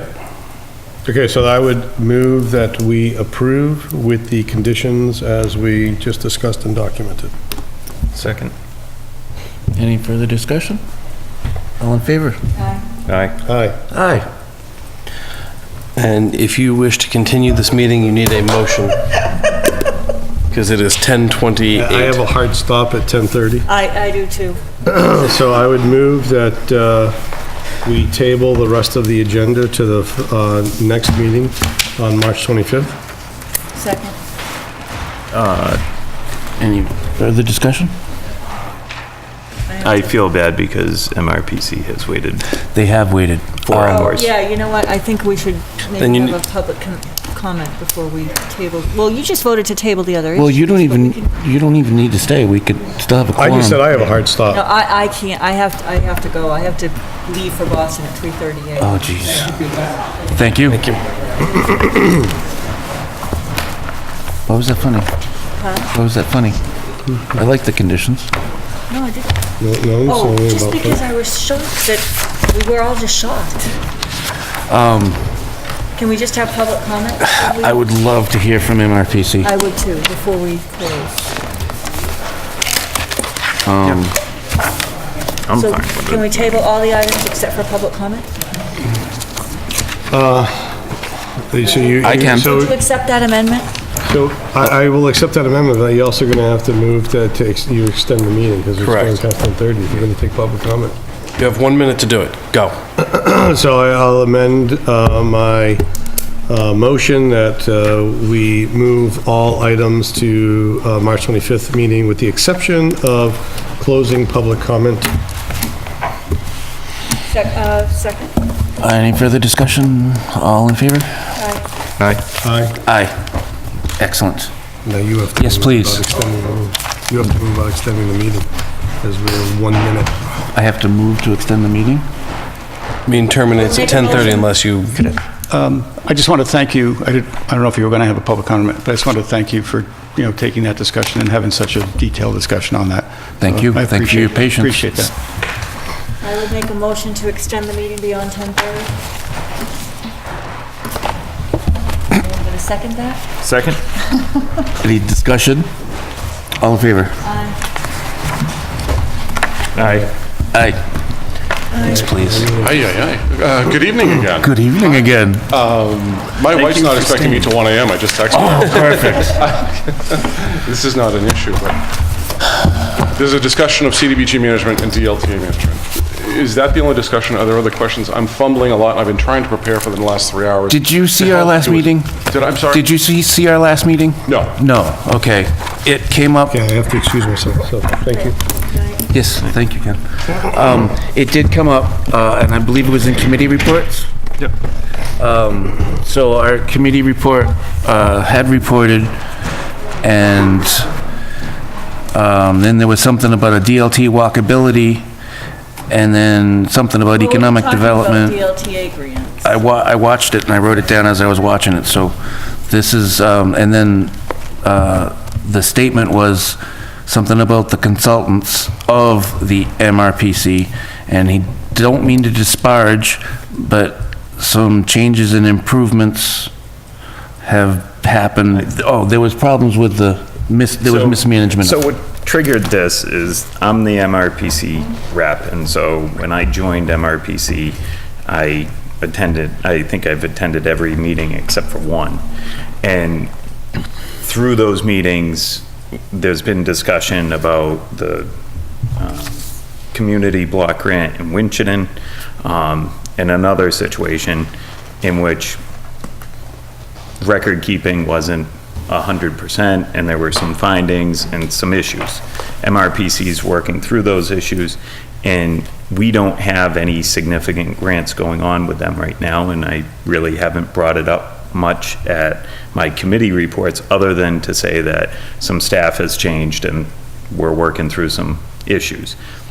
Mrs. Bertram brought up the point that she would like to explore grants for walkability and more significant projects, and my comment was that I don't mean to disparage MRPC in any way, but they have faced some issues, and it's a moment of pause just to consider what has been going on, because I feel it's my responsibility to keep this board informed of potential problems, and I didn't want us to pursue a grant and then find out a year from now that somebody trips over the fact, oh, well, they had this issue, why didn't you bring this up? So I just felt it was my responsibility to report that back to the board. Mrs. Bertram took that as me attacking and making some serious accusations. Well, I thought it was a serious accusation. Strong allegation. Strong allegations about what was going on, and I was just trying to bring the matter forward. So I invited you here tonight. Yes. So that we can air all of this out, and Mrs. Bertram can hear it from the horse's mouth, so to speak. Sure. In terms of what happened with that particular situation. And I know there was another situation where another community had some issues with invoicing and some monies were refunded. And That was the block grant also. That's a block grant That's a also. block, yes. And That's a good what point. that means in terms of us moving forward with our grant process. Yep. And my goal wasn't to, throw anybody under the bus, so to speak. It was just to communicate what I have heard at these meetings as the planning board rep. I'm not trying to draw any sort of inferences or decisions or sway anybody's opinion. I'm just trying to communicate it. So there are no bus tire tracks on my back. Okay. So really, okay, thank you for the context. So this is actually very helpful. So, Let me just, before you Sure, go, I sure, just Paul, want to please. say, my position is when DLTA funds are available, or under the Unified Planning Work Program, as a member of the MPO, I've been able to see a lot of the grants that are coming forward, whether it be through the UPWP, and as a Board of Selectmen member, I saw that through the DLTA funds, and I believe it's an opportunity for Lunenburg to utilize services. It differs in the community development block grant in that it is a set amount for a specific project. And I was advocating that we pursue, and we are actually as a community, I have subsequently found out the selectmen have engaged a walkability study. Yeah, I think it was scheduled a year ago, and due to the way the UPWP was structured, it doesn't start until this month. Yeah, but- so we are, I was advocating for a walkability study. And that's actually in process. It was something I was advocating when I was on the Board of I Selectmen. think that was when it got started. That's when, yes, and I wasn't aware that we were actually pursuing that since I've left that board. So I was advocating for DLTA funds and for UPWP funds and to make sure we pursue those opportunities. And then the issue of the community development block grant came up, which I think are two separate issues. they're all separate, but I can address all of them, and I'd like to. Yeah. So that's a great context. Thank you for giving me, and I apologize, I didn't look at I didn't read the No, meeting. But, I was questioning myself. That's but what I asked. this is very helpful, so thank you. So 22 communities from Ayer to Athol pay assessments to the MRPC. And this fiscal year, the tally is about $75,000. So the majority of that money we use, and we match it against federal, mostly federal, some state grants. So your tax dollars, your local tax dollars come to us, and we get state grant money, and we go after federal grant money, and all that money has to be managed correctly. So last year, well, really about a year ago this month, May, March, April, and then June, I went through a series of issues with different staff for different issues. Getting up to June, and I'll back into March and April and block grant, all that. In April, May, June, we had a funding decline. I had to lay off 3 people. We went from 18 to 15. In March and April, there were 2 other terminations. They were related to personnel matters that I can't discuss. There was mismanagement on the CDBG for the town of Winchendon. The findings letter that came out from the state DHCD listed about 10 findings. 9 were accurate, and 1 I vehemently disagreed with. And but the reality was, the agency and the staff I had in place at the time, there were mistakes made. Staff is gone. We've backed out of pursuing more block grant proposals for communities right now. I don't want to say that we're retooling and looking at procedures, because the procedures are all in place. They're written, manuals and policies that we have. They were poorly implemented. I take responsibility for everything that happens there. I get the enviable position to take credit for everything my colleagues do. I hate to do that. I wasn't raised that way. If you look for me on the internet, you may find only one picture that's related to MRPC, and I think that's the only picture I have out there. I love giving credit to the other staff. When something goes wrong, I like to fall on the sword. Public, private, whatever. It's my responsibility that those mistakes were made by several parties. So the administration of that block grant, I can throw out data and say, I've administered block grant for 33 years and had various successes over those 3 decades, administered over 50 to 60 grants. I've never had issues as we did with the Winchendon block grant, which is true, and I can back that up. It's very disappointing to have gone through what we went through last year, but it is what it is. The administration of other grants, we do not stating in public, we do not have any other management issues with any of our funders for any of the projects past or ongoing now. So that's a good thing. The block grant funds come to communities. Our role is to write them, administer them if we're requested to do that, and manage them properly. And as I said, we've done that at the MRPC the last 20 years, 49 times properly out of 50. The DLTA program, we touched on it earlier this evening. It's a pot of money that goes to the 13 regional planning commissions. And what the money does is it allows the regional planning commissions in the state to be an extension of the planning department of staff. 8 of my 22 communities don't have planners. So you're fortunate here to have Adam. Some might say that we might go to the same barber. I know we don't, because my wife did this morning. And I did mine the other day. Same theme with spouses. But the reality is that MRPC and the RPAs are like annexes to town halls. This money that comes to us from local, state, and federal sources allows me to work with very good people. They're really good, they're tops in their field. We sit physically in one place. We don't sit in 22 places. We're at the Doyle Center in Leominster, if I know Tanner knows. Apologies to Tanner, I wish you'd been with us for 5 years. This is the worst year in 2018 that we've had in my 20 years there. I'll be 20 years in June. It's been very difficult. Every day is a new adventure. But I would end by saying that it was it was a bad situation we're making better. It was anomalous to the organization. We've made and continue to make changes, and DLTA and the other alphabet soup, you made, one of you mentioned it earlier about acronyms, let's have a test or something, it was Tanner. Yeah. So, not to confuse you or the general public watching at home, but you know, we have FTA and EDA and EPA and DLTA and a whole bucket of those, and we administer a lot of those, and we have a good success rate. So we do. I think I'd like to stop talking, and if you have pointed questions, please. You know, I run a public agency. We have public trust with documents, finances. We owe the public answers, and I'm happy to be here. And it's no problem. If you had gone to 1, I would have stayed. It's not an issue. This is my job. This is when planners know we have to work 12, 15 hours a day, right? Boy, serious nod over there. He gets it. So we're used to this. Not an issue to hang out. Actually, I thought your discussion this evening on your marijuana bylaw, your recreational marijuana bylaw, was very interesting. Many communities are going through that now. There are 9 cultivators permitted in Fitchburg, 3 up and running. Cultivator in Orange, one in Athol, going through the permitting process. They're all over, hot topic, and I don't envy being on that side of the table with that issue. I'm here to help. Please let me know if I can.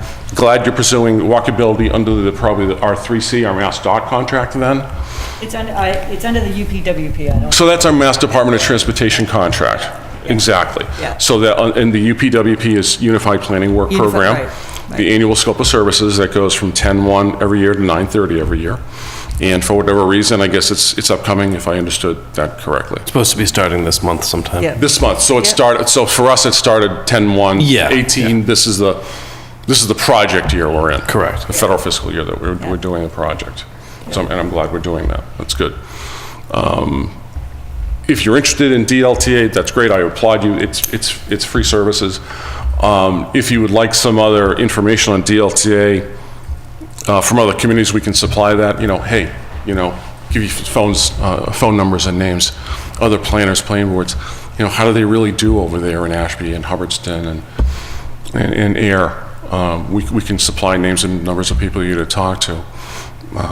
So you can get an idea. It's like, did they do a good job? We do an average of about 10 DLTA projects per year. We completed program year 11 in 18. So I'm thinking we've done over 100 projects so far. So that's a lot of good projects, a lot of good bylaws that have gone to town meeting and been passed, and other planning documents.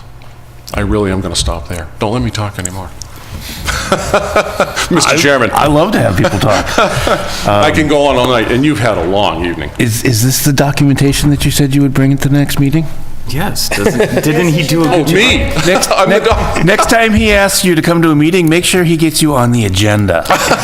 Well, actually, in Tanner's defense, he called last Tuesday. By the time we connected, we traded voicemails until today. And he said, "We've got public comment twice. Come if you want to, or the 25th." And I would rather get here, I mean, I didn't have another night meeting. If I had, I wouldn't have been able to come here tonight. I'd rather just come here tonight and talk. Right. Because 99% of the world's problems, I believe, are lack of communication. If we don't talk to each other, we cannot resolve issues. I agree. And Thank you, Mr. Chairman. thank you. Thank you so much for coming. Sure. Everybody, every group, every town, every agency has deficiencies at one time or another. I think that what happened was that one of our members was looking out for the best interest in their viewpoint, and then another one of our members was also looking out for our best interest in a different viewpoint. And I think it was just differences of opinion, and maybe a little bit of misunderstanding, I'm not sure, but, had it been me, I would have said the same thing. I have come back to this board, and I have not worked with the planning. I've worked with MJTC, and I have brought up issues with them. And they have agreed with me on some of them, they have not agreed with me on some of them. I brought all of them back here. And I think that's what we need to do in our committee reports. Yes. May I add one thing, which I think is tangential? As long as you're done talking. And then irrelevant. But the reality is that if you see our Planning Commission meeting agenda for this coming Thursday, we meet on the first Thursdays of the month now. We used to meet on the last Tuesday, Paula may remember. It's very rare that we put an executive session on there, exception 5 under the open meeting law, to investigate whether we'll pursue a criminal investigation. I do want to state that two things. I can say nothing about the executive session, the matters. Tanner will be sworn to secrecy because he's a planning commission member. And we all know the open meeting law. However, I do want to state, and this is very important, the issue we're addressing Thursday night is not related to the issue of the management of the block grant or any other grants, quite frankly. And I just think it's appropriate. I can't tell you what it is. I can tell you that it's not that. And I think you need to know it because if, let's say you hadn't read that agenda and we left tonight and you saw that agenda tomorrow, you'd say, why didn't Eaton say something about this? And I think that's very important for you to know. From what we've heard from you and the impression that you've made, I'm pretty sure you would have. So I don't think that would have been a question and wouldn't have been in my mind. Okay. Well, thank you. Thank you. I'm here to serve. Thank you. Thank you again for Thank you. staying, coming and staying. No So problem. sorry it was so long. Again, doing my job. Good evening. Thank you. Take care. Motion to adjourn? Second. Discussion, all in favor? Aye. Aye. Aye. Thank you, folks, for sticking it out. So you all either need to sign a bunch of stuff now, or you need to get into the office in the next 5 days to do so.